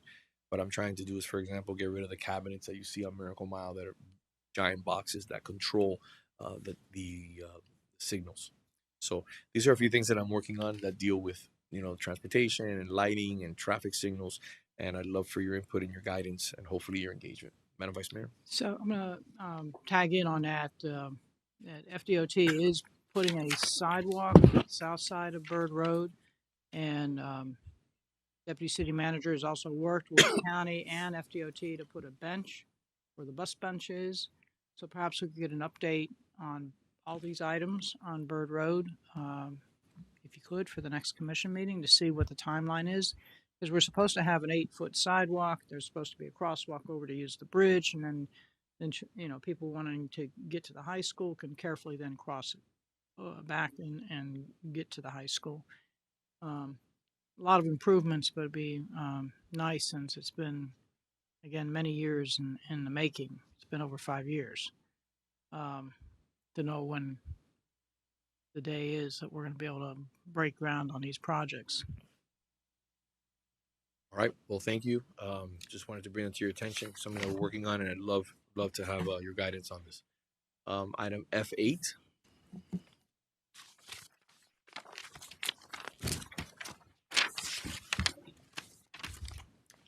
That's a quick presentation.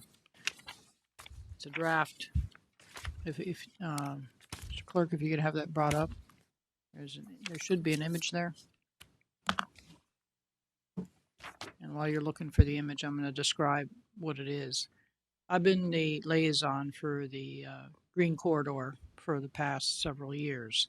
And one of my asks for the board was to establish a septic to sewer co-op, just like we had a solar co-op, because it saves tremendous amount of money when you don't have to pay staging costs, plus you get a competitive rate. And I did this for solar, and I did get an extremely competitive rate that was, comparatively much better than what people were getting when they went out one at a time.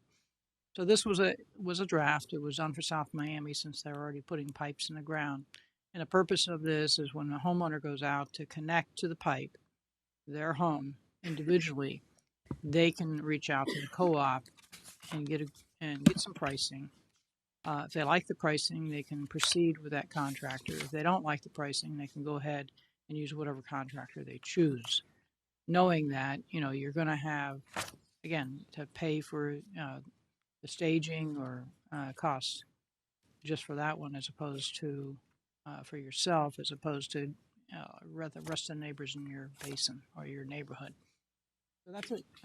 Just want to give you that update. I'm working with Martha Pantine to go through this presentation and improve it.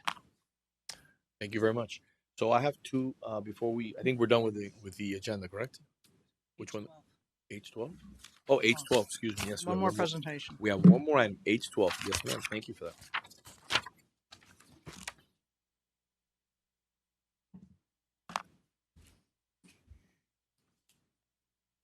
Mr. Director, welcome back. Good afternoon. Thank you. We're here to, at the commission direction, kind of recap where we stand in this process and look at the community input results that we got as we went through this process. So we have a presentation, if we can bring it up. Okay. So quickly, as we look at where we are in the process, a lot has changed since we started. We did open up a new dog park at the Underline. We currently also have our Salvador Dog Run, and we have the temporary dog park on 113 Mendoza. And we also have a county-owned dog park that's all the way on the south end, Chapman Trail. This proposed dog park would fall within that inventory and would be the 5th one in the city. Quickly, when you look at how we set up the service areas, and we'll go into that in a second, it lines up the top half of the city with this new park would kind of cover a lot of it. Still need one a little bit further to the west. And then we do have Chapman all the way in the south. So that's where we are with our inventory at this moment. And the dotted line, that would be a proposed in terms of the inventory. So when we're looking at what we want to do with a dog park, it's a little different than a regular neighborhood park. It's a feature. And when we would look at that, we'd look at what kind of accessibility, what the facility size is, amenities. This proposed park would not be a 5-acre type dog park that would bring people from 5, 10, 15 miles away. But it would be something where we're looking at a walkable service area that would give you, a 15-minute walk. You're looking at 0.75 to a mile, which we've seen other parks use when they've looked at dog parks that are not, 5,000 square foot dog parks, like you have in condominiums or something, where there are community dog parks. So that's something that we've looked at. We think that if you look at the space, this is kind of what we showed to the community when we did our community input. It's a 39,000 plus square foot space. Those are the views from the different areas. And this was a design that was done through the city through Dina Bell, and it kind of shows the large dog area would be more to the east, the small dog area, which would be artificial turf, over to the western side, and it kind of shows. And then it shows the buffers that we would have to make sure that we had all the trees. And this is kind of what we showed the community in a snapshot. This was a rendering, an illustration of what you would see from the ground level. So how we got here. We started with community members initiating a desire for a dog park project, and it was brought in the form of a petition, and it was presented at the city commission. There was a resolution passed to look at the process for this concept, and then there was discussions that started to be had. The discussions were brought back to the city commission regarding the proposed park on a couple of different meetings. In January, the commission passed a resolution directing the city staff to conduct a public meeting for the purpose of gathering public input. We held the meeting in February. Attendees were able to speak at the meeting and provide input and signed in to confirm their attendance. The community was also given an opportunity to provide written input through city email for a span of 30 days. The way we collected our input and we looked at the information in the public comments, it was through the community input meeting, emails, and we did have 2 petitions, one in favor and one in opposition of the dog park, which we received those records from the city clerk. And that's how we looked at the input. And it was either in support of the park, in opposition to the park, or neutral. We had 355 citizen responses that were collected. Some citizens had representation in multiple formats, email, petition, speaking at the meeting. Everyone was counted only once, regardless of how many different formats they responded in. 37 emails were collected, 317 citizens were counted in those petitions. 17 citizens provided comments at the meeting, and 20 citizens attended the community meeting without comment. What we found, 249 expressed support of the park, 101 expressed opposition to the park, 5 preferred to remain neutral. 17 of the meeting attendees did not respond to inquiries on their position. We tabulated all the responses, and we did find within the whole record that 11 of the ones expressing their opinions were non-residents. Here's an illustration of the mapping, where you can see the green is in favor, red is in opposition, and how it fell within the city map.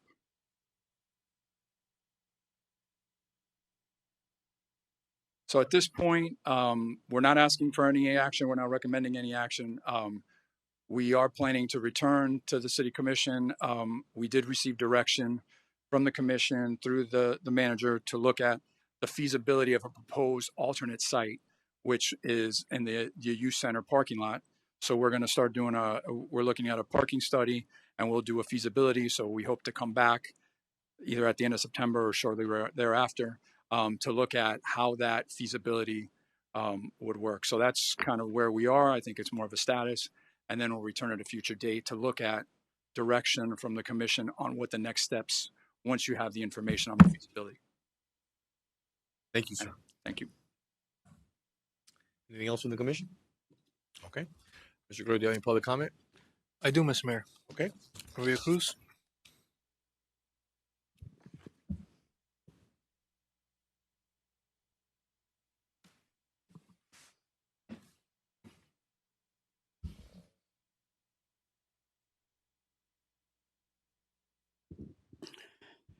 Mrs. Maria Cruz, aka the young lady in the back, 1447 Miller Road, 305-323-2154.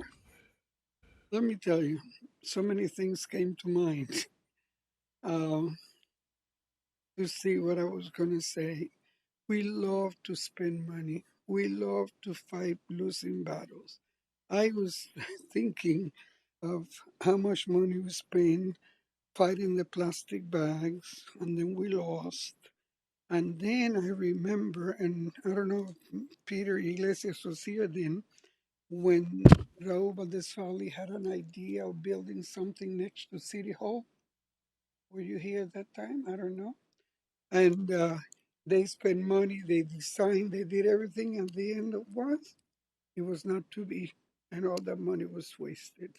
And I think I know in everything we've heard so far about the dog park, I guess we forgot that there's some legal maneuvers going on, and that we're paying outside counsel, and that we're wasting money, and we continue. We cannot wait to see what happens. We have to keep spending money in case. What a waste. Winter is coming, as you all know. Okay. Thank you. Anything else? Yes, William Rivenbark. Jose Antonio Valcon. Anyone else? Yes. Lynn Walsh Pardo.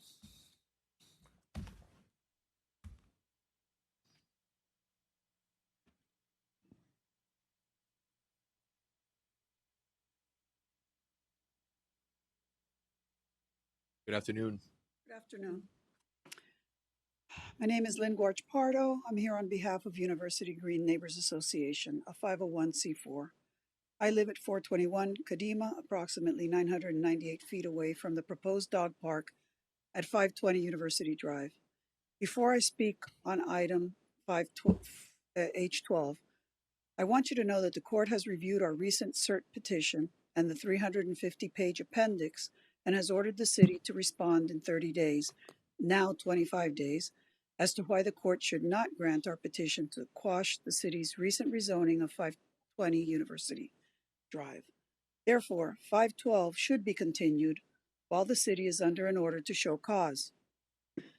In November 2025, the Commission passed a resolution authorizing staff to move forward with the development of a dog park at 520 University Drive, with no notice to adjacent property owners nor the surrounding neighborhood. The resolution stipulated a 30 to 50-foot landscape buffer from the abutting single-family homes, although the city plans only show a 25-foot buffer. The resolution also noted the dog park would be funded entirely through private donations. During the July 6th court proceedings, city staff testifying under oath disclosed no donations had been received, no monies had been budgeted, and the project was at least 3 years away. Yet, the city pushed forward with zoning changes to allow the dog park. Given the time delays, funding uncertainty, and the neighborhood lawsuits, support for the proposed dog park should be reassessed. People relied on the city's representations, and those representations have changed. In late January, the Commission passed a resolution directing staff to conduct a community meeting to obtain public input regarding the proposed dog park and prepare a written summary for presentation to the City Commission. The purpose of H12 is to present that summary. 17 people spoke at the meeting, either in person or via Zoom. The first speaker said Coral Gables currently has 4 or 5 dog parks, which exceeds the city's per capita goal, despite low utilization and high operational costs. 10 speakers were from the University Green Neighbors Association, who expressed concerns regarding the absence of a citywide master plan for dog parks and the failure to consider established best practices for siting dog parks, including not locating dog parks adjacent to single-family homes, not situating dog parks along high-traffic corridors, not placing dog parks in environmentally sensitive areas, not putting dog parks in neighborhoods that don't want them, and ensuring that any dog park comply with city and county codes and ADA regulations. The UGNA members also feared the flexible library overflow parking would be eliminated. A library with the second or third highest attendance of all 50 county branches, 15,000 special event attendees, and one of the top 5 locations for countywide early voting. 2 speakers said they were neither for nor against this specific location, but they were generally in favor of dog parks as good civic community amenities, although one did not have a park and doubted they ever would have one. 2 others spoke in favor of the 520 University Drive location because of their dissatisfaction with the use of sand and other operational issues at the Salvador Park Dog Run, even though one lived closer to Salvador. Another speaker asked for a drinking fountain that could serve dogs at ground level and humans at waist level, but noted they don't generally take their dogs to dog parks. But in quotes, that is just a personal thing. And the last speaker asked if a dog park at 520 University would reduce the number of dogs running off leash on the youth center fields. Ms. Pardo, if you would do me a favor. And I am the only speaker for our group. I understand, but you're still over 1 minute. Thank you very much. Last Wednesday, we learned this item was going to be on today's agenda. We filed a public records request to review the report, and we look forward to providing additional comments. We also look forward to working with the city on an alternate site, whether at the University Center, at the Youth Center's West Lot by Segovia, or elsewhere. On behalf of the University Green Neighbor Association, I thank you for your time. And I personally have a comment which I would like to be able to give.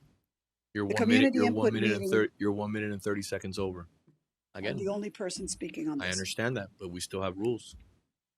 At the end of the day, that's the way it works. That is funny, considering what I watched earlier today with the rules that were not followed. I will keep my comments to myself. Thank you for Thank you, Ms. Pardo. Send my best to your husband. Thank you. All right, moving on. Madam ACM, can we discuss a pocket item that I have today? And I apologize. We were waiting for a final approval negotiations. Through the mayor, still on the prior item. Again, We're not voting on that item. I have a comment. Okay. You have items. Go ahead. Thank you. I want some transparency on this last item of the presentation. There's a reverter clause on the youth center. And have we looked into the actual legality of actually having them think that they have an opportunity to do a dog park there? Do you understand her question, Madam City Attorney? She's So, talking about whether on that property there's a reverter clause. And she's talking about the youth center. so I think staff's presentation said that they're going to bring their study on the feasibility of that proposal at a future meeting. But generally, the reverter clause does not apply to all of the deeds for the entire youth center property. I don't know exactly the location of these, but I don't think it applies. It doesn't apply. Okay. So it doesn't apply. And by the way, that's something that's been talked about multiple times. It's nothing new here, just so we're aware. The commission has been briefed on that, and we've had this conversation multiple times over the last year and a half. That's what I'm telling you. We got to come prepared to these meetings. All right. By the way, and I was interrupted because I knew that we're moving forward. And again, you wanted to speak? Go ahead. You interrupted me. But now, so moving on, what I was saying. I have a pocket item, and I apologize for not getting it on the agenda on time. We're waiting for the presenter to come to an agreement in regards to paying for the entire event. They had requested that we come out of pocket as a city, but the manager and I, along with the DCM and the ACM, negotiated over the last month to make sure that they pay for the entire event. Madam ACM, please, and I apologize for they want to get this going, so I'd like for my colleagues to support this or make a decision. Absolutely, sir. Carolina Vester, Assistant City Manager. If I could have CGTV pull up the slideshow on the Miracle Mile event. So like the mayor mentioned, we were negotiating with the applicant for this event. Initially, they wanted to have a subsidy from the city for in-kind services, specifically for those services that the city provides during special event process. And we did negotiate, and we have some good news, and that's why we didn't quite make the deadline, but we do have a presentation ready to share. So the following presentation is a preliminary concept for Elver Sport at Miracle Mile. It's a Porsche-focused luxury automotive event proposed for January in 2027 of next year. This presentation is intended to introduce the concept before the applicant proceeds through the city's full special event review process. Like I mentioned, the event will take place Sunday, January 17th of next year. It'll be from 10 a.m. to 4 p.m. along Miracle Mile between Lejeune Road and Douglas Road. Attendance is projected up to 7,500 people. Load-in would commence at midnight the night before, and load-out would happen as soon as the event completes on Sunday night and Monday back to normal. That Monday is a holiday. It's Martin Luther King Jr. Day, so it is a long weekend. Sidewalks would remain accessible for attendees so that they can continue to visit the Miracle Mile businesses, and we would have a limited impact to the business corridor. And then the applicant has committed $70,000 to cover the city-associated event costs that we've looked at. That's what when I brought it to the manager, that's what they wanted, a city subsidy, and I said that under no circumstances can we as a city afford to do that, because again it would be a precedent. They, after multiple negotiations, we were able to come to an agreement that they would pay the bill. And initially they came as a 3-day event. We've whittled that down to make the budget. They are still going to do 3 days worth of activations, looking at a VIP event where they would do that at a restaurant on the mile to give back to one of the businesses and restaurants there. And they're looking at a gala event potentially at the Lowe's or another entity here in Coral Gables. So everything would be focused on Coral Gables. And there's economic benefit back to businesses, hotels, restaurants, etc. for this event.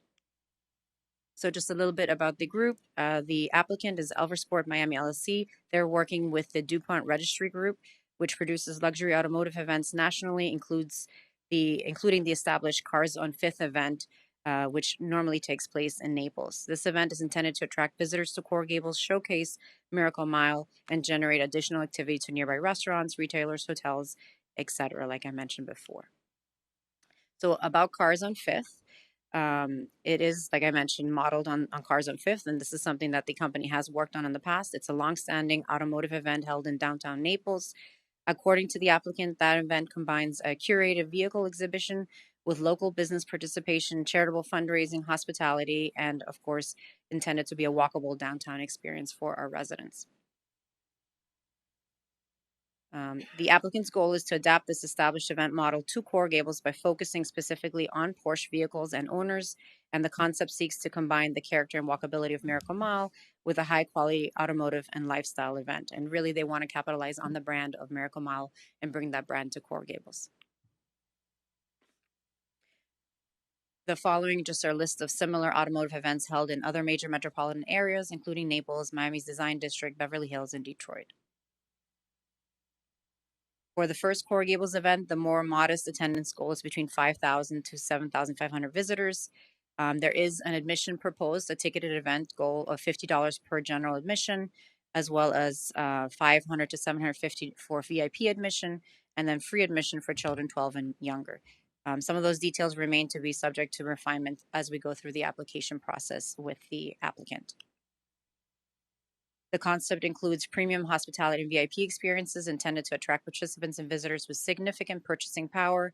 The applicant also proposes partnership with local restaurants and retailers to encourage attendees to patronize Miracle Mile businesses before, during, and of course after the event. Here's a snapshot of that preliminary site plan. Again, it would be from Lejeune Road to Douglas, all along Miracle Mile.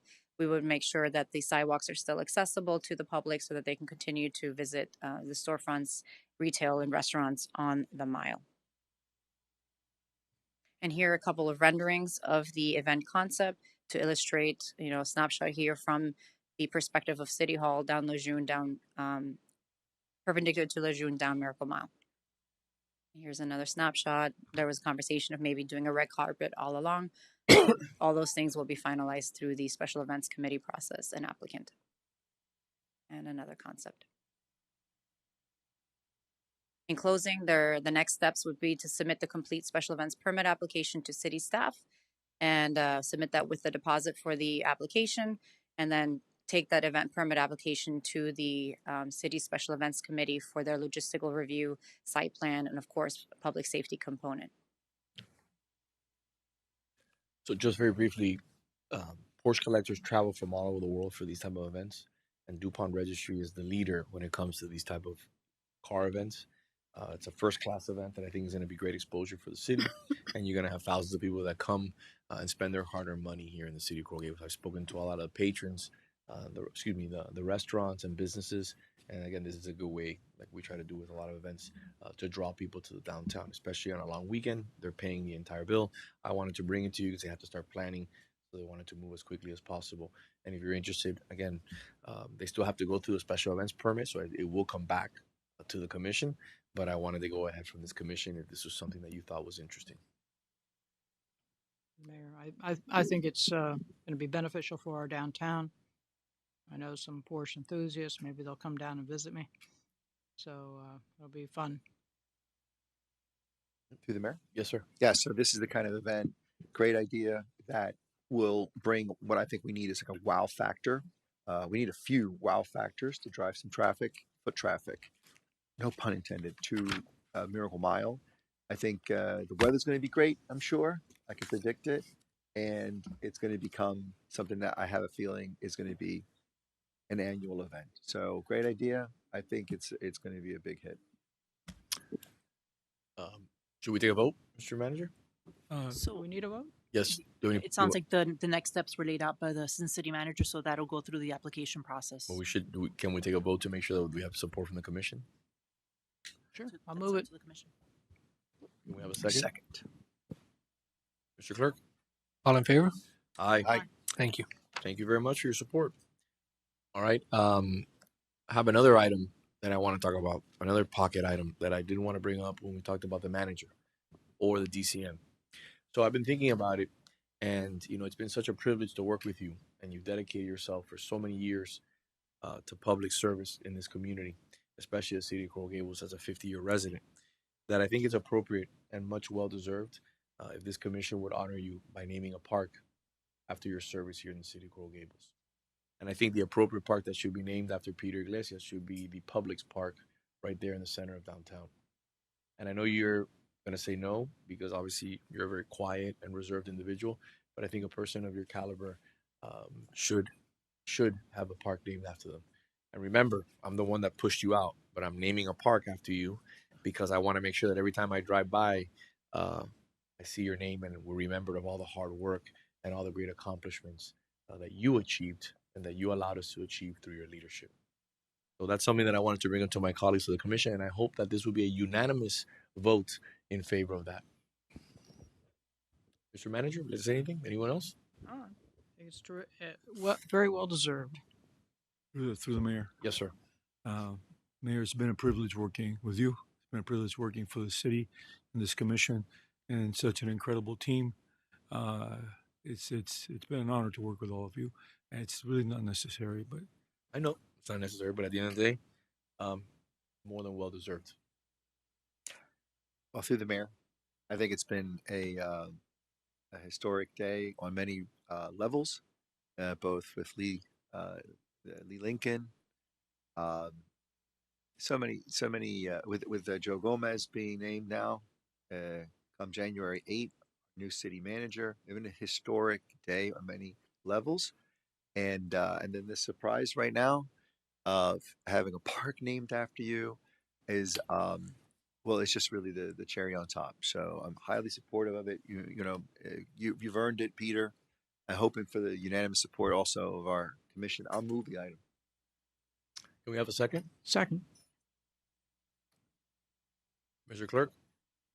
Vice Mayor Anderson? Yes. Commissioner Castro? I find that to be a beautiful gesture from the mayor to you. However, my vote's going to be no. I believe that most of these parks are named after people who have been deceased, and you have a long way to go still. But I'm sorry, no. Commissioner Lara? Well, when we the commission have voted to name parks in the city after those still with us, let's see, David Lawrence, right? Dorothy Thompson, right? Bill Kerdike, right? These are the most deserving folks, and it's not without precedent.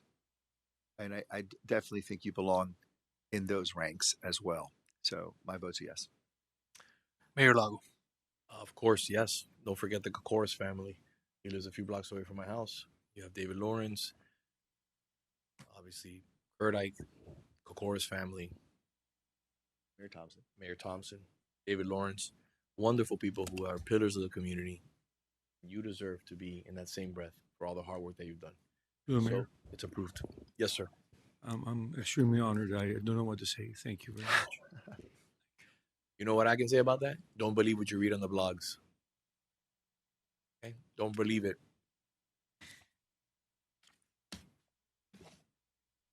Madam Vice Mayor. Just a couple quick things. This Thursday have the Junior Orange Bowl kickoff at 4:00 at 5 Iron Golf at the Plaza. If you haven't been by 5 Iron Golf, it's a good opportunity to go see what they have to offer. This Saturday, early in the morning, right, I think it starts at 9, we have the Pollinator Palooza. Bring out your little ones, let them get dirty, having fun putting some plants in the ground, and it's an adorable time to take pictures. And this is a little bit in advance, but we have a wine and fries event for some of you wine connoisseurs. It's the Red Shoe Society that helps support Ronald McDonald's House Charities. Good cause. It's October 2nd. The reason I'm mentioning it now is there's a limited cap on number of tickets you can buy. You can reach out to any Red Shoe Society member. I have it. I can forward the invitation to you, and you can purchase a ticket and taste some wine while tasting some fresh fries. Kind of an interesting event. Commissioner Castro. This is I don't have any events to really put out there, but I just want to go ahead and address this to the mayor. I'm going to ask you respectfully, please don't tell me I come unprepared to this meeting. I prioritize this city above a lot of the things that I do, the items and the agenda, and I spend countless hours representing and serving this city. I also run a business, and I'm raising 2 children. And for some reason, I still prioritize, sometimes above my business and my children, this city. So please reserve your comments when you tell me I don't come prepared. I barely sleep. That is it. Okay, Commissioner. Yeah, so I mentioned it briefly during the meeting earlier today, and I'm going to continue to harp on it because I think it's really special and I think it'll be a lot of fun. So, for all of you Coral Gables Senior High School grads who either graduated with me in 19 or want to come join anyway to a great night, it'll be at Bay 13, and that's on September 19th. And there's still tickets available from 6 to 10. Music will be provided by the Tall Boys, who were a band that I remember back in the day when I was a young lad. And if you buy a ticket, you also get a tour of Gables High itself. So, letting everybody know that they should come out and have a great time. That's September 19 at Bay 13. I love it. One final thing that maybe people didn't realize it because obviously we're in the middle of commission today. We have a distinct honor that, God willing, if he is elected, we'll have another South Florida individual as Lieutenant Governor, Senator Brian Avila, which is my dear friend. When he was a state representative, even before he was elected, we knew each other. He was selected by Byron Donalds as his running mate in the November election for governor. He's running for lieutenant governor. He is an incredibly accomplished individual who has served this great country in the military for years, has taken a real leadership role in the Senate, and is a person that has been very good to the city beautiful. You can talk to our team. He has been front and center in making sure that the city of Coral Gables has a voice in Tallahassee and also in Washington. But he's a friend that, more importantly, besides being a senator, state representative, and a person, great family man, person of the military, he's a person who I consider a very dear friend who I'm incredibly proud that he was selected as the running mate for Byron Donalds for hopefully be our next lieutenant governor. So I want to wish him Godspeed. God bless him in his efforts to lead this community. And I hope that you get to know our dear friend, Senator Avila, throughout the next few months because he's a homegrown Hialeah boy, a guy who's from this community, who loves this community. And it was incredibly humbling and incredibly a lot of gratitude to see him be placed in this position. He, if anyone deserves it, he deserves it. So, in closing, I hope that everyone has a great week. I think we got a lot accomplished today. We worked on things for over a decade, I know, but obviously we're just going to be closing the meeting for 1 second because now we got to come back and attack another 4 items here. Madam City Attorney. So we should adjourn this one first, Mayor. Yes, and then we'll reopen the meeting. I'll move it. I'll second. All in favor? Aye. Aye. Thank you. Let's reopen the meeting. Yes, so this would be the meeting of the Andalusia Garage Condominium Association, Inc. And there is one item, A1. It's a resolution of the City Commission sitting in its capacity as the Andalusia Garage Condominium Association, ratifying all previous actions taken by the Board of Directors and by the City, approving the use of operating expenses through the City budget, and electing a Board of Directors. I'll move it. I'll second. All in favor? Aye. Thank you. Next item. So we need to adjourn. Yep. Adjourn. Move to adjourn. Second. Reopen. So now we're opening the meeting of the 250 Aragon Condominium Association, Inc. We have one item, a resolution of the City Commission sitting in its capacity as the 250 Aragon Condominium Association, ratifying all previous actions taken by the Board of Directors and by the City, approving the use of operating expenses through the City budget, and electing a Board of Directors. I'll move it. I'll second. All in favor? Aye. Move to adjourn. Moving for the next one. So now we'll open the meeting of the Giralta Garage Condominium Association, Inc., a resolution of the City Commission sitting in its capacity as the Giralta Garage Condominium Association, ratifying all previous actions taken by the Board of Directors and by the City, approving the use of operating expenses through the City budget, and electing a Board of Directors. I'll move it. Second. All in favor? Aye. Thank you. Move to adjourn. Next one. That's it. It's just 3 now. Okay, so are we still on or no? We're done? We're done. We adjourned. Yes. Yeah. Brother. Okay, perfect. For the next meeting, I had an item that I wanted to show now. I'll showcase it after the videos that we sent you. Thank you.